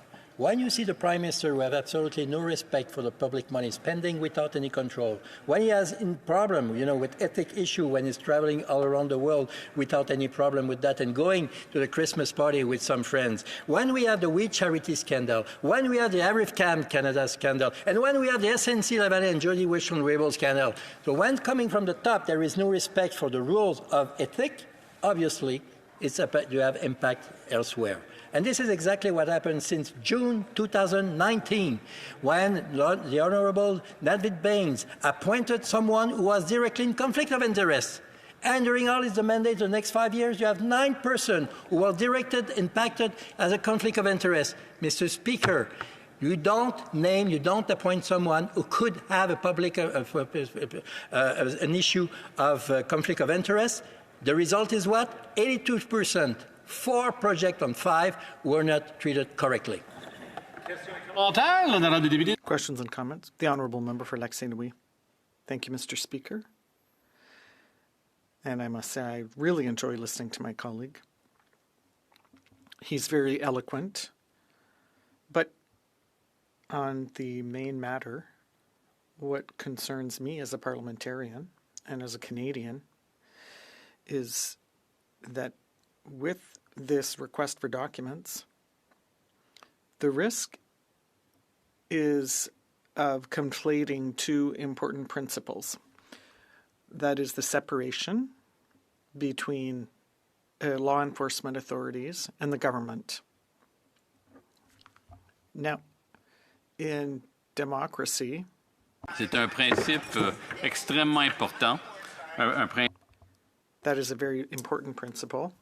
It's a fundamental principle, and with this request for documents, it would mean the first time in history that these documents would be used by parliamentarians, and they would be delivered to a third party, who are the law enforcement authorities. So doesn't my colleague believe that this is a potentially dangerous precedent? Aren't we flying in the face of a basic tenet of parliamentary democracy? The honourable member. I would also like to pay tribute, Mr. Speaker, to my colleague. I really enjoy working with him on the Environmental Committee, and we see each other twice a week. And I do wish to commend his contribution to parliamentary work for about 20 years. Now, Mr. Speaker, on the question put by my colleague, this is an order from the House. Yes, it's a precedent, absolutely. But there can't be 3 out of 4 parties who think the same thing and it's deemed an error. We're talking about a third party here. We're talking about someone who's going to benefit from it. We're talking about the RCMP. Those are serious people. And Mr. Speaker, I must remind my colleague that yes, at one time, the RCMP interfered directly in a legal matter. It was the Prime Minister who intervened directly in the SNC-Lavalin scandal, and the former Minister of Justice made her decision, and the Prime Minister brought her into his office, not the Liberal Party office, and there was a staffer who said, and this was a very troubling testimony, where someone was directly involved in the legal process, and especially the Prime Minister. So he should have been, she should have been able to order him out. So shame on this Prime Minister. Un commentaire, l'honorable député de Rosemont-la-Petite-Patrie. The Honourable Member for Rosemont-la-Petite-Patrie. Thank you, Mr. Speaker. I'm very pleased to rise to put a question to my colleague from Louis Saint Laurent. And listen, he criticized the Liberal government for not being able to say yes. So I'm going to give him a chance to say yes. And my question won't surprise him. To help seniors who often live in poverty and who are stuck with inflation and the cost of living, we forced the Liberal government to adopt a dental care plan that will make sure people save money. So not only does it improve people's dental health, but it allows them to save on their bills. And so we said we're going to give this to seniors first because they're the ones who need it more. So already 240,000 Quebecers have benefited from it, many, I think, in his own riding. If his party wins the next election, will he pledge to maintain this important dental care plan for seniors? The Honourable Member for Louis Saint Laurent. I'd like to thank my colleague, and I'd like to amend something that I said earlier. We need to get re-elected. It is a staffer of the Prime Minister who said that, not the Prime Minister himself. I just wanted to correct the record. Now, to my colleague's question. It is clear that we care about seniors and their interests, and will continue to show that. But today, Mr. Speaker, in our parliamentary work, the Bloc Québécois has decided to realize that the Liberal government has no interest in this file. So now Canadians are wondering, will the NDP honor its statement of that it said in August, that the leader said in August, talking about ripping up the agreement? So is he going to continue to be their pansy, or is he going to stand up for Canadians? The Honourable Member. Thank you, Mr. Speaker. My colleague mentioned the Bloc's ultimatum, which is, yes, today is the deadline, October 29th. And our leader mentioned that during the question period, and the Conservative leader seemed very pleased with that. So now the Conservative could lay out or introduce a motion of non-confidence. However, the Conservatives are at an impasse with this failure to produce documents, and so I'm wondering, are they ready to trigger a carbon tax election? And so why don't they do that by putting an end to this question of privilege? The Honourable Member. It's not the official opposition who decides on this chamber's agenda. It's the government. So that's the reality. The other thing, Mr. Speaker, is that we need to understand with regard to that is that for 5 weeks, the Bloc Québécois believed in the government. It believed the Prime Minister. It gave its trust during 2 votes in this House after 9 years of this Liberal government. Why did they still trust the government? I say it very respectfully. I think they were very naive, because this government is completely useless. And yes, of course, we're very happy to see that the Bloc will do its work as an opposition party. But will the NDP, once again, is it going to honor the fact that it tore up the government, the agreement with the government? We started over here. No, the honourable member for Cypress Hills Grasslands. Well, thank you very much, Mr. Speaker. And, you know, I know the member who spoke has done a lot of great work on the environment file. I know he cares very much about the environment. And when we look at this fund that we are debating here today, it operated smoothly across multiple governments up until this current government got elected, started meddling with it, and started to see conflicts of interest, and then started to see people who are liberal insiders getting huge amounts of taxpayers' dollars funneled into their companies based on their involvement on this board. I'm wondering just what level of shame these people would feel. I'm wondering if my colleague has any thoughts on that for stealing from the taxpayers and also ruining a program that actually had done some fantastic work before. The honourable member for Louis Saint Laurent. Brief. Colleague, for this very interesting question. The point is that when it's rotten from the top, obviously you have impact everywhere in the pyramid of this government. Thank you so much. Resuming debate. The honourable member for Carlton Trail, Eagle Creek. Thank you very much, Mr. Speaker. I am grateful for the opportunity to rise in this House to speak to the sub-amendment on the privilege motion moved by Conservatives to try and force this government to finally be transparent about the corruption that they have allowed to run rampant. Corruption which just happened to benefit their friends, which they appointed to the Board of Sustainable Development Technology Canada. Time after time, we have seen this Liberal government fleecing taxpayers so they can enrich themselves and their friends. It seems the only people in this country benefiting from this government's radical policies are Liberal insiders that get to abuse Canadian taxpayer dollars without any oversight. And every time we bring up the scandalous actions of these Liberal insiders, this government resists any attempts at holding them accountable or enacting any sort of consequences against them. Additionally, there is no initiative undertaken by this Liberal government to try and make up for these failures. There is no attempt to recoup the money that these corrupt board members at the SDTC funnel to their own companies.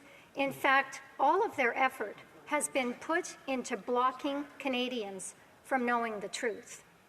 It appears as though the whole purpose of the SDTC was to just get as much money as possible out the door and into the businesses of well-connected Liberal insiders. And yesterday, we saw the disdain these Liberal insiders hold for Canadians. When Conservatives have the audacity to hold them accountable and demand answers, they completely lose it. Yesterday at the Standing Committee for Public Accounts, the lawyer for André Lise-Metteau, founder and managing partner of Cycle Capital Management, actually began yelling at a Conservative member who was asking questions of his client.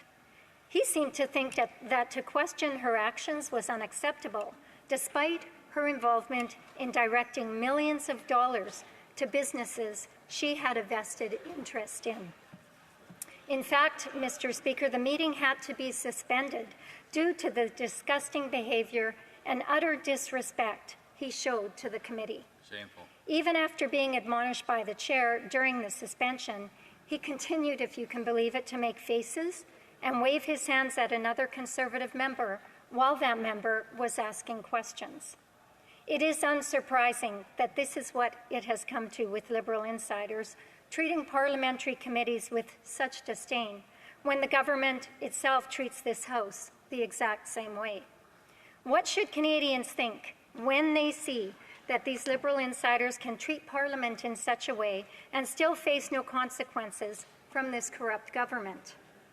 It is obvious that Liberals and their friends believe that they supersede Parliament, that their abuse of taxpayers' dollars should not be questioned, and that their actions are above reproach. In fact, I'm sure they are confident in their actions because they used to employ the current radical Liberal Environment Minister, who was their lobbyist before becoming a Liberal MP and now Minister. In fact, it came out through the course of this scandal that the Environment Minister still holds shares in this company, a company which had special insider access to direct funding to businesses that it was invested in. a company which more than tripled in value since its co-founder was appointed to the SDTC board. I suppose we should not be surprised that these connections have come to light, as it seems every other week a minister is connected to some scandal. This very minister is under scrutiny right now for his abject failure in his own department to manage the grants and contributions program at ECCC. Since 2018, over $4 billion have been given to Environment Canada for its grants and contributions funding. Now the department has failed an audit.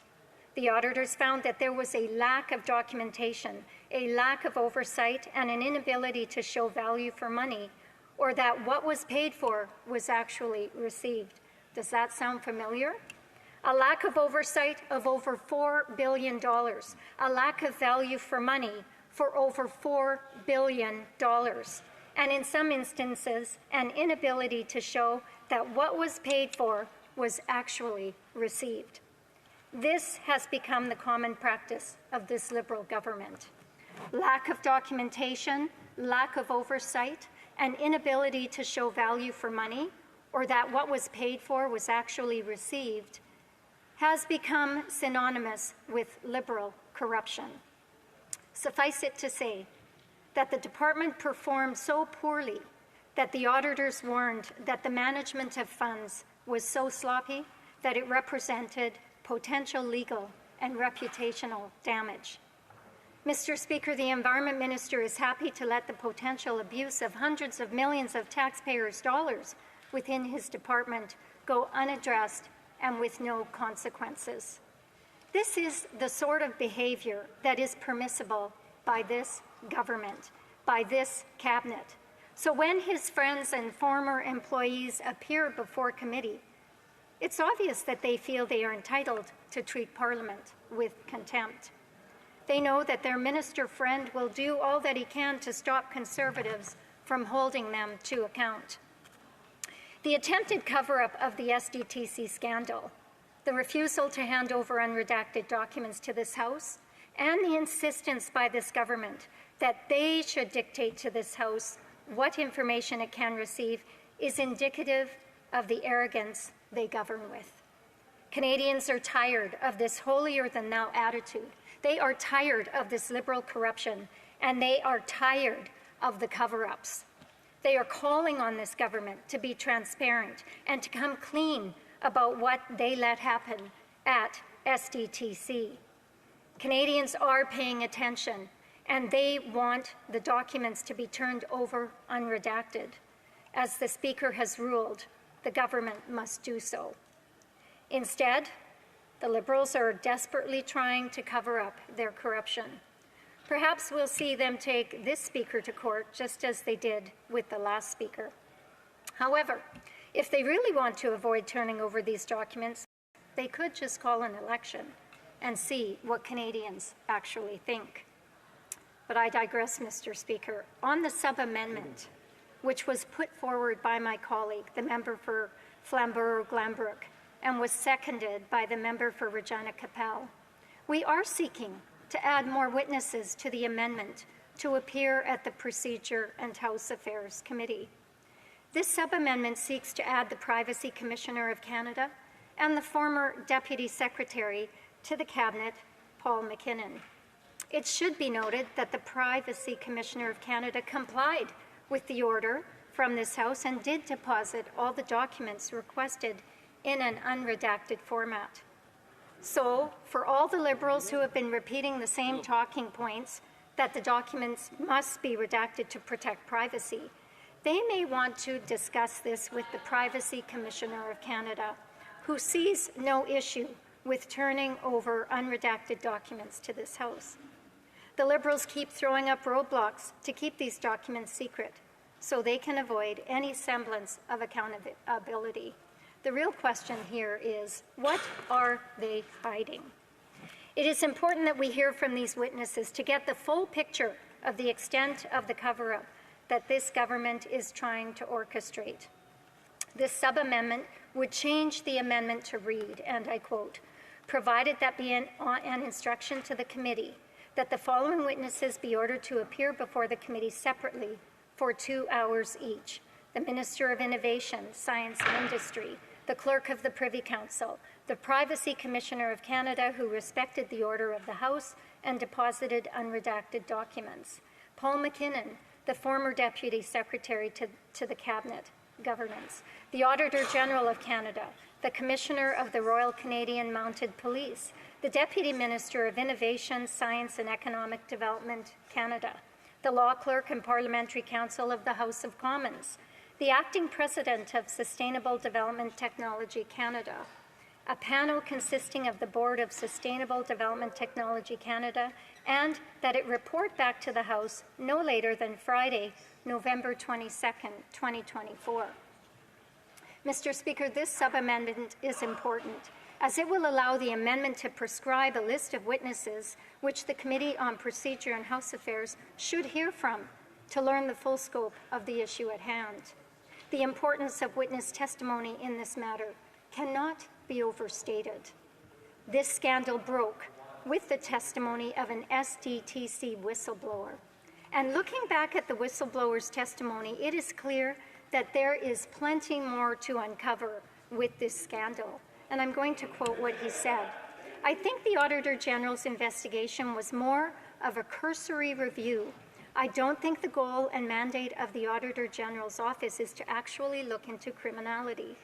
I'm not surprised by the fact that they haven't found anything criminal, because they're not looking at intent. If their investigation was focused on intent, of course, they would find the criminality." The whistleblower went on to say, "Just as I was always confident that the Auditor General would confirm the financial mismanagement at SDTC, I remain equally confident that the RCMP will substantiate the criminal activities that occurred within the organization." Mr. Speaker, it is clear that this investigation must continue and that the government must be forced to comply with the investigation and to turn over the unredacted documents. In fact, the whistleblower even made a comment about the Minister of Industry's claim that there was no criminality. He said, and I quote, "I know the federal government, like the minister, has continued saying that there was no criminal intent and nothing was found. But I think the committee would agree that they're not to be trusted on this situation. I would happily agree to whatever the findings are by the RCMP, but I would say that I wouldn't trust that there isn't criminality unless the RCMP is given full authority to investigate." The Minister of Industry may see no issues with SDTC board members awarding millions of dollars to their own companies or companies that they haven't had investments in, but Canadians do. Canadians are outraged that at a time when 2 million people are using food banks every month, at a time when people are struggling to afford housing, this government is letting their Liberal insider friends gorge themselves on taxpayer dollars. They allow them to enrich themselves off the backs of Canadians, and then they shield them from any consequences. The Auditor General found that nearly $400 million were involved in cases of conflict of interest. We've heard that. They allowed but the minister would like everyone to just move on, to stop looking into this, because he has moved the program under the responsibility of the National Research Council, which means there's nothing more to see here, there is nothing to be done. The money he allowed Liberal insiders to take from Canadians is lost forever. Instead of trying to recoup this money, which was clearly awarded in instances of conflict of interest, they just want to move on and forget it ever happened. In fact, he doesn't even want an investigation to happen. You would think one of the first steps one would take in response to hundreds of millions of dollars of taxpayer money being abused in this way would be to have the RCMP investigate what took place and assess if a crime has been committed. But the minister didn't do that because he doesn't want to throw his friends under the bus. especially at a time when he is likely to be looking for a new job or new employment in the next year. This isn't the first time Liberals have chosen their friends over Canadians, Mr. Speaker, and we can assume it won't be the last. Whether we are talking about SDTC, ArriveCan, McKinsey, or any one of the other Liberal procurement scandals, there are clear patterns. In every one of the Liberals' procurement scandals, there is always severe lack of documentation.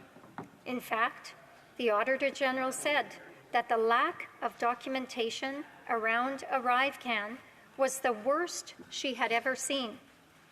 This was an application that started out with a price tag of $80,000 that then ballooned to $60 million. That's $60 million that we actually know of. An application that, according to the Auditor General, we will never actually know the true cost, given the lack of information available for her to do a proper audit. Mr. Speaker, that is something that is deeply concerning. To know that the Auditor General cannot even do her work because there is a complete lack of documentation, a lack of information available when she is trying to do her work in demonstrating that taxpayers did in fact get good value for the money that was spent. We also saw in these cases that there were specific companies that received special treatment. We've seen that many, many times.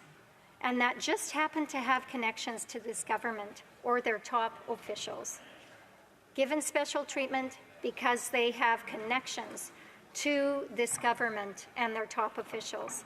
And in each case, Mr. Speaker, we saw a similar reaction from this government. First, they deny that there are any issues. Then they try to block any investigation from happening. Then they refuse to comply with the investigations by not turning over documents. Then, when we finally get some answers and reveal their corruption, they want to move past it, chalk it up to lessons learned, and move on. Well, Mr. Speaker, we're not willing to allow that to happen. We're not willing to allow this to happen while taxpayers foot the bill for enriching Liberal insiders. We believe, Mr. Speaker, that Canadians deserve answers, and they deserve a fulsome investigation into what has happened at SDTC, and that is why we are here today. We continue to argue on behalf of Canadians and their right to have their questions answered. Mr. Speaker, that is why we continue to call on this government, on this Liberal government, to hand over these unredacted documents, to pass this sub-amendment and the main motion once it has been properly amended, so that we can get to the bottom of this issue and that Parliament can then move on to other work. Thank you. Questions and comments? The Honourable Deputy House Leader. Thank you, Mr. Speaker. I'm actually confused about something now after listening to this member's speech. So this member talked about the sub-amendment, which we're currently on, of which is to add more witnesses. And she explained why they wanted to add more witnesses. That's why we have the sub-amendment. Yet other Conservatives have fully admitted they don't want to vote for this motion at all, and they're refusing to vote for the motion until their demands are met, at which point the motion would be moot. So why even put forward a sub-amendment to add more witnesses when you never even really have the intention of voting on anything? Is it just because the sub-amendment gave them the opportunity to reset the speaking order so that everybody could speak again? Because, I mean, that's the way it looks to me. I just don't understand why you would openly admit you're against the motion and you will refuse to let it go to committee, but then at the same time put forward a motion to add more witnesses when it gets to committee. Honourable Member for Carlton Trail, Eagle Creek. Thank you very much, Mr. Speaker, and I do thank my honourable colleague for that question. I don't think anybody on this side of the House has said They're against the motion that we've put forward. What Conservatives are looking for is transparency and accountability from this government. This government continues to defy orders from committees and from this House, from the Speaker himself. The government refuses to hand over the documents, and we see how that went with the Winnipeg lab documents when they took the Speaker to court in order to avoid accountability. The whole point of this debate is to highlight the government's infringement on the privilege of this House. Until the government rectifies this infringement, we will have no resolution in this place. Question et commentaire, l'honorable. The Honourable Member for Montcalm. Thank you, Mr. Speaker. Earlier, the member for Louis Saint Laurent said of the Bloc that it was naive. I wonder who is naive. On the one hand, Mr. Speaker, there are the Conservatives who look like they're obsessed by taking power, like Gollum in the Ring, and they're forcing the government to table documents which we agreed with, but we weren't going to sacrifice, contrary to the Conservatives, we're unanimous, we weren't going to sacrifice supply management and seniors having an ultimatum that was totally respectable and correct. Well, it was about a last attempt to save these people, supply management, and to allow seniors to benefit. Now, this is the third week of debate, Mr. Speaker. The member claims that it's because the government controls the agenda. The Conservatives have control of the agenda right now. And if they really want us to head into an election, well, the House would have to stop being blocked. So this is where they're naive, because this suits the Liberals for things to be like this, because they don't have to prorogue, because they don't want an election. They're not having to wear prorogation. And I was listening to the member who seems to want the Liberals to call an election. No, if there's an election that's called, it will be because the opposition parties force the government to head into an election through a vote of non-confidence. So who is naive, Mr. Speaker? Who is currently blocking the opportunity to have an election? The Conservative Party, which is boycotting their own question of privilege. The Honourable Member for Eagle Creek. Very much, Mr. Speaker, and I do thank my colleague for his question. And I would simply say, if he really wants me to answer who I believe is naive, I'm going to say that member and his party. They had two opportunities to join us in voting non-confidence in this government. I think it's pretty naive of them to think that now, because they've reached some deadline that they've set that it looks like is going to pass with none of the solution or resolutions that they are looking forward happening. I think they are the ones that are naive in believing that once we get through the business at hand, that we're suddenly going to be able to go to an election. What he maybe should be doing is talking to the NDP to find out whether or not they are going to join us and the Bloc in defeating this government. Thank you. Questions and comments. The member for Cypress Hills Grasslands. Thank you very much, Mr. Speaker. I really appreciated my colleague's speech, and she opened it up telling us a story about what had been happening in committee with a witness being present and having a lawyer that represented that person losing it on a Conservative member of the committee for simply asking some very basic questions. I think it's pretty clear what's happening here is these Liberal insiders, they got caught with their hand in the cookie jar and the lid got slammed on it. Now, my question to her would be, how many more Liberal insiders are going to have to get their hands slammed in the cookie jar before they learn that you can't just have open season on taxpayers' dollars? Honourable Member for Carlton Trail, Eagle Creek. Thank you very much, Mr. Speaker, and I do thank my honourable colleague for his question. It is a very good question. I don't think any of us could ever have imagined the number of scandals that one government could actually be involved in, and could never imagine that see a government that is working so hard to obstruct not only the work of this House, but the work of committees.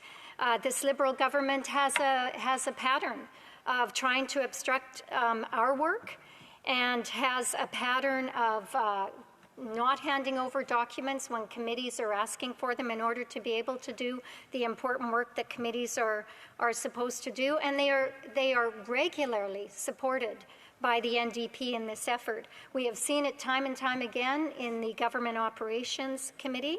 And if you put this together with their continued refusal, this government's continued refusal to comply with parliamentary orders, this shows their complete lack of respect for this institution, parliamentarians, and Canadians. Thank you. Questions and comments? The Honourable the Honourable Deputy House Leader. Well, for starters, to my colleagues in the bloc who are now suddenly trying to suggest that the Conservatives are playing games and they don't want to be debating this forever, I would suggest to the bloc that we're open to a negotiation in terms of how to put an end to this. So if the member would like to go and talk to his whip and have his whip talk to our whip, we certainly would be open to that idea. But I think it's a bit rich for the bloc to somehow suggest that it's completely the Conservatives' fault that we're in week 4 or 5 of this now, when they have just as much responsibility to play in this. But my question to the member, I'm going to go back to the first question that I had for her, which she didn't answer. She said in answer to my question, she said, well, nobody on our side seems to be against this motion. With respect, that's not what I asked. I realize that everybody's in favor of it. But my question was, and I'll put it very clearly, why put forward a sub-amendment to invite more people to proc when you well know that you are not interested in passing the motion to start with? Because other Conservatives have said we will not vote in favor of this because there's only one thing we want, and that's for you to comply with our demands. So the member has to answer my question. Why put forward this sub-amendment when you are contradicting this by suggesting you have no interest in passing it in the first place? Honourable Member for Carleton Trail, Eagle Creek. Thank you very much, Mr. Speaker. And it's really hard to follow the logic of this member. I find that often in this place. And I would have to say this, that we on this side of the House believe it's very important for Canadians to understand what is happening in this place, and what is happening in this place when it comes to their absolute disregard for parliamentary process, for parliamentary privilege, for complying with a parliamentary order. And then when we stand in this place and we say, no, you have to comply with the orders of the Speaker, you have to comply with the orders that have been put forward in this place, they just don't get it. They just want to continue to be able to do what they do without being held accountable or transparent. Well, we're here to make sure that this government is held accountable and transparent, and we will debate this until they do what they've been ordered to do, which is to provide the unredacted documents. Thank you. Questions and comments. A very brief question. The Honourable Member for Montcalm. Mr. Speaker, what is clear is that the current situation suits the Liberals. They don't have to wear a prorogation. They don't have to wear the decision of deferring opposition days that could have a non-confidence motion. For 3 weeks, they haven't tabled documents, which is shameful, but after 3 weeks, it's clear that they won't do it. So it's the people who need to decide what is fair and what they want in an election, period. The Deputy to Carleton. The Honourable Member. Very quickly. Well, thank you, Mr. Speaker. And again, I'm just going to simply point out that that member and his caucus had an opportunity to vote non-confidence in this government, and they didn't. And now they're saying 3 weeks later, suddenly they've seen the light and they just really want the opportunity to vote non-confidence in this government. Again, I would encourage him, talk to the members of the NDP caucus. We're ready. We're willing. You have a willing partner here. Talk to the NDP. Resuming debate, the Honourable Member for Regina Louvain. Thank you very much, Mr. Speaker, and it is my pleasure to take to my feet today to talk about one, maybe two Liberal scandals that have happened over the last 9 years. Actually, probably 68 Liberal scandals that have happened over the past 9 years under this government, who I remember very well in 2015. I remember a young, bright-eyed, beautiful-haired person running to be Prime Minister, and that person promised to be the most open and accountable government in Canadian history, Mr. Speaker. And wow, how far we have fallen and how quickly that has happened. Today we're talking about the sub-amendment on the motion of privilege on the Science, Technology, the Sustainable Development Technology Canada, Mr. Speaker, which is supposed to be to help people become more sustainable. A greener Canada is what this fund was supposed to do. But in essence, what it did was, and my colleague from Regina Capel said it very, very well. I think very succinctly. He said, liberals are going to liberal. And what that says, Mr. Speaker, is I'll unpack that for you, is that it doesn't matter which generation it is, it doesn't matter what iteration of liberal you are always going to enrich your friends. Mr. Speaker, liberal years are tough years for Canadians, but great years when you're a liberal. And we'll go through a couple of examples. This fund is a $300 million fund, Mr. Speaker, $380 million. And when it was audited by the Auditor General, they found 186 conflicts of interest. That is $380 million that the Liberals used to pork barrel and give to their friends and their family. And we'll have a few examples of this, Mr. Speaker, as we get through my presentation. But I would be remiss, and I hope my colleagues give me a second, to congratulate Premier Scott Moe and the Saskatchewan Party for once again returning a common sense government to Saskatchewan.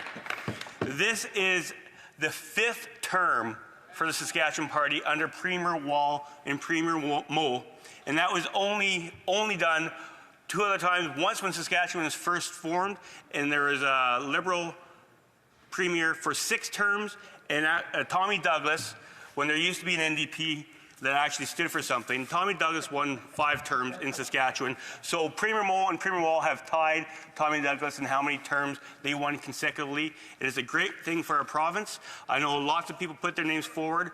And I'll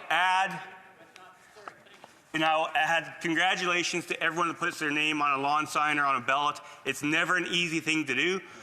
The NDP candidates, Saskatchewan Party candidates, there's a Sask United Party, Buffalo Party. So everyone that put their name forward to take part in the election process, I congratulate you. I think you never, well, you do lose an election, but you always gain some experience and you always learn a few things. Some friends of mine that were seeking re-election, want to congratulate in Saskatoon, Ken Cheveldayoff won. And in Lumsden Morris, Blaine McLeod won. Represents a great MP as well. So there's lots of people that have been returned to the legislature for the Saskatchewan Party, and I congratulate once again Premier Moe and his team for delivering a 5th term for the Saskatchewan Party. Which is interesting because we will talk about scandals here, but in Saskatchewan, in 1982, Grant Devine ran against Ellen Blakeney. And I think it's something that history tends to repeat itself. And he had a wonderful quote when they were debating, because it sounds similar to sometimes the answers we get from some of our Liberal ministers. And they were debating, and Ellen Blakeney kept on saying how great the government had it, how everything is going well for the government. In this one line in one particular debate, Grant Devine said, and I quote, Mr. Speaker, he'd say, if the province is so well off, why don't we have more money in our pockets? What an interesting comment. Don't you feel that kind of is happening right now in Canada? These Liberals, the NDP Liberals, continue to say Canadians never had it so good. Canadians are doing so well. We have all these wonderful programs that we're paying for, which boggles my mind, Mr. Speaker. The government doesn't pay for anything. That's right. The government doesn't have any money unless they take it through taxes from a business or from a person's paycheck. That's right. So they aren't paying for anything. Canadians, through their tax dollars, are paying for all these programs that the NDP and Liberals are foisting upon the people. They don't have a choice to pay their taxes. And I say when it comes to tax dollars, Mr. Speaker, when it comes to tax dollars, and I'll believe this till the day I'm not elected, a dollar in someone that earned that dollar, a dollar in the pocket of someone that earned it, is always better spent than by a government, Mr. Speaker. And that's something I'll always believe. I want to talk about the SDTC motion a little bit further and talk about some of the things that have gone on and where that money has gone, Mr. Speaker, because it is something that we find whenever you scratch the surface of Liberal NDP spending, it seems like there is always connection to perhaps a minister, perhaps like the Minister of Trade and Export. Perhaps there's a lot of other examples. The Foreign Affairs Minister's spouse has got quite a few grants from a few of the economic development funds, Mr. Speaker. And it's weird how there's always a familial connection to a lot of people that are receiving grants from this government. A couple of the other scandals that we have seen over the last 9 years, 9 long years, Mr. Speaker, is we all remember the Egacon vacation scandal, prisoner needle exchange program, pressuring the Justice Minister to get Liberal donor SNC Lavalin off the hook and firing the Justice Minister for not helping. I think we all remember Jody Wilson-Raybould in this House and how she stood up for what was right, and the Prime Minister threw her right under the bus. I think we also remember Jane Philpott, who stood side by side Jody Wilson-Raybould, and she was thrown under the bus as well by this feminist Prime Minister, Mr. Speaker. We also remember, and this is interesting because this is what happened which caused the election in 2021, the We Charity scandal, Mr. Speaker. And remember there's prolongation, which may be a bit of foreshadowing for this current scandal, Mr. Speaker, because they were once again caught giving money to well-connected friends at the We Charity, who I think they actually used some of that money to help some of the Prime Minister's family, I believe. Some traveling, a couple of grants to some brothers, Mr. Speaker. And to get themselves out of that situation so the House of Commons and committee could not go in and dig deeper, there is prorogation. And then what happened after prorogation? I think the 2021 election was called. And that was around, how many millions was that? Do you remember? 8 million. About $600 million? So this is only $380 million, so not quite as expensive as the We Charity scandal, but they prorogued and called an election. So let's hope they follow that pattern, because I think Canadians are ready for a carbon tax election now. This list is so long, I might have lost my spot, Mr. Speaker. Giving hundreds of thousands of dollars in ventilator contracts to Liberal Party insider Frank Baylis. Another scandal. I think that was, how many millions was that? 25 million. I think that was 25 million. I think Frank got 25 million for that contract, which is interesting because he never even got produced ventilators, Mr. Speaker. So I think that was interesting. And that leads me to another point when it comes to the SDT scandals and the way Liberals spend the money. Do you remember during COVID, there was over $600 billion spent during COVID, and $300 billion of that wasn't even spent in any of the COVID programs. So we also would love to know at some point in time where that other $300 billion went to that they're supposed to be helping Canadians. This is another great line by the Prime Minister. You remember when he went on TV, he did a big national press conference, and he said, the government will go into debt so Canadians don't have to. Does everyone remember that line? Yeah. The government will go into debt so Canadians don't have to. I wonder if the Prime Minister understands how debt gets repaid. Because you have to do that by taking more tax dollars from Canadians. And one of my Liberal friends says, tell us.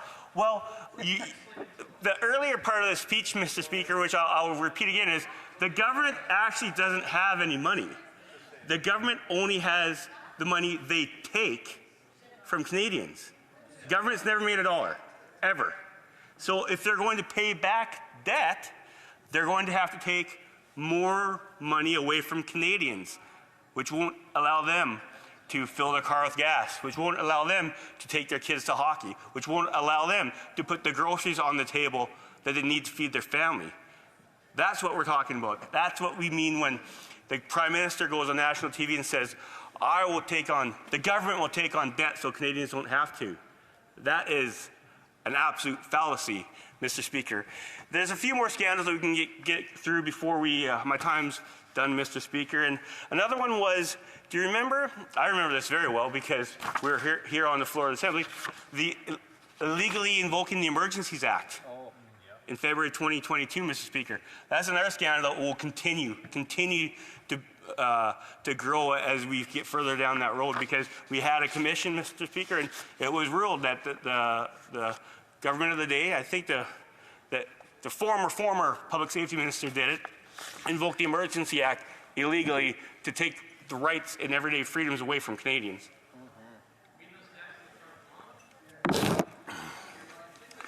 Mr. Speaker, I know that my Liberal colleagues do enjoy a speech, and they're going to hear more and more of some of the scandals that they've done throughout the years, Mr. Speaker. And I know the backbenches are feeling their oats because they get another caucus meeting, so I hope a few of them threw in their names on another list. Perhaps they'll be on a speaking list tomorrow morning so they can share some of the wisdom that they've gained over the years with the Prime Minister, and hopefully he will, I don't know if Katie allows him to speak or how that works, but hopefully they did send their emails in so they can get on their speaking list in their caucus meeting tomorrow. To be a fly on that wall, Mr. Speaker. That would be an interesting meeting to be a part of. I hope no one's hands too sore from writing their names too many times on a piece of paper asking for the Prime Minister to resign, which, to be fair, we do understand how that works, Mr. Speaker, and we're hoping that they do get a few more signatures on that paper over the next few weeks. I think they really appreciate that. Canadians would appreciate them standing up for them and making sure that they know how Canadians feel about their current leader. I just saw some approval ratings for the Prime Minister, actually.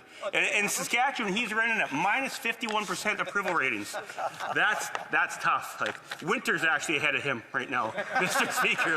That's pretty hard. That is pretty hard to be that unpopular in Saskatchewan.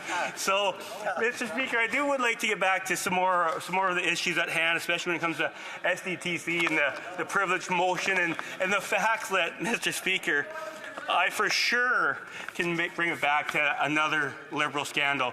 The scandal of $380 million taxpayers' dollars that they had given to their Liberal insiders, and how the fact that the Auditor General found 186 conflicts of interest in the grants that were delivered. I believe, Mr. Speaker, that the board members were all appointed by the Prime Minister and by the Minister of Innovation, Science and Technology, and Minister of Industry.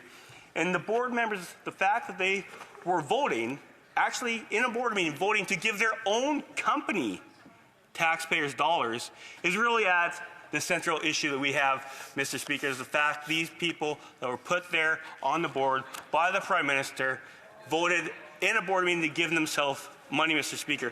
The Auditor General found that the SDTC gave $58 million to 10 ineligible projects that on occasion couldn't demonstrate an environmental benefit or development of green technology. $334 million over 186 cases to projects in which board members held a conflict of interest. We've said that a few times, Mr. Speaker. And $58 million to projects without ensuring contribution terms were met. How, when you have a board, do they not realize that $58 million they gave out and they had no performance metrics? They had no idea if they were actually going to do what they were supposed to do. This is, and I know this is uncomfortable for some of our colleagues across the way. This is going to be like kind of the Paul Martin Chrétien ad scam, Mr. Speaker. And we all know there's been comparisons, but the whistleblower said ad scam would pale in comparison to how corrupt this is. As the member from Regina-Capel said, Liberals are getting liberal. It's in their DNA. And I found it interesting when I was getting up to speak on this topic is As a young lad, when I was in the University of Regina, I took Canadian politics. I graduated with a political science degree. And I wrote a paper, Have the Liberals Lost Legitimacy to Govern? But it was about the Afghan, but there are so many similarities to this. And when I wrote that paper, and I know some of the members across the way will remember this name, my neighbor back where I grew up on Rush Lake, my neighbor was Jack Wiebe. Jack was a Liberal MLA, then he's a Lieutenant Governor in Saskatchewan for 10 years, and then he was appointed as a senator and was a Liberal senator. So he did have a lot of connections. And when I interviewed Jack for this paper, he said, yes, the Liberals had lost legitimacy to govern because they had lost the trust of the Canadian public. And Mr. Speaker, it is very amazing how history it repeats itself if you don't learn from it. And this is exactly what's happening to this current iteration of the Liberal Party. A far cry from Jack's party, I will admit that there, and the Gretchen Martin days. But they have repeated the same mistakes over and over again. They become out of touch, and now this group of NDP Liberals think the Canadian people are there for them to govern, and that the Canadian people should be working for them instead of the other way around. And that's when you start to think it's okay to give $8 million to Frank Baylis, who doesn't even create ventilators. It's okay for the government to think that the Prime Minister can have $80,000 vacations given to him. It's okay for the Governor General wasting $100,000 to throw private jet parties. It's okay to decriminalize hard drugs. We haven't got to some of the other lists. I was very thankful that the people that work for my office could go into a complete list of what the Liberal scandals look like. And might hand it over to some of my colleagues. They got to number 68. 68 scandals that they've been a part of over the last 9 years.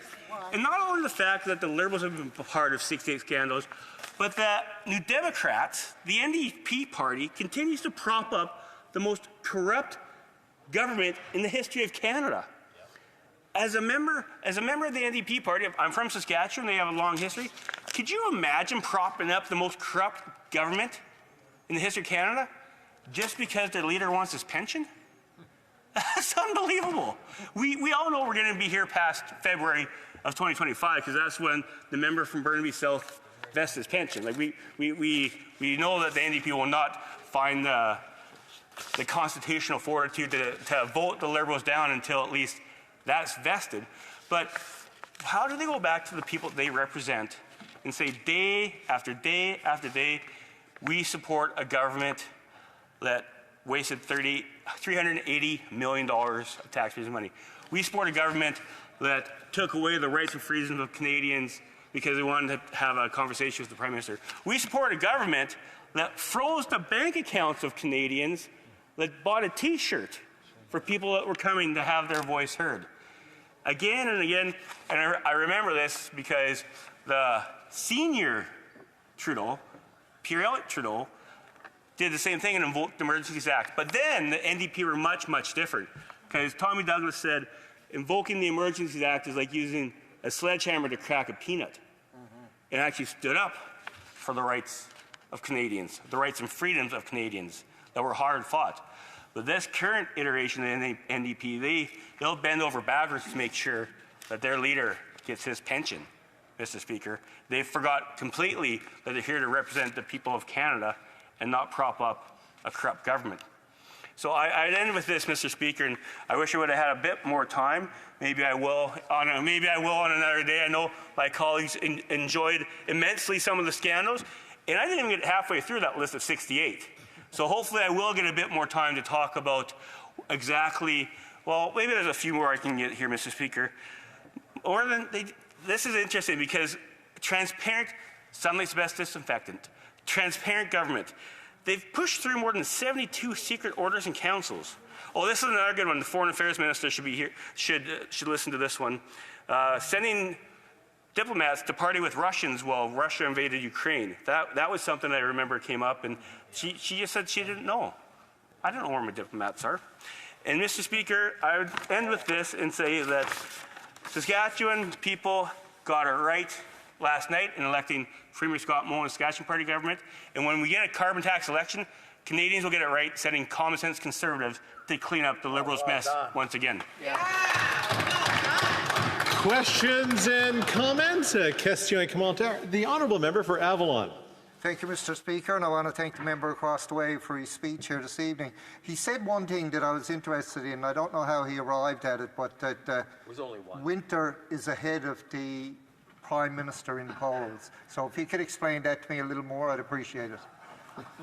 The honourable member for Regina Louvain. I feel like that's a tough but fair question, but to explain it to the honourable member, it's really cold in Saskatchewan. It gets down to about -40, -50, but not quite down to -51, where the Prime Minister's approval ratings is in Saskatchewan.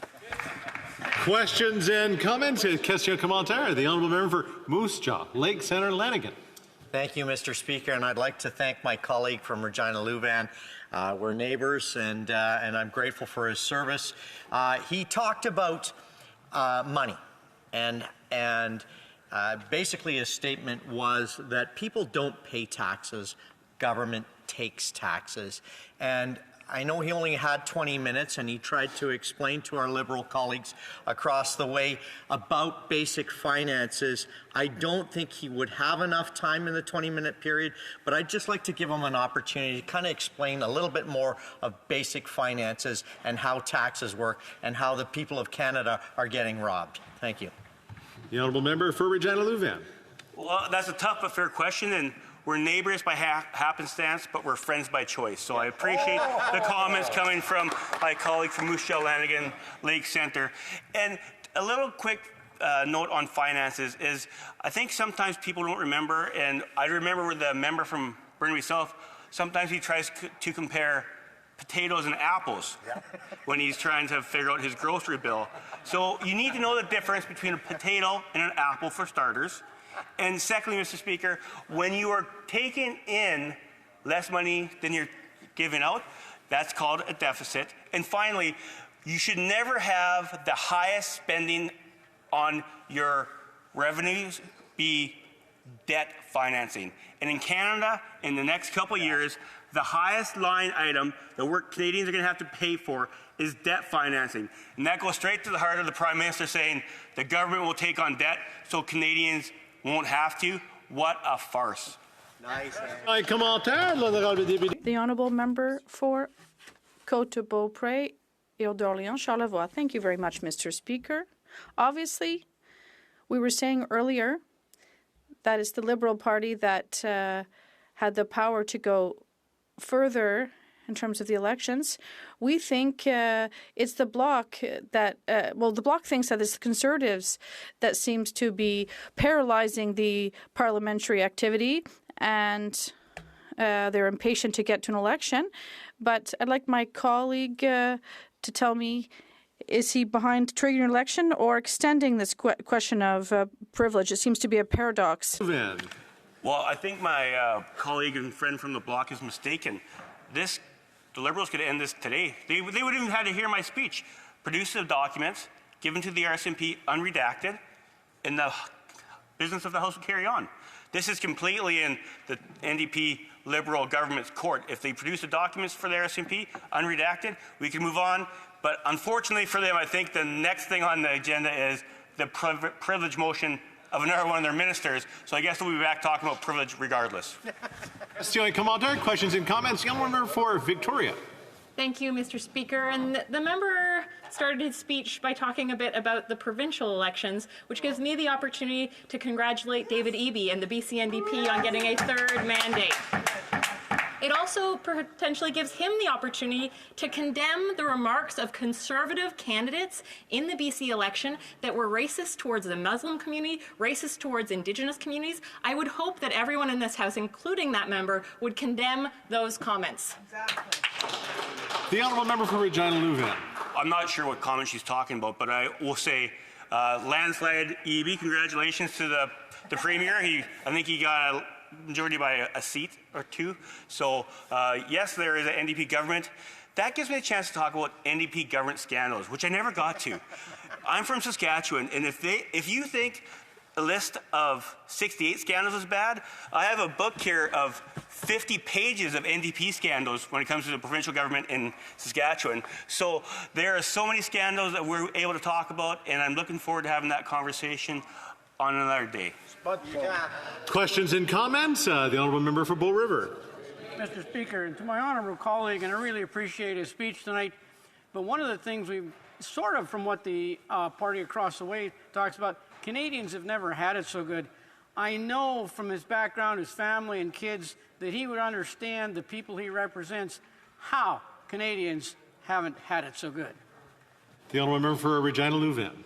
Thank you very much. Thank you to the member from Bow River. Appreciate the comment. And this does come down to the heart of the issue is Canadian families are struggling. It is getting harder and harder to make ends meet. No one in this House can disagree with there's over 2 million people that are going to a food bank a month.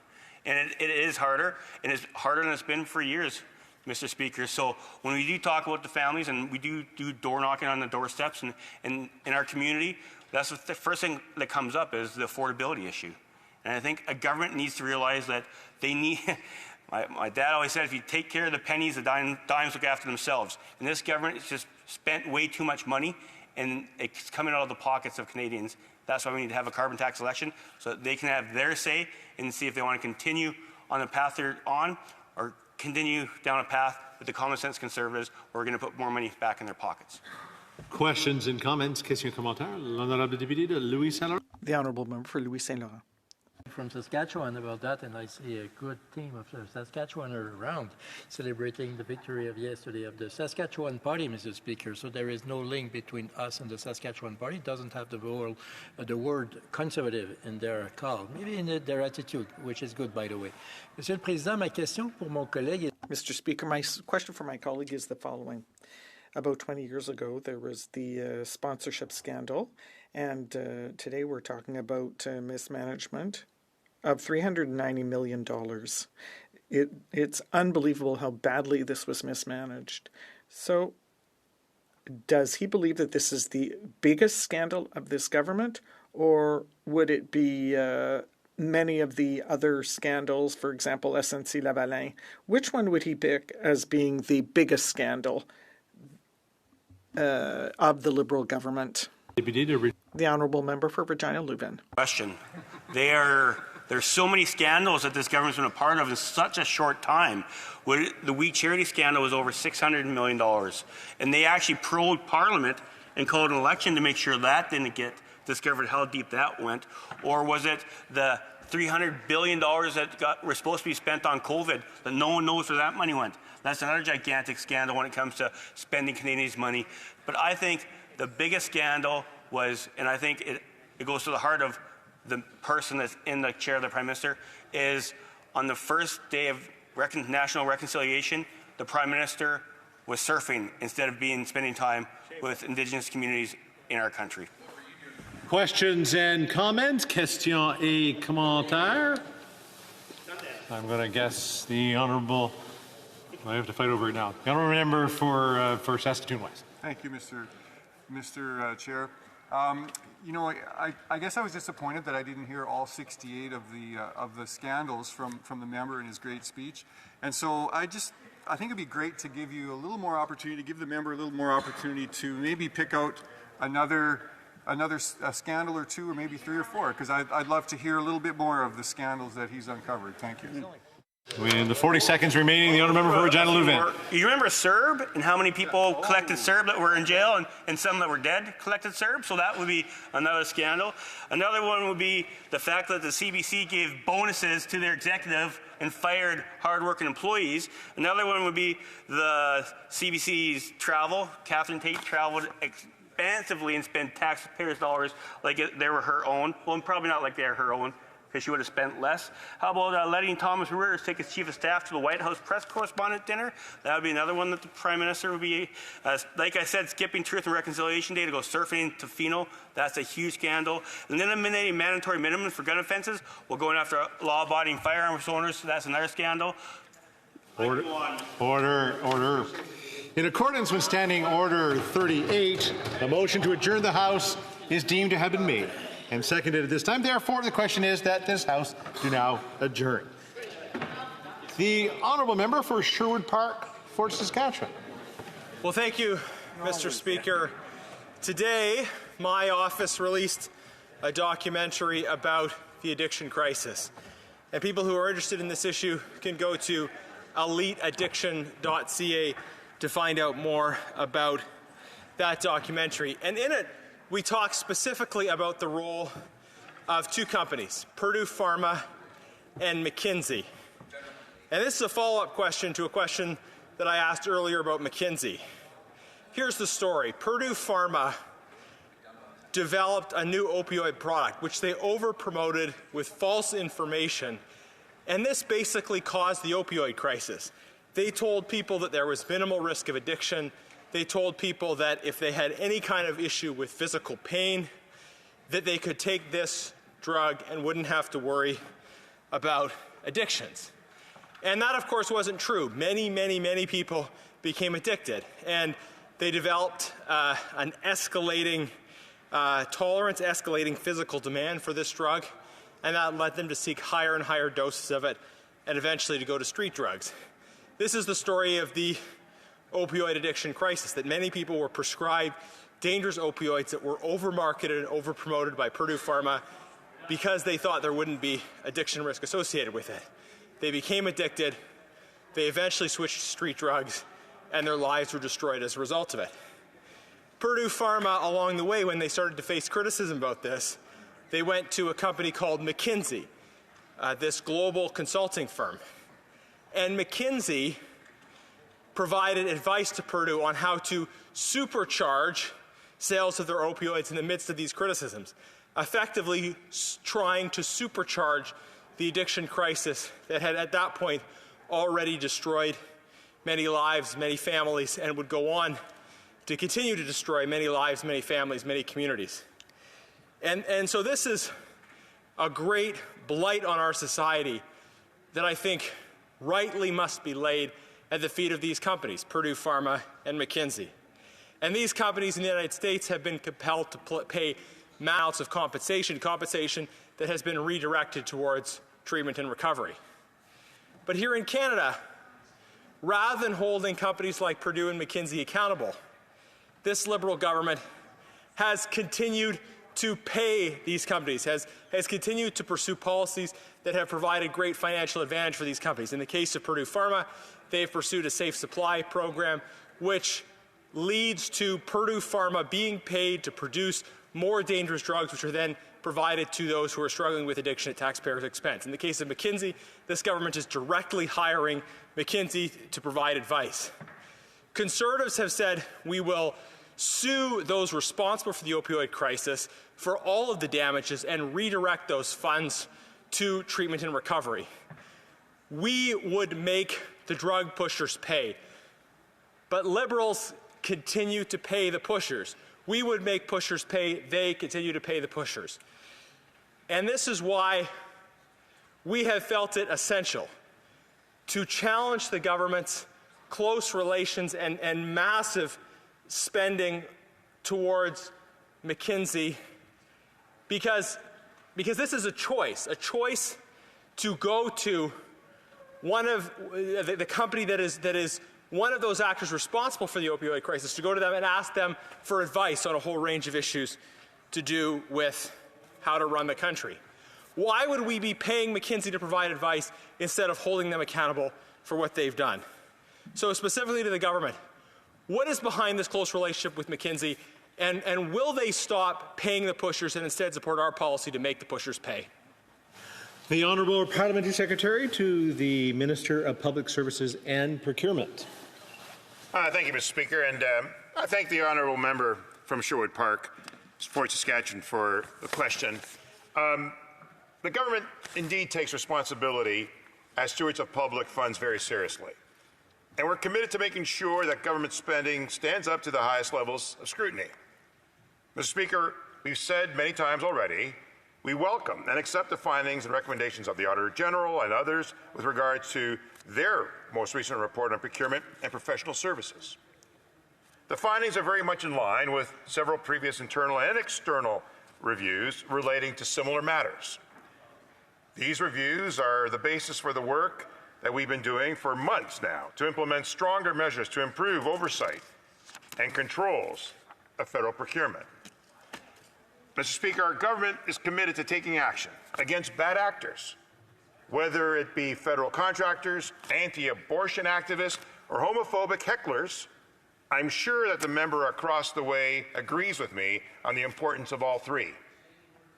Public Services and Procurement Canada, or PSPC, is the federal government's central purchasing agent and is committed to conducting procurements in an open, fair, and transparent manner. Of course, the Government of Canada already has solid regulations, procedures, and guidelines in place to make sure that anything that happens at every department is maintained appropriately. But we're always looking for ways to continuously improve our processes, to make them more rigorous, and to ensure decisions and justifications are properly documented along the way. And to that end, PSPC has already instituted several changes. These include introducing a mandatory requirement for contracting authorities to retain all documents related to contractual decisions of professional services. We've also changed how the department administers non-competitive national master standing orders by ensuring justifications are on file. In addition, PSPC has created a new position of Chief Contract Quality Assurance and Records Compliance. And this will also help to ensure that critical elements of decision-making throughout the procurement process are properly documented, and that guidelines and tools are put in place, and that the quality is being actively monitored. Mr. Speaker, these efforts are consistent with PSPC's commitment to continuously improve government procurement practices, and I can tell you that officials will keep looking for ways to strengthen the integrity of government procurement. For example, regarding the Auditor General's June 2024 report, we accept her recommendations to further strengthen measures to appropriately report and monitor potential conflicts of interest.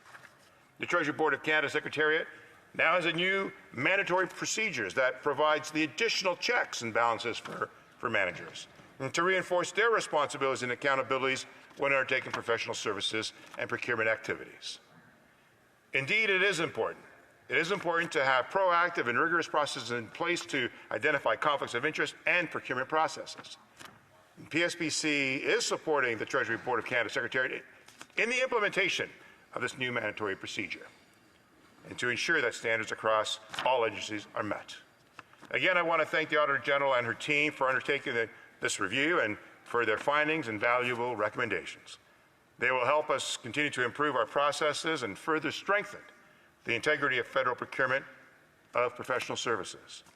Our government will do all that is possible to ensure that the best value for Canadian taxpayers and government procurement is maintained throughout the wide degree of procurement that occurs in the Government of Canada. Thank you, Mr. Speaker. Honourable Member for Sherwood Park, Fort Saskatchewan. Well, thank you, Mr. Speaker. Some members of this House are well read, and some have read well the sheets that have been given to them. But here's my core question, Speaker. The question is, why McKinsey? And I've detailed the history of McKinsey, their involvement in the opioid crisis. We could talk about how they helped the Saudi government identify dissidents. We could talk about their support for Chinese state-run and affiliated companies, including involved in military and quasi-military activity. We could talk about contracts they had or some of the work they did in Russia. The record of McKinsey is well known, especially as it relates to their support for Purdue Pharma. But why McKinsey? You know, if we look back at $200 million in contracts from this government, many of which did not make the rules, it speaks to the fact that this government went out of their way to want to help these people at McKinsey. Why?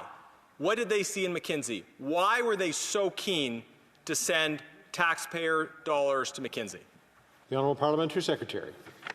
Well, Mr. Speaker, again, I appreciate the member's question and reinforcing the need for all of us on all sides of the House to take great care in the use of taxpayer monies for the purposes of providing services to Canadians. Mackenzie is one of many contractors that is being applied and used and has for many years. And they are not the largest by far. They're actually one of the smallest ones. But notwithstanding that, we are committed to finding the best value for money in all aspects of procurement, and we have to make sure that we have a proper governing framework in place that we've applied to these very issues, and we always looking at ways to improve those procurement processes, as we always do, and I appreciate the member opposites for their concern as well. Thank you. The honourable member for Nanaimo Ladysmith. Thank you, Mr. Speaker. It's an honor tonight to stand and to be able to see if I can get some further clarification around a question that I recently asked, to be able to provide some clarification for federal workers across the country. Mr. Speaker, I recently stood to speak to whether the government will be repealing the one-size-fits-none, which is what it's being called, return to office mandate. We know that this arbitrary mandate blindsided federal workers to return to office 3 days a week. Now, superficially, Mr. Speaker, this doesn't sound like a problem. Why would it be a lot to ask, to ask people to go back to work 3 days a week? And so, you know, I need to really clarify what the issues are here. The issues, Mr. Speaker, are that this happened without due consultation with the exact people that are impacted by these decisions. So we have workers across Canada who are being told that they need to return to work now 3 days a week, and there wasn't a bigger plan put into place. There wasn't a bigger discussion on how would this impact the workers that we rely on to provide essential services across Canada. Mr. Speaker, I've heard from hundreds of concerned workers across the country. In my riding of Nanaimo Ladysmith, there are so many who are impacted by this decision. One example, Mr. Speaker, that I want to bring to your attention, there's a worker in my riding who came up to me to talk to me about his experience since this mandate was put into place. And he shared with me that although he was hired with flexible work arrangements, his productivity was great, he was doing important work for our country. And this return to work mandate has now placed him in a position where he needs to share a cubicle with other workers. So they're rotating through this cubicle. He's having to put his items into a locker at the end of the day. He has to go to a designated room in order to make phone calls that, of course, he's making phone calls all day long. His productivity has decreased. His morale has decreased in his work. And it's just so inefficient to ask a worker to go back to work and to sit in a seat when there's not even a seat there for them. And so, Mr. Speaker, that's not the only riding that I'm hearing from workers across Canada. There were others who were hired under the agreement that they would be working with flexible work arrangements. If we truly want to have representation in our federal workplaces, we need to be having these conversations. We have, for example, people that have talked to me about a woman who lives in a rural community who's Indigenous, who has been doing great work in the work that she's doing, and now has been told she has to return to work, but it's not possible for her to return in office because the travel is too long. She was hired under the assumption that she would be working in a hybrid model, and now she's being told that that's no longer the case. Parents-to-be, they were told that they would have those flexible work arrangements, and now with no notice, they're being told that they have to return to work. Well, Mr. Speaker, we all know how long the childcare lists are across Canada. It is unfair to ask parents to suddenly change their entire working conditions to accommodate childcare when there is no childcare available to them because they were not given the notice to make those arrangements. Employee morale is low. We know that it's just been so disheartening for people who are working in these positions to feel like they're being monitored on a daily basis. It is just incredibly challenging for these workers. And so my question, Mr. Speaker, that I wanted to hear the answers from this government on when I previously rose in the House is, will they be repealing this decision, working alongside federal employees to make sure that there is arrangements to keep these people in these vital roles? Honourable Parliamentary Secretary to the President of the Treasury Board. Thank you, Mr. Speaker. I want to thank the member for Nanaimo Ladysmith for the question. Mr. Speaker, our public service is comprised of hardworking Canadians from across the country. who are committed to providing the highest level of service to Canadians. Dedicated federal public servants serve Canadians day in and day out, from coast to coast to coast. The services they provide have a real and meaningful impact on Canadians every day. While it's important to understand that each department and agency is unique, the experience of working in the federal public service or receiving its services should be the same across the country. That is why the public service implemented an updated common hybrid work model this past September. The decision to make changes to the directive on hybrid work was an administrative one, taken by the Treasury Board Secretariat, working with the Privy Council. This was not a political decision. The updated model requires public servants whose tasks and functions allow it to work on site a minimum of 3 days a week. And executives are now required to be on site a minimum of 4 days a week so they can best support their teams. To prepare for the implementation of the updated hybrid model, departments have been working closely with both PSPC and Shared Services Canada since last May to ensure that there were enough well-equipped office spaces and technology for their employees. While most organizations were ready to welcome all their employees to the office at least 3 days a week in September, we knew some would require additional time due to renovations or the addition of extra workspaces. In these situations, implementation timelines were adjusted.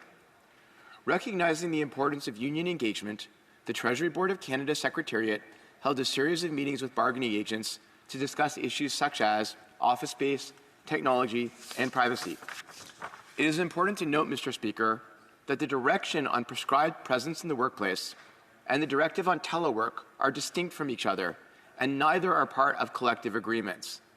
But even with all this preparation, we expected and planned for challenges. This is the reality of any changes within an organization as large, diverse, and distributed as the federal public service. As noted, contingency plans were established, and departments continue to carefully monitor implementation and to actively seek employee feedback to support the updated hybrid work model in their organizations. The clerks and department heads will continue to monitor implementation and optimization of this directive, ensuring fairness, flexibility, and a focus on a high-performing public service delivering for Canadians. Thank you, Mr. Speaker. Member for Nanaimo Ladysmith. Thank you, Mr. Speaker. Unfortunately, that answer doesn't actually coincide with what I'm hearing from workers in the community. Mr. Speaker, we know that there's clear evidence that with flexible work arrangements for federal workers that we saw increased productivity. We're in a climate crisis. We know we saw a significant decrease in carbon emissions during the time that there were flexible work arrangements when compared to when these same workers were working full-time. Just right here in Ottawa, this stat shows that there have been 25% fewer emissions. Also, taxes. We know that there's going to be more public funds having to go into making these improvements to the buildings that we're hearing about.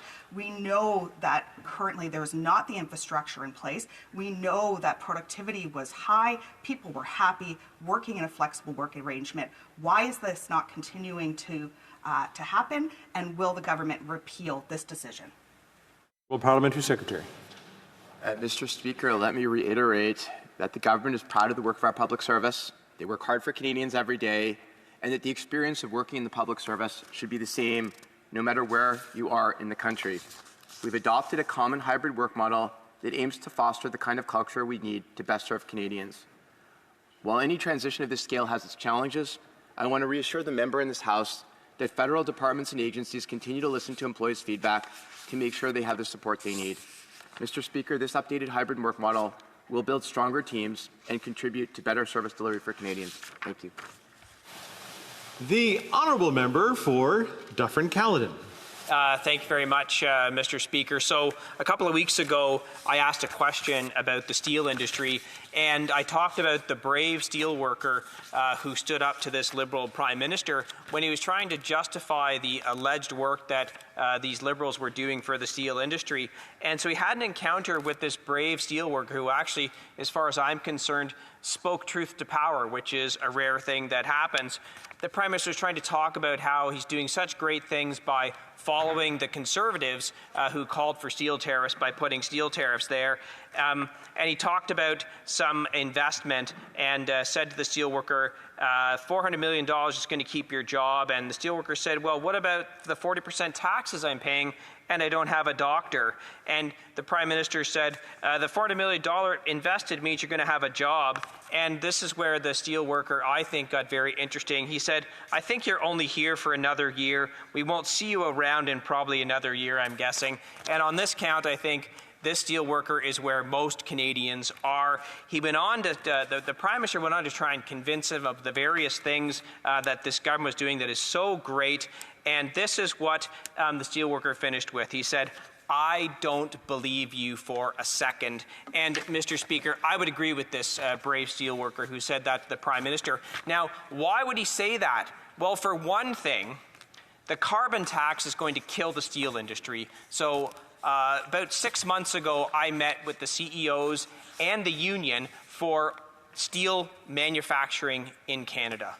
All of them said very directly to me this: if this carbon tax continues to go up, there will be no steel industry in Canada. Now, this wasn't just the steel CEOs. The United Steelworkers were there, and they said the same thing.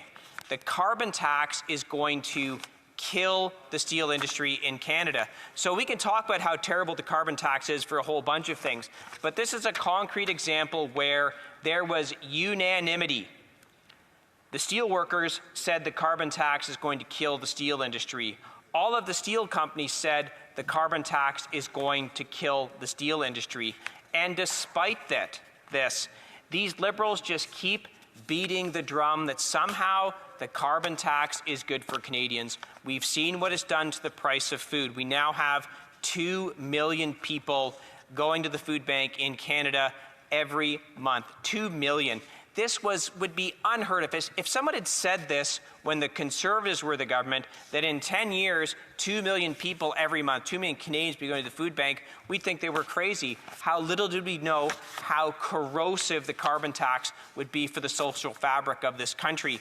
But back to the gist of my question, I got such a terrible answer from the minister saying, we're all there to stand up for steel workers. Like, those words in $1.50 can get you a double-double at Tim Hortons. Well, no, it would have got you one before these Liberals took power. Now it's more like $2.50.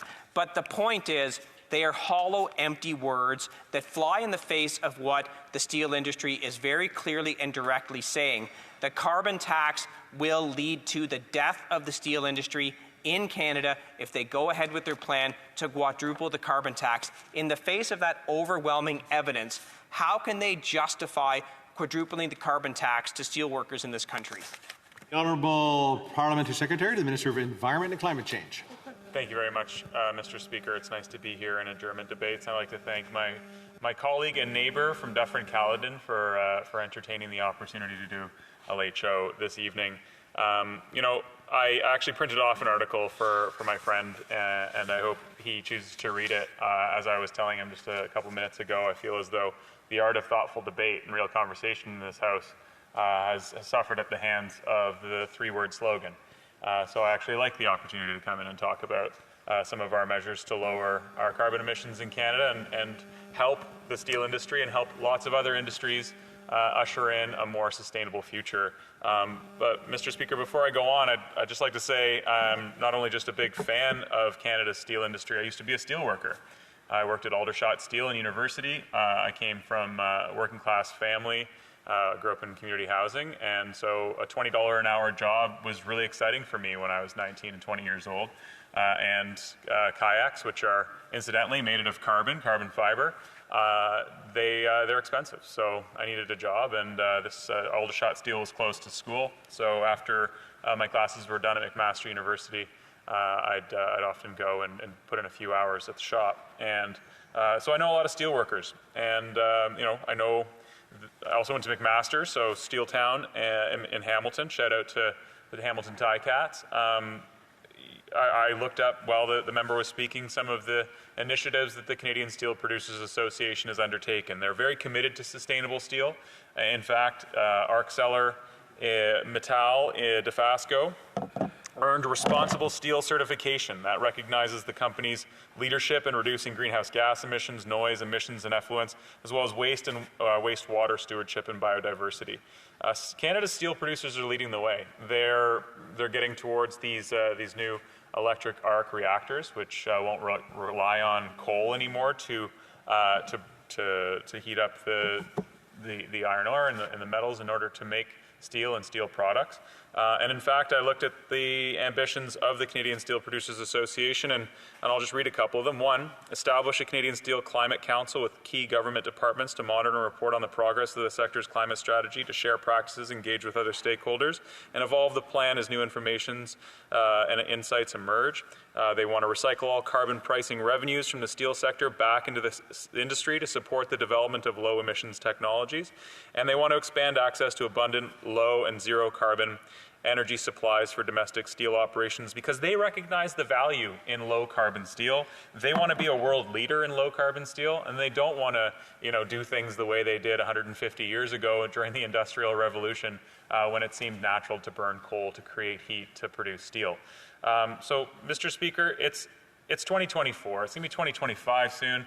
It's important that we get with the times. It's really, really critical that we encourage and support industry as they move forward past high carbon intensity production. And having a carbon price, an industrial carbon price, as well as a consumer carbon price, is the reason why our emissions are 30% lower than they were under Stephen Harper's government. In fact, the last time they were this low, Kurt Cobain was still alive, and I was 12 years old and listening to Nirvana. It's been a really long time since Canada had a downward trajectory on our emissions, and that's something to celebrate, particularly because interest rates are going down, because inflation is going down, our emissions are going down, and job numbers are getting even better. Our economy is solid in Canada, and it's solid with industrial and consumer carbon pricing, Mr. Speaker. Canadians in 2019 and 2021, when I was at the doors, demanded climate action, and that's one of the things that our government has delivered on. Member for Dufferin-Caledon. I think this is Exhibit A for the problem. First of all, he said electric arc so it can heat up to process iron ore. Electric arc actually can't process iron ore. It only works with recycled steel. So the member doesn't even know what he's talking about on the steel industry, which the government itself probably therefore doesn't know. So that's problem number one. Problem number two is the CEOs know they've converted some of their blast furnaces into electric arc, and they still pay carbon taxes. And they told me how much carbon tax the steel industry pays. It is a gigantic number. And they said as a result of that, if carbon pricing goes up, there will be no steel industry, whether they convert to electric arc or not. I'm trying to speak slowly and clearly so I can hopefully get an answer. Everything that member just said is irrelevant to what the steel industry said. Whether they convert everything to electric arc or not, they're still paying carbon taxes on the other energy they use, and it will drive them out of business. There will be no steel workers. Why won't they admit it and axe the carbon tax? The Honourable Parliamentary Secretary. I can't help but just highlight a little bit of the misinformation from the member. I was reading directly from the Steel Producers Association website. So to suggest that it doesn't represent the views of the steel producers or the steel industry is straight up false. It's not fair to suggest that the steel producers don't have their best interests at heart when I was reading directly from their website. But, Mr. Speaker, Canadians right across the country are concerned about climate change, and that includes members in the people in the member's own riding. I've traveled around southwestern Ontario and friends in Shelburne. I'm frequently in Orangeville, and I know that the town of Caledon's Mayor Alan Thompson has said that because of climate change, every year we're seeing more and more storms, higher temperatures, and changes to the flora and the fauna around us. And if we don't do something to fight climate change and lower our emissions, then we're really doing a huge disservice to future generations. La motion portant que la Chambre. The motion to adjourn the House is now deemed to have been adopted. Accordingly, this House stands adjourned until tomorrow at 2 p.m. pursuant to Standing Order 24-1.